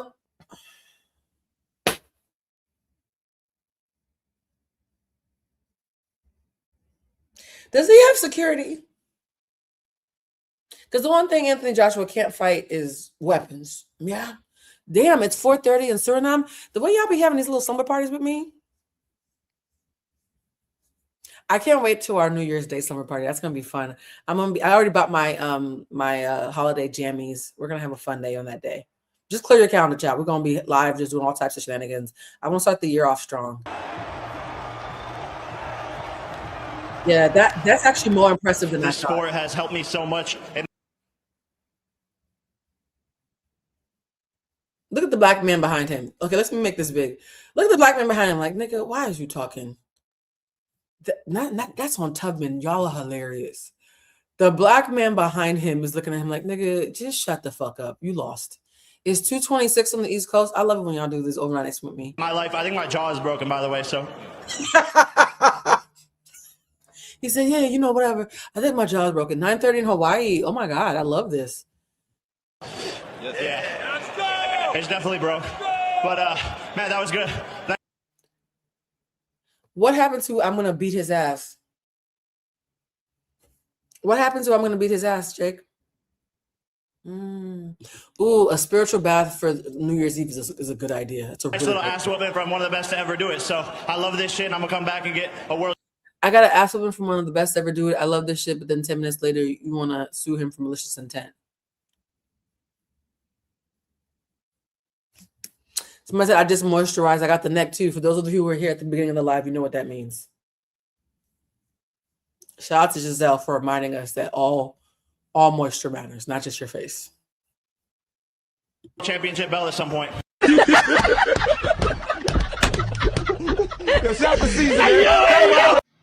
I bet a bit overconfident, Very overconfident. And I wanted to pick some because we use the term our ancestors' wildest dreams. I think Anthony Joshua is our ancestors' wildest dream, and for many reasons. I wanted somebody from the continent to just help us wrap this up a little bit. Like a level of overconfidence, yeah, lab. Like they never make an assessment irrational. This sport has helped me so much in my life. I think my jaw is broken, by the way, so. Yeah. By the way, that I think my jaw is broken is so passive aggressive. It's like when he says, how are you going to break my soul? And you can tell that his soul has already left before he said the sentence. It's definitely broke. But, after this, look at this. His brother watches him get his ass whooped after talking all that shit and runs up and tries to rob Anthony Joshua in front of everybody. Do you know how much white fragility it takes to have your brother beg for an ass whooping?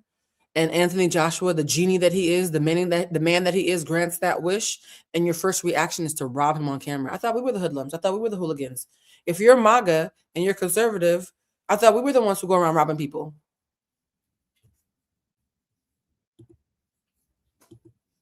I thought we were the hood rats. I thought we were ghetto. Yeah, that's how you react to losing to a big black man who beat your ass in the most obvious fucking way possible. Ray Charles could have seen this coming, and he's both blind and dead. Like, nigga, you don't have to be Nicodemus. We all know how this was gonna. What is you doing? Are you mad the obvious happened, or are you mad that he couldn't be bought? As a bitch who can't be bought, I respect it. As a bitch who can't be bought, I respect it. That Anthony Joshua, even if he did go off script, said, I'm gonna pretend to play along just so the world can see me beat your ass. That's some shit I would do, respectfully. Look at that. Security had to break him out. This nigga is fine as fuck. Oh. Like, yes, I'm rooting for him. Are we stupid? What's going on here? He looked good. Damn. Oh, by the way, this is a video of another black woman because he likes black women. I'm just going to keep reminding y'all that not only is he all of this, he still also likes us back. A lot of love for you. This is not his friend. I can have you working all day. I'm bad love for you. Y'all, imagine Anthony Joshua strapped behind you on a big old ATV or whatever that is, thighs wrapped around you, hands holding you tight to make sure you're safe because he cares. He's waiting patiently for you to put on your protective gear.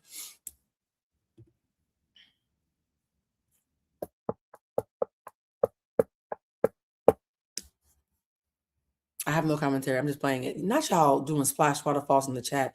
Lord, let's wrap this up.